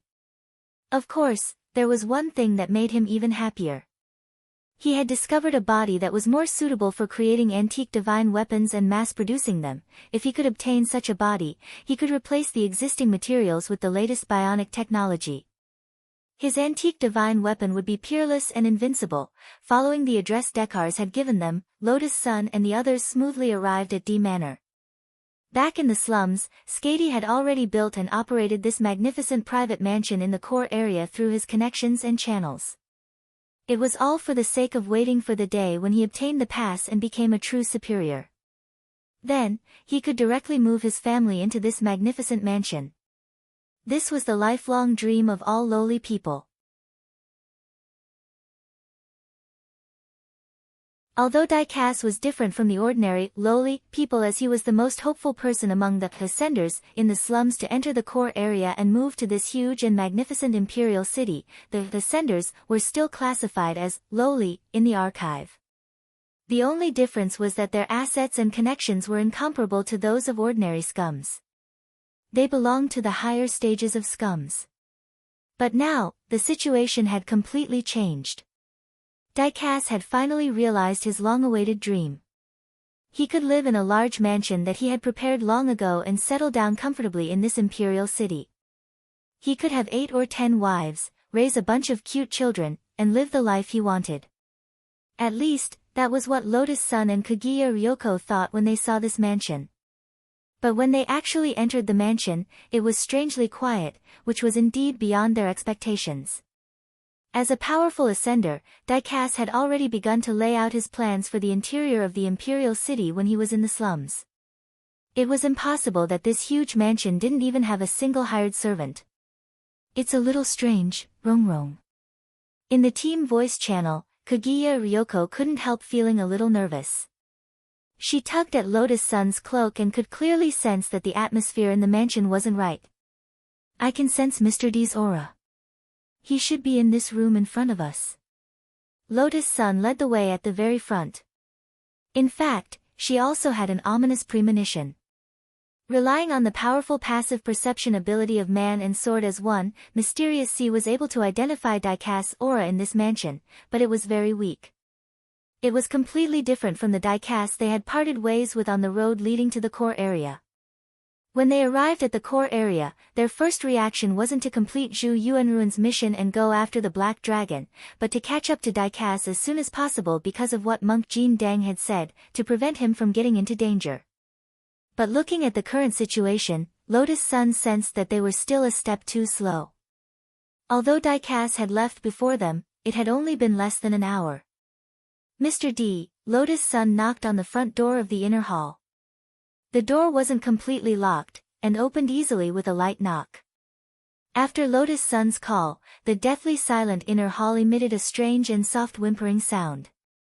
The sound was muffled and couldn't be heard at all.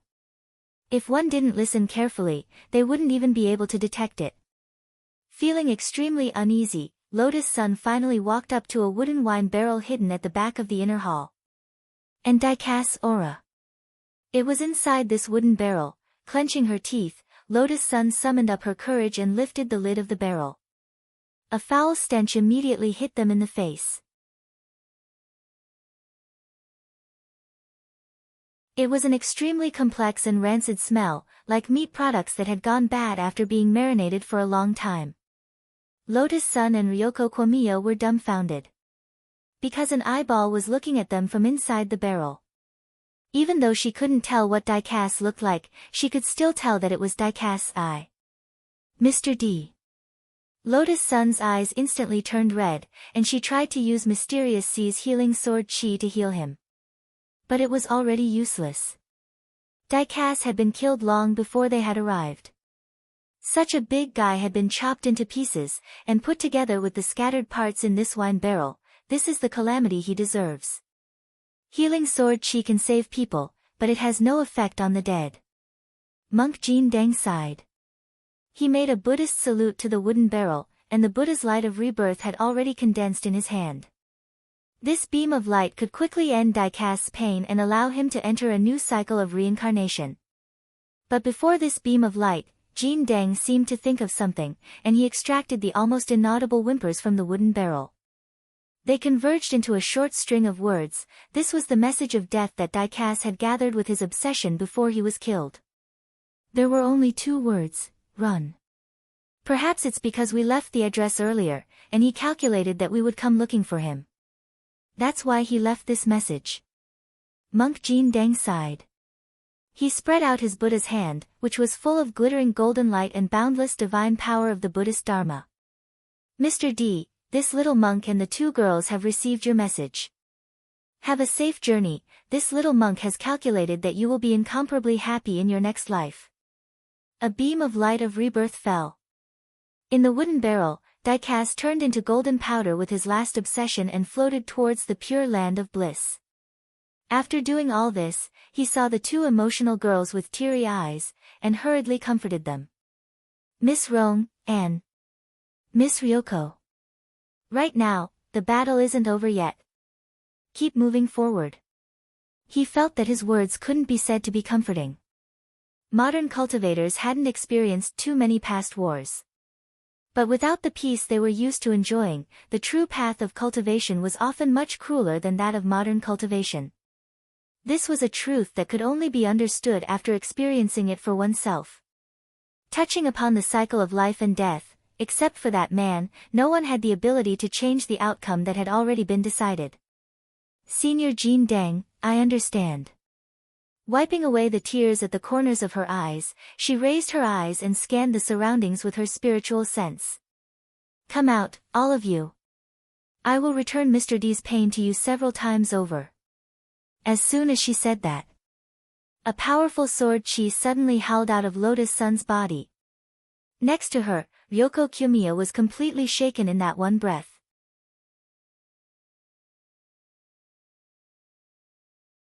Rong Rong. She felt that Lotus Sun had become a different person, or rather, her previous understanding of Lotus Sun was completely incomplete. The sword Chi emanating from her body was too strong.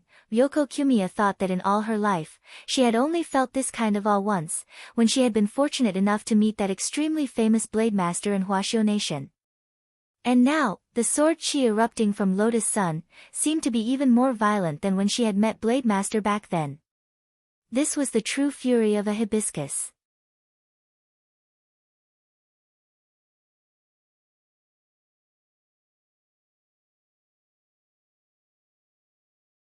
Chapter 1665.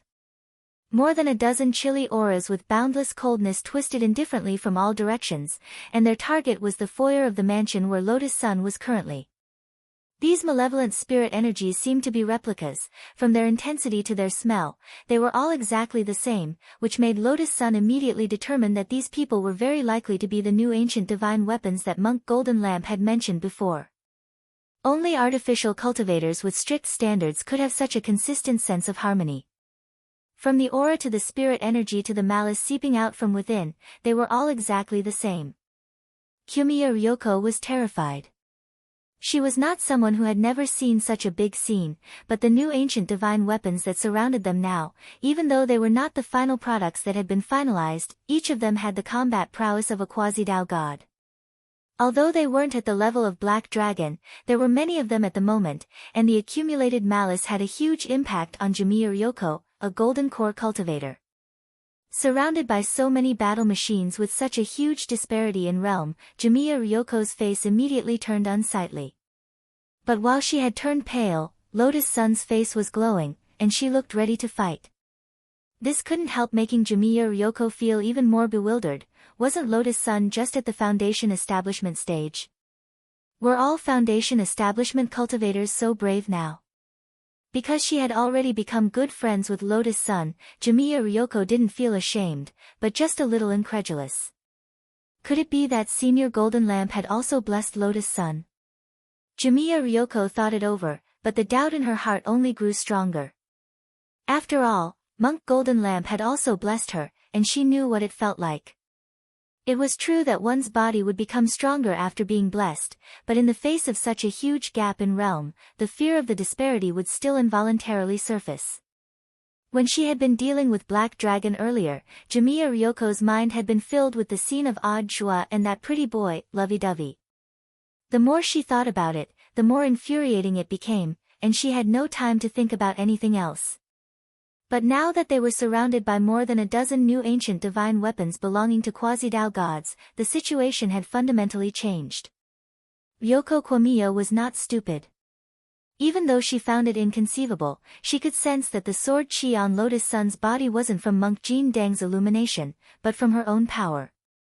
At this time, outside the inner hall, a dozen or so shadows appeared in front of them through the hazy window paper. Each of them was wearing the same black uniform, with a very special black hemp rope tied around their waists and a clown mask on their faces. One of them circled to the roof, his eyes releasing a golden light through the holes of the clown mask. The Lord requests that we capture this Mr. Gong alive. As for the rest, you can kill them. Yes. At the same time, a cold and gloomy aura shot toward the inner hall, locking onto Lotus Sun almost at the same time. Lotus Sun's heart suddenly turned cold. Fortunately, she had swapped masks with Kumiya Ryoko and used Mysterious C's passive ability of becoming one with the sword to simulate Kumiya Ryoko's aura with the Fata Morgana illusory aura technique, causing this group of people to lock onto her. Senior Golden Lamp, protect Yoshiko. I understand. Jin Dang put his palms together, then stepped forward to protect Kumiya Ryoko behind him. He hadn't organized Lotus Sun's operation because it was a rare opportunity for her to gain experience. As a senior, it was very immoral to fight for experience points with a junior. Thank you, senior. With Monk Jin Dang providing logistical support, Lotus Sun could act without any scruples. Then she looked at Kumiya Ryoko and smiled. Ryoko, I know you have a lot of doubts right now.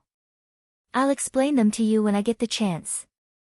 The situation was urgent, so she only left her with these words. Then she stepped lightly on the ground and soared into the air, breaking through the ceiling with Mysterious C in her hand. Bang! As the rubble was smashed, the girl's figure appeared along with the azure sword chi.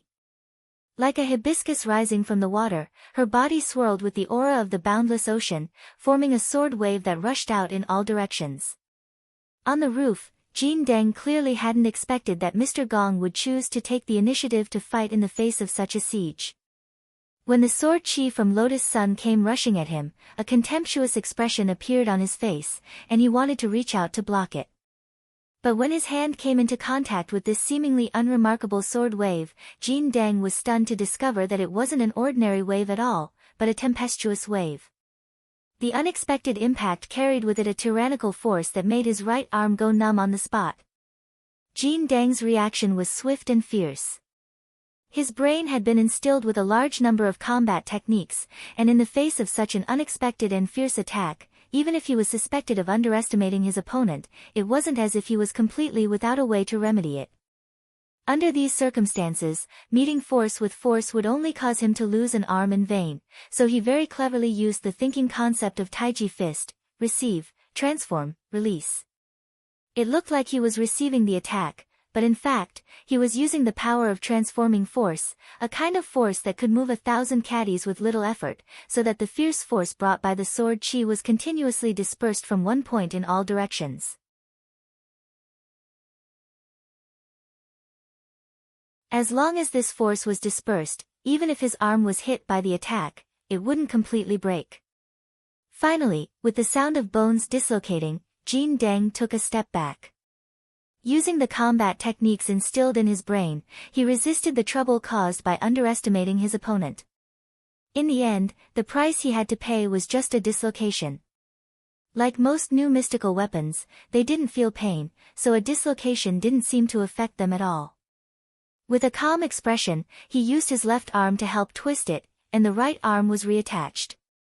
This person's reaction is very fast. Faced with Jin Dang's swift and fierce reaction, Lotus Sun was amazed after this test move. It's not that his reaction is fast. All the combat experience of a new ancient divine weapon is the same. They're like calculators that can quickly find a way to deal with different moves in the database, Sun Yinger analyzed in Lotus Sun's mind at that moment. So that's how it is. Lotus Sun nodded. She tightened her grip on Mysterious C's arm, a confident expression on her face. If her opponent was fighting her according to a preset program, then the following battle would be very easy. In Lotus Sun's view, the following battle would be very easy to handle. After all, a computer program was still inputted by humans. Even if it had the ability to learn autonomously, if it encountered a problem that didn't appear in the program, it would be difficult for it to react immediately. As the #1 foundation establishment cultivator on Earth, Lotus Sun's logical thinking was extremely clear. Mysterious C, lend me a hand. She called out to Mysterious C in her heart and gradually began to unseal this passive ability of becoming one with the sword. When the aura of the Heavenly Tao magic cube was slowly released from Mysterious C's azure blade, Jin Dang's expression froze once more. Heavenly Tao magic cube. There was actually such a thing. At this moment, he suddenly understood why this girl's sword chi could be so fierce. It was just a Heavenly Tao magic cube. As long as he was careful, he should be able to smoothly complete his plan to capture her alive. But what Jin Dang hadn't expected at all was, after Lotus Sun unsealed the power of the first Heavenly Tao magic cube, this aura actually continued to soar, so there are 2 magic cubes. Jin Dang couldn't help sweating at his temples. Then, the beads of sweat grew denser and denser, almost as if it was raining down, because the number of Heavenly Tao magic cubes he sensed wasn't just 2, there seemed to be more. A few seconds later, Jin Shue's brain had almost stopped working.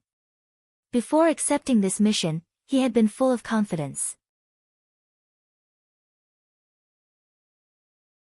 But now, no matter how unwilling he was to admit it, he had to admit that he was already a little flustered. After all, before this mission, no one had told him that a spirit sword could actually fuse 6 Heavenly Tao magic cubes into it. For Jin Dang, this problem was already a little out of his league. He even had the same question as Kwamiya Ryoko in his mind. Were all Foundation establishment cultivators these days so brave? You're tuning in to the Blissful Bookshelf YouTube channel. We're so grateful for your support, and don't forget to subscribe to join us on this incredible journey through captivating stories. Your generosity through donations truly makes a world of difference, as it's the primary source of revenue that allows me to expand and enhance this channel for you. Thank you from the bottom of my heart for being a part of this adventure.